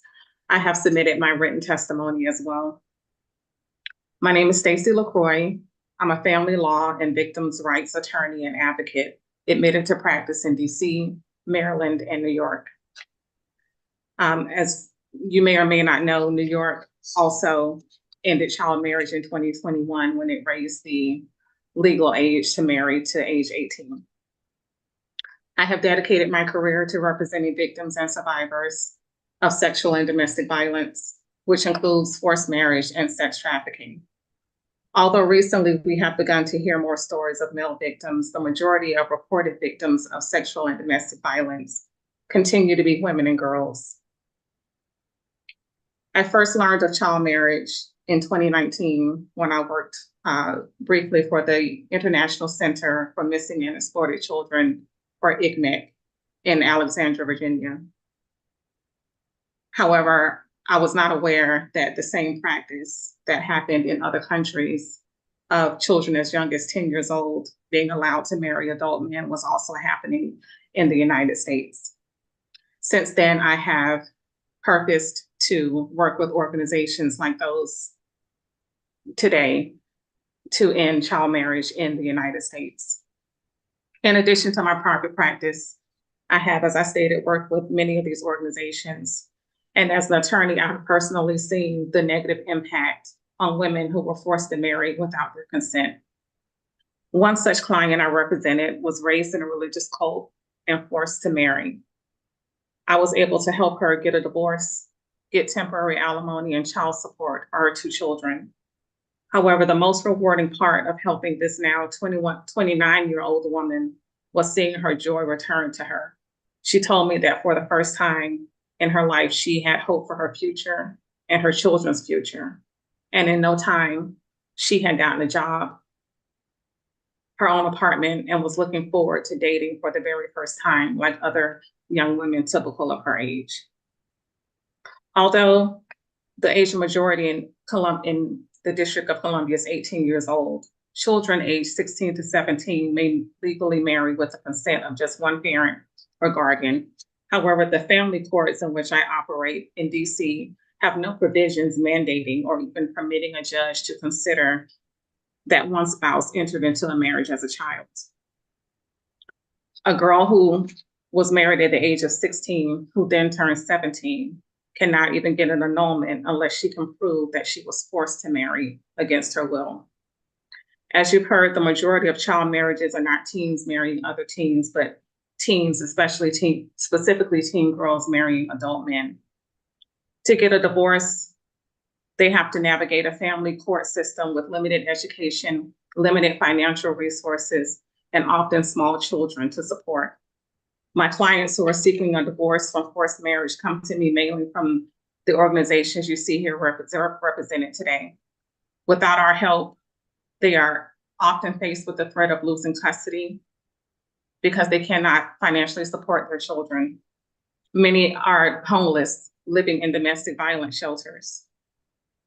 Unrepresented spouses often end up giving up any spousal support at all and agree to a minimal amount of child support just so that they can lose their children. The negative effects of childhood marriage last well into adulthood and have major impacts on the physical, mental, emotional, and financial well-being of not only those married as children, but on the children born within those marriages. Society suffers as a whole when women are not free and allowed to grow to their highest potential. That is why I strongly urge you to vote yes on Bill B25-955 and amend the legal marriage age in DC to 18 with no exceptions. Thank you. Thank you, Ms. LaCroix. Michelle Booth Cole, Executive Director, Safe Shores, the DC Children's Advocacy Center. Good afternoon, Chairwoman Pinto. I serve as the Executive Director of Safe Shores, the DC Children's Advocacy Center, as you just said. I appreciate the opportunity to testify in support of this legislation today to completely outlaw child marriage in the District of Columbia.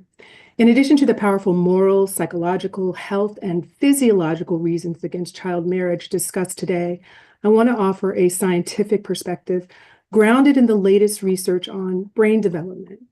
Research suggests that the human brain takes about 25 years to fully develop, though this process can vary between individuals.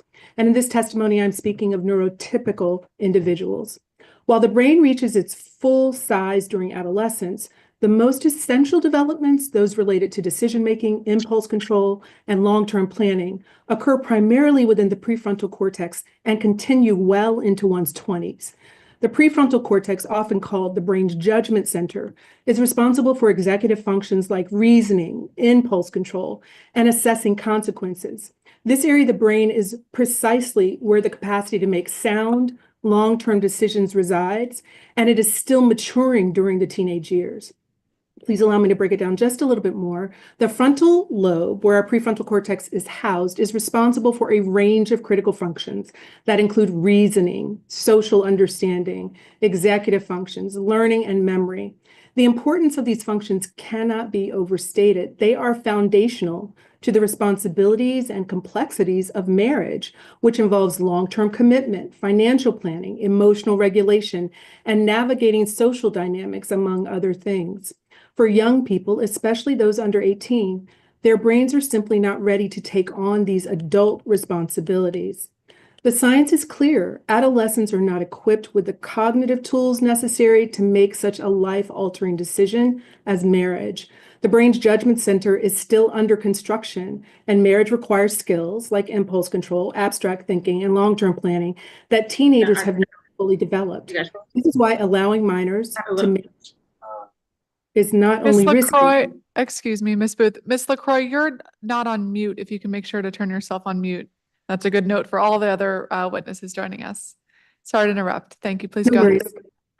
This is why allowing minors to marry is not only risky, but harmful. Again, adolescents are far more susceptible to manipulation, coercion, and entering into decisions they are not equipped to handle emotionally, financially, or psychologically. By passing this bill to outlaw child marriage completely, DC would align the law with best available scientific evidence. We can protect young people from entering into adult commitments before they are developmentally ready to make informed and thoughtful decisions. Let's prioritize the well-being of our children, let children be children, and increase the chance that they become healthy adults by ensuring that they have the opportunity to grow, mature, and develop fully before making choices that have lifelong implications. Finally, and critically, nothing in this testimony should be misconstrued to support allowing or forcing a minor to remain in an abusive or dangerous family or living situation, or to ignore or disregard the voices and needs of children. Thank you for your leadership on this critical issue. I'd be glad to answer any questions that you might have. Thank you very much, Ms. Booth Cole. Judy Weigland, public witness. Hello, good afternoon. My name is Judy Wiegand. I hold a doctorate in physical therapy, and I work with children that are 3 to 21 years old. through Tahara justice system, I've also been able to provide oral and written testimony to a number of states to address this issue also. I was married at 13 years old. I wasn't old enough to make a decision, so the decision was made for me. The male person involved, he did not work, and he used recreational drugs. He was abusive. But then when I married, immediately, I had no job, no money, no home, no car, and I wasn't old enough to obtain any of those things. I had to stop my education, and I was estranged from my family. My child was born when I was 14 years old. And as a powerless youth, I had no one to turn to for any assistance. To say it was a hardship would be an understatement. And it was a very long struggle to put myself back together, to try to fill in the blanks on those things that have been done. And just the mere signing of a document changed the trajectory of my entire life, just in a matter of seconds. Sorry, this is moving around here. I'm holding my iPad. And I feel as an adult, now that I am an adult, now that I work with children, it is my responsibility to step up. It's my responsibility to speak for children, or to speak for a child who is not able to speak for themselves. And I also feel like that's the responsibility now of all the adults and all of the community, everyone, all of the charities and all of the that we're speaking to. I've spoken to Zonta, I've spoken to Tahara, I've spoken to other organizations, and this is a very, very vulnerable population, and I feel like it is our responsibility as a community to protect these children. And that's all for me, unless you have some questions. Thank you very much, Ms. Wiegland, and I'm sorry to hear about what happened to you. Thank you for sharing your story. Aaliyah Abbas, public witness.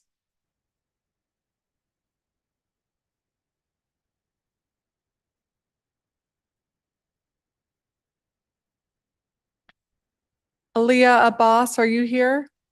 Yes, I'm here, but I cannot see if my camera's on. Okay, no problem. We can hear you. So up to you if you want to use your camera or not.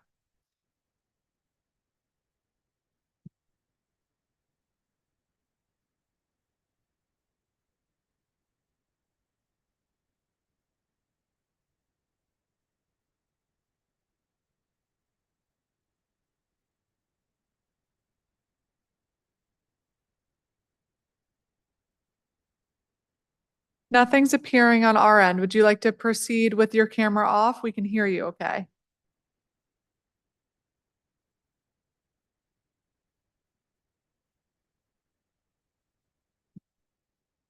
Aaliyah Abbas, can you hear me?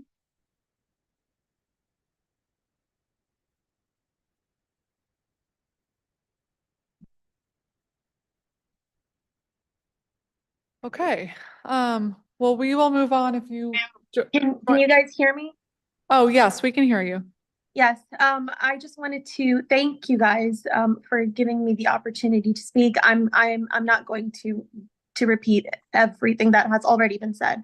I am a child marriage survivor and an activist to end child marriage here in the United States. I urge you guys to pass this bill, which will put a stop to child marriage in DC.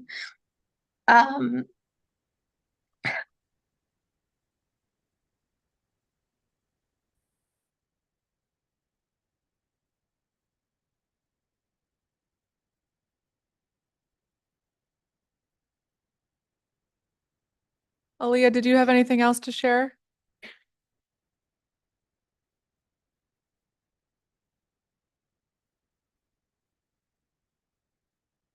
Okay, we may be having some tech issues, but thank you so much for joining us today. I am going to turn to my Ward 3 colleague who is here with us today, Council Member Matthew Fruman, for any statements or questions he may have. Thank you very much, Chairwoman Pinto. It's been a long, emotional day, and I don't want to prolong it unnecessarily.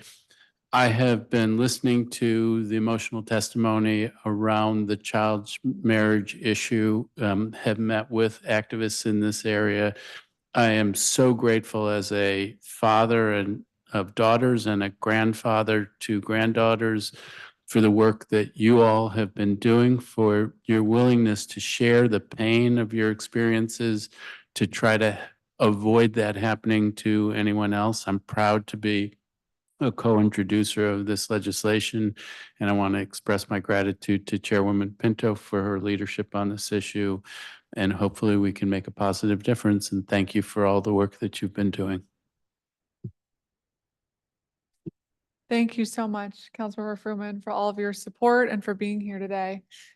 I want to ask you, Ms. Deming, you talked a little bit about some of the challenges with youth who are in an existing violent or abusive situation with their own parents and need to escape that. And one of our only tools right now in the district in our current law is to get married. And so what do you think more appropriate, assuming this bill passes, to be able to ban child marriage without any exception? What is a more appropriate mechanism or pathway to honor the experience that is happening right now to young people who do need a pathway to escape? Thank you for the question.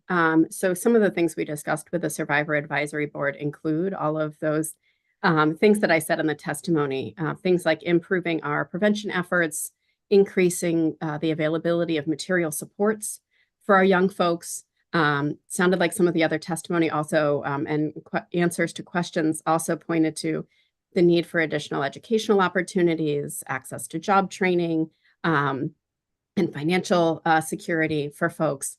And so thinking through those types of preventative supports and empowering supports for our young people, that coupled with a process for emancipation.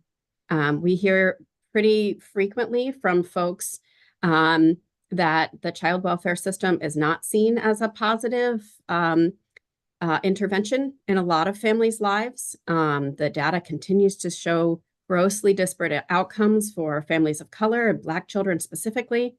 And that has trajectories through increased negative outcomes throughout life as well.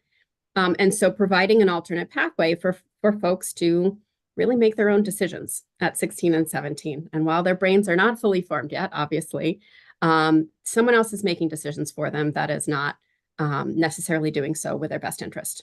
And substituting in child welfare for that is not, as I mentioned, always seen as a positive. And so emancipation, having a process for that, having supports for that, in addition to those other material supports, can make a really big difference. And so I think that there are a lot of opportunities, and both this issue before you today and some other issues about access to shelters, access to resources, to medical care, to mental health treatment, and some other things that a parent has the ability to interfere with, could all be addressed by providing an actual process towards emancipation for folks who are 16 and 17 in the district. Is there a state that has a model of emancipation that you think we should look to? There are a number of states that have emancipation processes, and even more that have kind of what DC has, right? The code mentions emancipation, but there's no real process. And so I'm happy to work with your team and other folks who are working in the field to figure out what amalgamation of different state processes would work the best for DC. But I don't have one I can point to today that would meet, I think, all of the needs that we've been talking about. Okay. Thank you very much. Ms. Booth-Cole, do you have any other thoughts on this, on a pathway for emancipation or supports for young people who are experiencing abuse in their current home situation? Yeah, thoughts would be blow up the system and start over if we could, because it's not serving, unfortunately, a lot of young people the way they need. And what Ms. Deming said with regard to young people stuck in situations where adults are not making decisions in their best interest, that's certainly a huge part of the problem. So the challenge is, do you keep this law that allows problematic outcomes for certain youth or majority of youth, while not fixing the other things? And I'm like, let's fix the other things. That's really where we need to be. We need to make sure that young people from the start have all the resources that they need to thrive, that families get the support they need, that caregivers get the support they need, and that our schools are working and there's lots of recreational, all the things that children need to thrive. That's really the answer to all of this. So young people would never be in the position of having to make the choice that Ms. Deming's counsel referred to. That's what we want to avoid. We want them to get to adulthood safely without having to make those kinds of choices. And that requires some systemic changes. Thank you very much. Aaliyah Abbas, if you are here, I want to give you a moment to finish your testimony. I can Thank see you so you. much. Okay, great. Go ahead. Thank you so much. I was just having some technical issues, but my name is Aaliyah Abbas, and I am a survivor of child marriage and an activist to end child marriage here in the United States. I urge you guys to please eliminate this human rights abuse once and for all.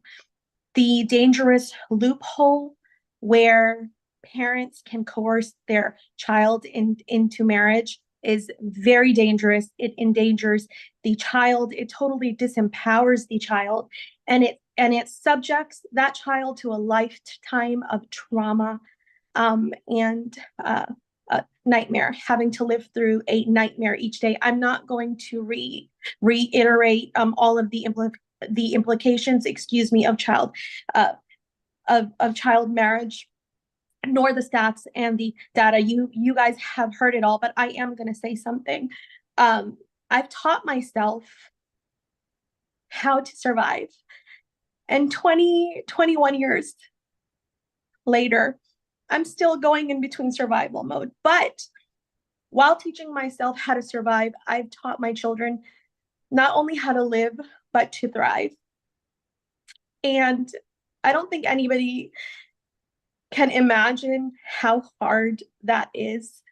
You know, up till this day, I put forget about wants and desires, my needs. I put my needs in the back burner.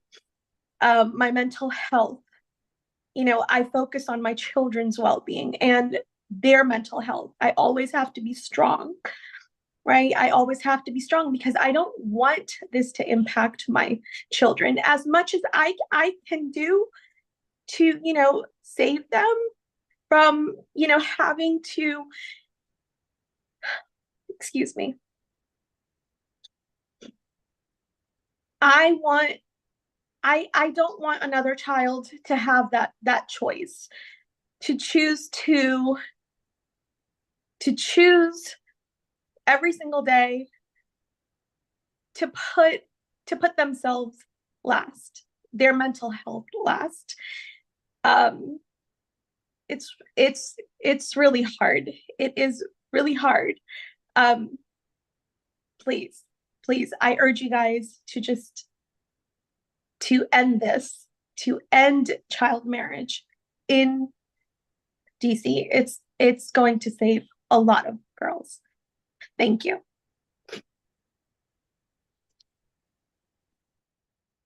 Thank you very much. And thanks for rejoining us and sharing your testimony and your experience and all the strength that you've had to summon up to get through this. We on the Committee on Judiciary and Public Safety deal with a lot of challenging issues, a lot of emotional issues that there's not a clear answer for. And when it comes to public safety and justice, there are oftentimes very difficult personal experiences that people have to overcome. I have to say today has been one of the most moving days that I have had chairing this committee. And the stories that you all have told, whether that was from your own lived experience, that of a family member, or through the work that you do, will stay with me and my team, and I know our colleagues, as we work expeditiously to make an impact here. We've had a chance today to talk about more supports for women and people who are birthing in our DC jail and making sure that their access to basic health care, whether that's prenatal or postnatal or during birth, is includes compassion and includes care, which is important for the mother and the baby. The chance to talk about Donna's Law and making sure that people who are dealing with being in crises in some and many circumstances, or have the lucidity to know I should not be I should not be allowed to get a firearm, or should be at least have to wait a waiting period to save lives. And most recently, our conversation with many of you in this room and joining us online about child marriage and the impacts that has on the young person, on the family, on our community at large. I mean, the long-term consequences of this are clearly so great. As I mentioned at the outset, you have my commitment that we will not give up our work together to focus on this issue around children who do need a viable path of escape and support, who are dealing with trauma or abuse. And we will continue to work with you all on that. And in the meantime, we clearly have to move forward to make sure that there's not this loophole on children who are 16 and 17 getting married without exception. So that's my commitment to you all. I thank you again deeply for sharing your perspective, your stories, for working with me and my team. And we are going to work as fast as we can to make sure that we can help as many people as we can as quickly as possible. So with that, it is 3:44 p.m. on October 21st, and we are adjourned.